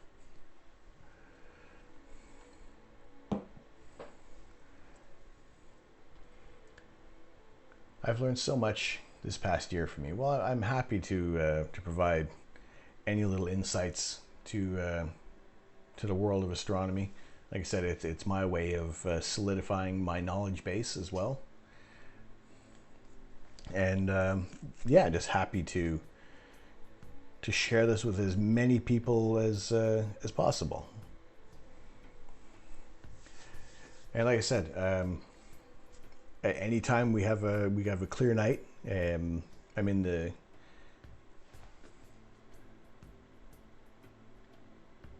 I mean, what you're looking for in space. Everyone that looks out is looking for something. So what are you looking for?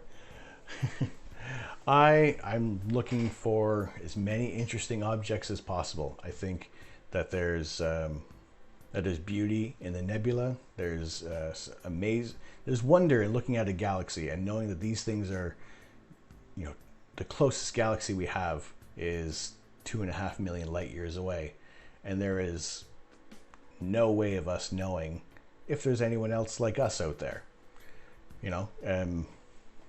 So while I'm not looking for other intelligent life in there, I'm just looking for the beauty in the night sky, and just want to be able to share it with you guys as much as possible, as often as possible.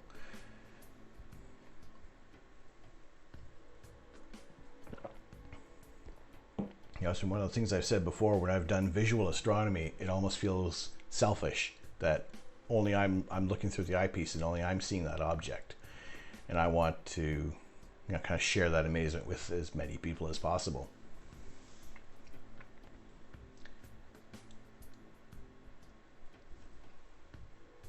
And well, right now, it looks like this will be the last image to share of the night. Although guiding has improved slightly. We'll see. Like I said, I'm gonna be imaging as long as possible, as long as you know, as long as the condensation stays away.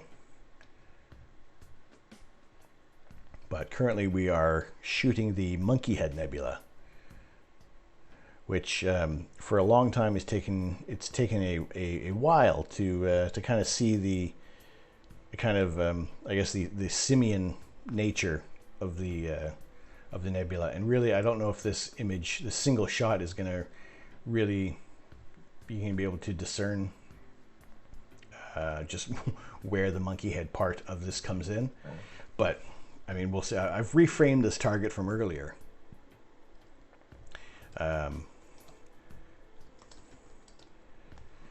So hopefully a little more is going to be visible.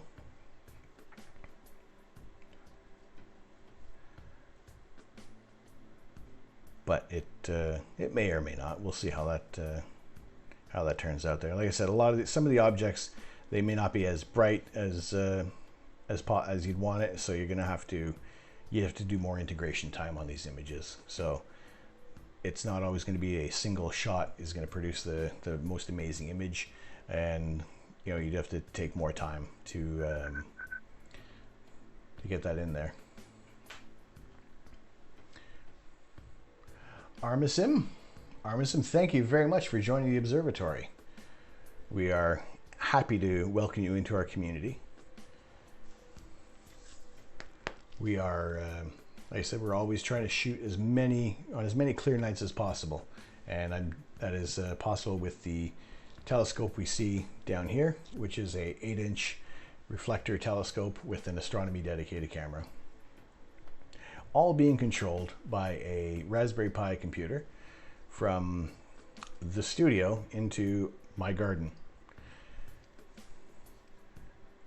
Now, whenever we do have cloudy nights, I will try to do some sort of astrophotography processing, kind of give you guys an idea of what is going on in the night sky, and just how a single image and a single image that we kind of what we take on these nights can be turned into a much more detailed and clearer image when you integrate more time into there.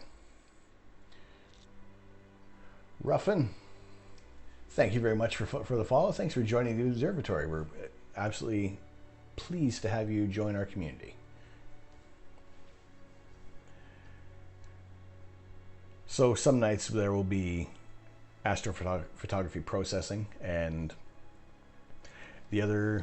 sometimes it'll be a little bit of a mixed bag where I've kind of done a little bit of some graphic design live on the site, and you know, a little bit of maintenance on the stream. Like I said, we've been doing this for just over about 6 weeks now, so still really getting into the swing of things, and just really happy with the support that's been going on to reach the level of affiliate as quickly as we did. And that was kind of one of the first hurdles that we wanted to get over in this whole channel and building this community. So let's see, we have our image complete, and it looks, let's see how that kind of has turned out there.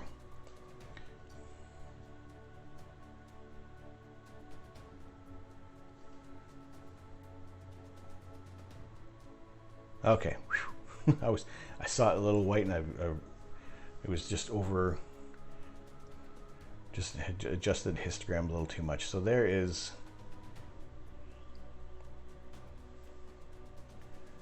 the Monkey Head Nebula. So let's let me adjust the histogram a little bit to bring out some more details in there, brighten it up.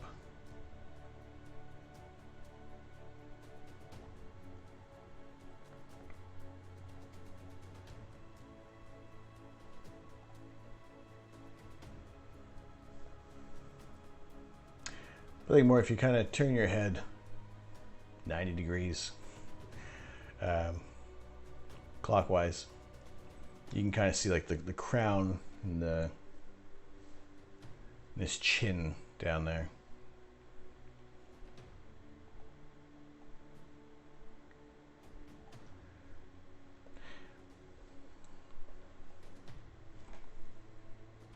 See what that is.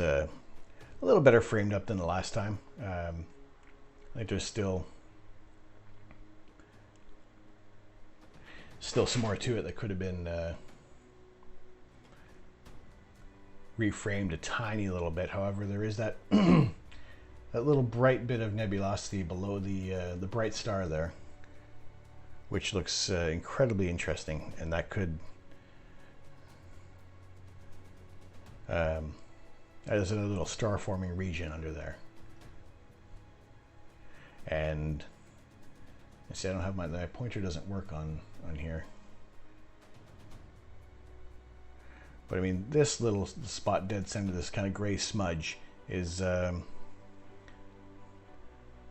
get a bit of reflection in that area. That's I don't know which star is actually causing that reflection. I have to look into that a little more there. Roof and pulsar stars are my favorite to look at. They're so beautiful. I guess the first one I really looked at was the Crab Nebula, and you know, we're shooting at just under 1,000 millimeters, So we've been able to get some great detail of the Crab Nebula, and this telescope has a native focal length of about 1600 millimeters. I'm using a reducer on this right now so we can get a little bit of a wider focal length at the moment and improve the focal ratio. So it's kind of that almost a step into the wide field imaging for this telescope, and it's there's been some amazing targets that we've kind of picked up over the past few weeks, and I'm just really impressed with this the scope and camera combination that I didn't really think was going to be, kind of within the realm of my capabilities, and kind of pooling these resources together, because I was shooting with the DSLR for about 3.5 years really, and really struggling with the image that came out of there. As happy as I've been with them, I know that what's already come out of this camera has been incredible for me. And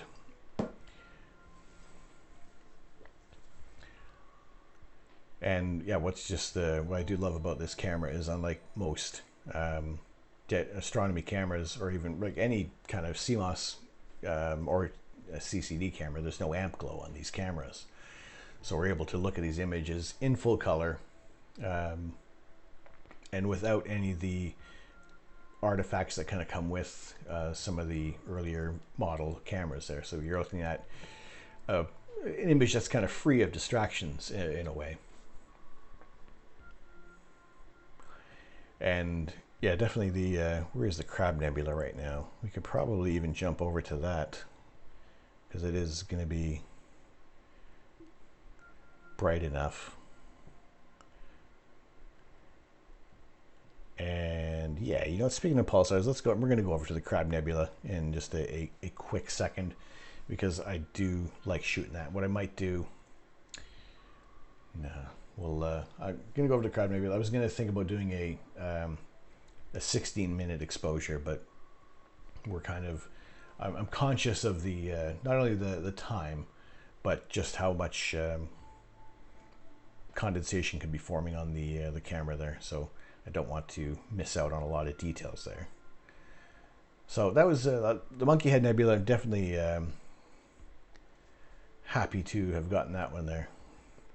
So just a quick little bit on that. It's a star-forming region in which bright newborn stars near the center of the nebula illuminate the surrounding gas with energetic radiation. The cloud is sculpted by ultraviolet light eating into the cool hydrogen gas, which kind of summarizes a lot of the emission and reflection nebulae. But there isn't, initial research, just at initial glances of things, there isn't a whole lot of write-up about this area of the sky. As wonderful as it looks, there's I don't have a lot of immediate information readily available. So what I do want to do, excuse me, sorry, is try to dig a little more information on this specific nebula, like who was the one who cataloged it, who discovered it, how far away this whole thing is, because there's only so much information that I have on these on my platforms there. So it looks like actually the distance is about 1400 light years, which is roughly about the same distance as the Orion Nebula. So this kind of sits in that same galactic plane as Orion.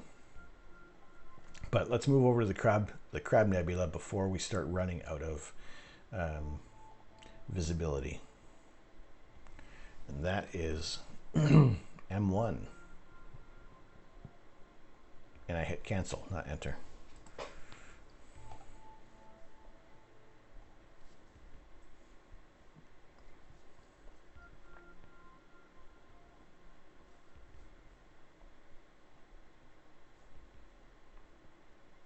All right, it's not a big jump from where we're at.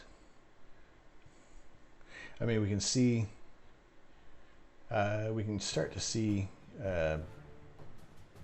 the Orion constellation up above the roofline there. Now, while we can see it from the security camera's vantage point, the scope is probably going to see. What can we get from there? What is? Yeah, Betelgeuse is not actually above the roof line yet. It's about 33 degrees. I see Mesa and Bellatrix would just be clearing the roof line for the scope's vantage point. So there is, like I said, I was earlier on, I was hoping to have maybe captured the Christmas tree cluster or the Rosette Nebula, but that's going to come up above the roof line in just over an hour for the Christmas tree cluster. But I think by that time we're going to be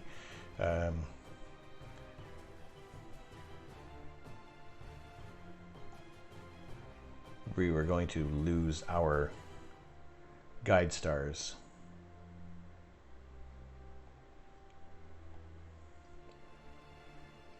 And I'm thinking we actually might be losing it now.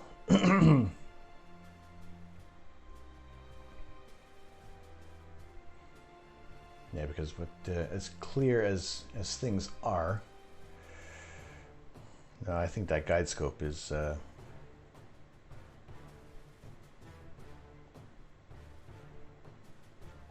see if I bump up the exposure time, try to brighten them up a little bit.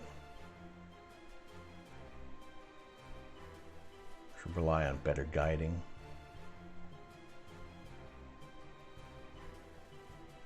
Hopefully punch through that the condensation that's building up on the scope, although at a 5-second interval for a guide star might be too much.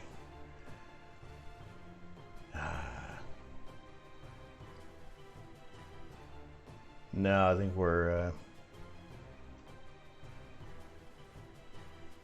we have reached the dew point. There's too much condensation, unfortunately. That's our weather tomorrow. At least I can air things out tomorrow morning.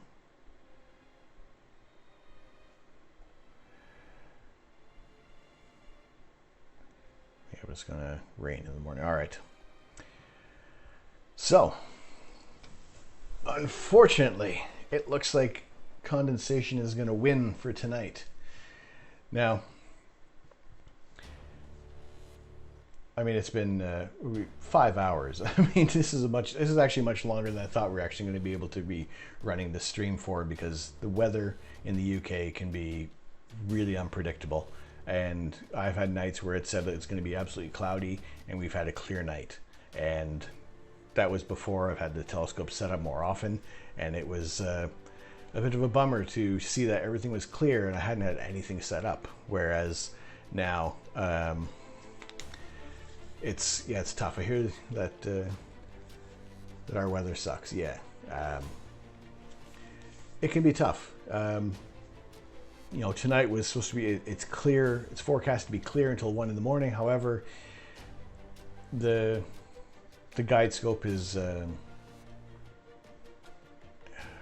been incapacitated by condensation, so it's not able to guide and make sure the mount is staying on track, which is, well, it's not possible for this mount to track unguided for 10 minutes at a time to really get those images that I want to show you guys.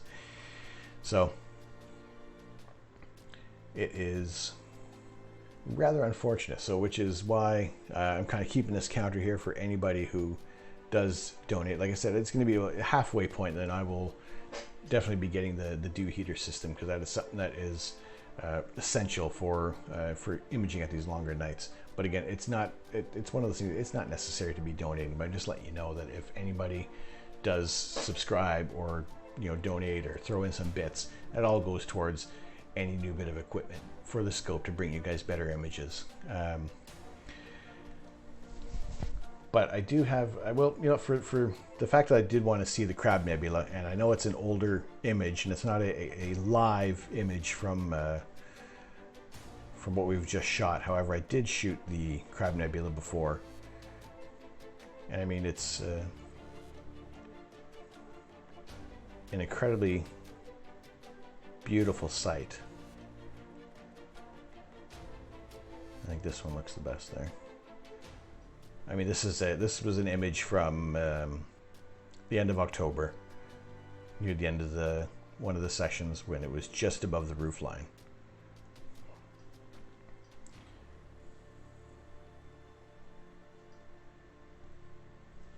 So this is an earlier image that we shot, but I do like I said, I did want to see it see it live again. But this is the Crab Nebula. It is at the heart of it is a pulsar, and this star was the star exploded in 1054 AD, and it was documented by Chinese astronomers, and it was kind of labeled as a guest star in that area of the sky, and it shone bright for weeks on end. And this is the remnant of this supernova that occurred. And what was the speed that this thing is actually expanding at? I do have that. Actually, I do have that information there, so you can kind of get an idea of just how incredible. Now, there's tons of information on this one because it is a well-documented object in the night sky. And oh, where's the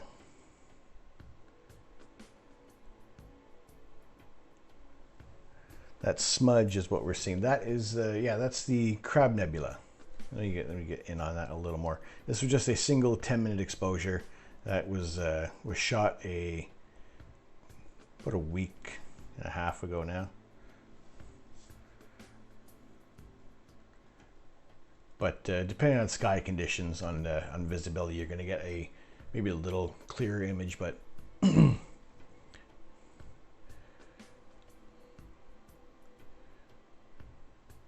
where's the? So the nebula's distance is well determined to be 6,300 light years away, and the Crab Nebula that we're looking at right now has a dimension of about 13 by 11 light years, and is expanding at about 1,800 kilometers per second. So, I mean, this thing is moving incredibly fast, and this is how much it has evolved since 1054 AD. So this is one of those objects that could be better observed over time, and actually maybe see a little bit of the apparent motion over the years. Tiny amounts, but it's one of those objects that has basically been recorded since its birth, since the birth of its death, I guess.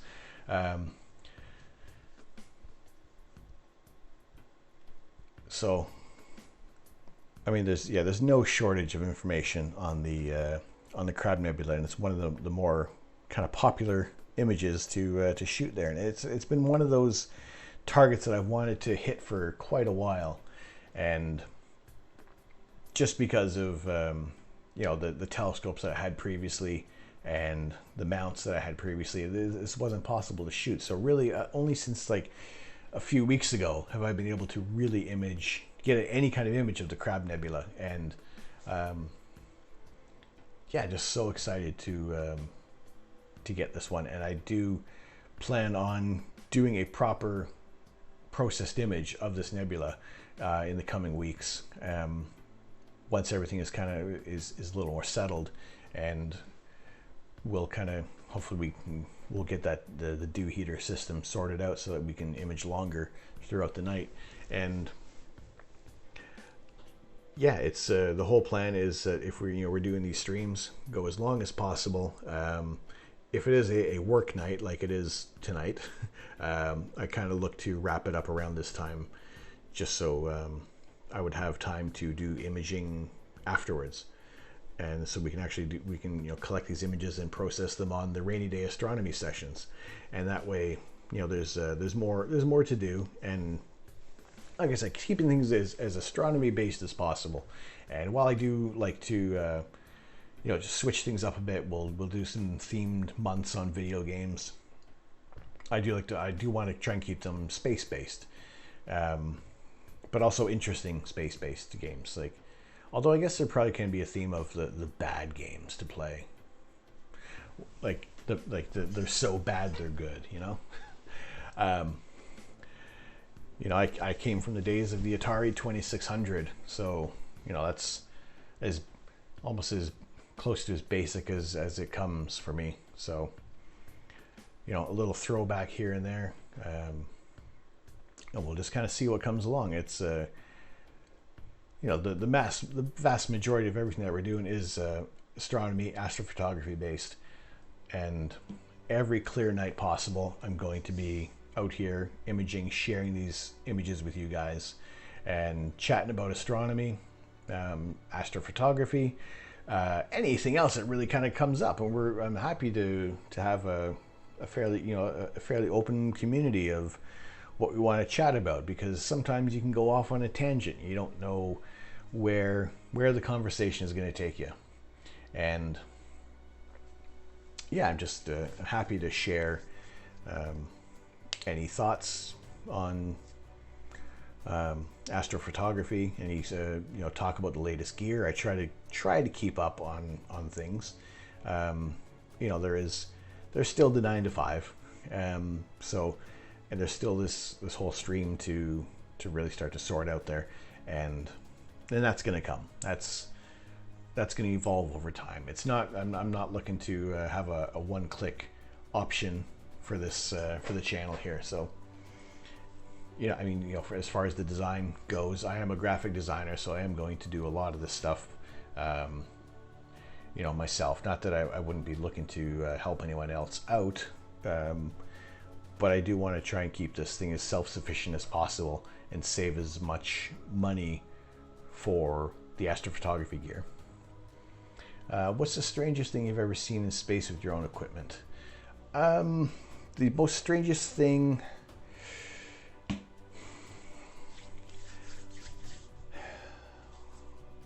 No, I think actually it's not so much that it's the strangest thing, but one of the most amazing bits has been capturing a comet in a fairly long focal length in a single image. It doesn't always happen that often, and it's more common if you're shooting like a wide field image at 25, 18 millimeters, really getting a lot of the night sky in there. But when you're shooting at a very focused, a long focal length there, capturing a meteor through that very narrow lens is pretty cool. So that was one of them there. And let me see, actually, I think I did share that one on the Instagram page. And that's it. So every day, the Earth plows through approximately hundreds of millions of tons of debris, most pieces no larger than a grain of sand. You'd think after 4.6 billion trips around the sun, the Earth would have cleaned up all this debris. And that was captured in December last year. And that's the shot there on the Instagram page when I was going after the California Nebula. Usually if a satellite or an airplane goes through the shot, it's disappointing because you're basically going to throw away that image, and you got to make sure that you try to do what you can to replace it with another image. And yeah, capturing a meteor or meteorite kind of coming through the atmosphere at the time when you're shooting at such a narrow focal length is really cool. So that's one of the more interesting things I've seen that I've captured through the camera by accident. There have been times I've tried to capture images of the of different meteor showers at a wide focal length and trying to capture them. I have caught a few on purpose, but this one was one of those that I was happy to have photobomb my image, and very happy to keep that one instead of throwing it away.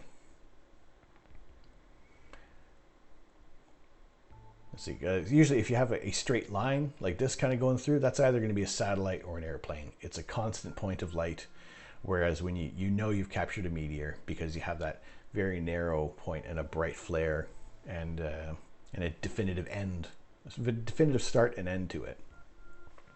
Sometimes you can have a false meteor going through and it's actually a satellite just flaring from sunlight, but you can still see a constant line going through your image. Whereas a meteor, it's going to be a little more colorful, and it has a definite beginning and an end.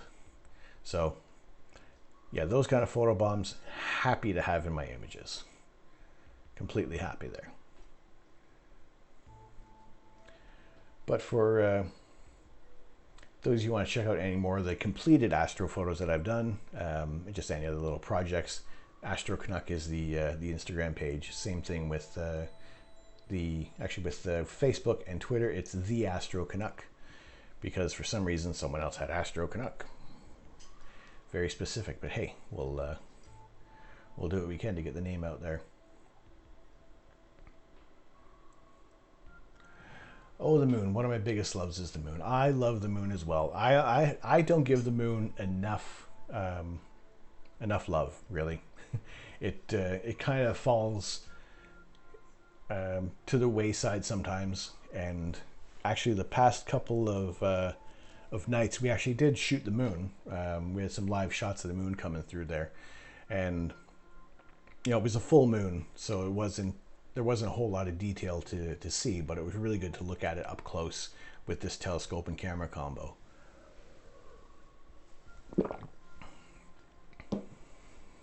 So there are some, not many pics of the moon. There's a fair progression of what's my first image of the moon to my latest image of the moon. And like I said, seeing what this camera and scope can do, I do want to give the moon a fair shake this season.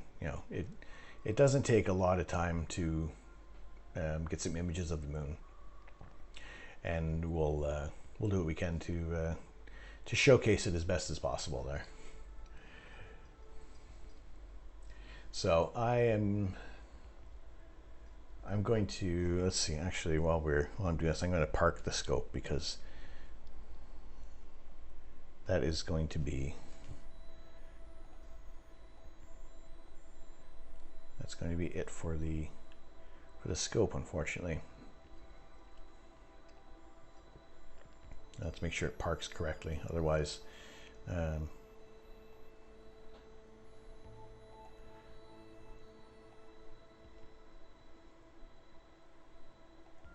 75 seconds. Just want to make sure that although you can see some wispy clouds even kind of coming through there, so yeah, no, unfortunately.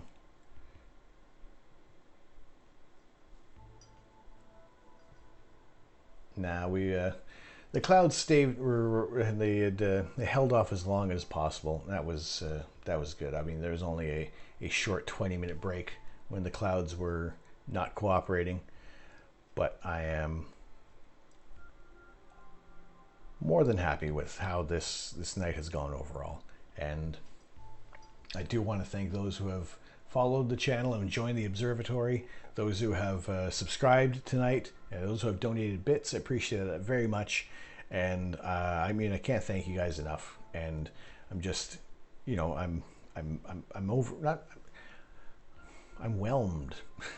I'm humbled by the response that people have given, and I'm just happy to share this with you guys, and just grateful that you guys are kind of showing up, and those who are chatting and just kind of sparking up some conversation. It's a little better than me just kind of bouncing ideas off the wall and just rambling on for things. So I appreciate those of you who have jumped in the chat. The participation is not necessary at all. I mean, if you're happy to kind of just watch the images of the stars come in, just quietly observing, that's totally fine. I mean, there's no pressure to have like large scale interaction on the channel. That's totally fine.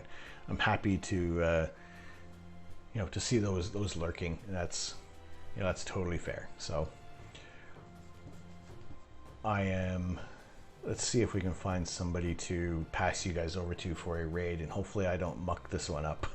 There have been some, I guess not disinteresting raids, but there have been a couple who actually who almost chickened out, unfortunately, and kind of bailed as soon as I passed them over there.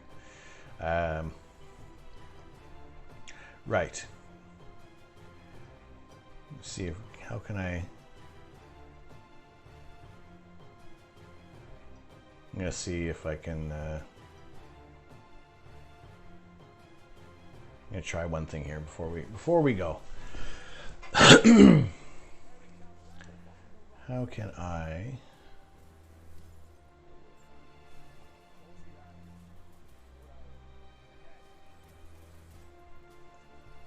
oh, here we go. Let's now the chances are this guy might be wrapping up. However, he's I watched him for like 20 minutes and he was hilarious. He's got some fantastic energy, and I want to see, make sure that you can, because I can send you guys over there, because he's a little bit of fun and yeah, a little bit crazy, a little bit kooky. So we'll let me see if we can send that over there so I don't. All right, random British dude. I was passed over to his channel earlier, and yeah, a little bit of fun there. So if you guys want to stick around for the raid, we'll send you over there. And I thank you guys so much for tuning in. I thank you guys so much for all your participation. Thank you guys for lurking. Thank you guys for the follows, joining the observatory, for the subscriptions. I cannot thank you enough, and I will see you next time. I don't have a new stream scheduled, but I'll keep an eye on the weather, and we'll see how that goes. So I have been Tom. I am the Astro Canuck, and I will see you guys next time. And I am not here to change the world. I'm here to share the universe. Thank you very much.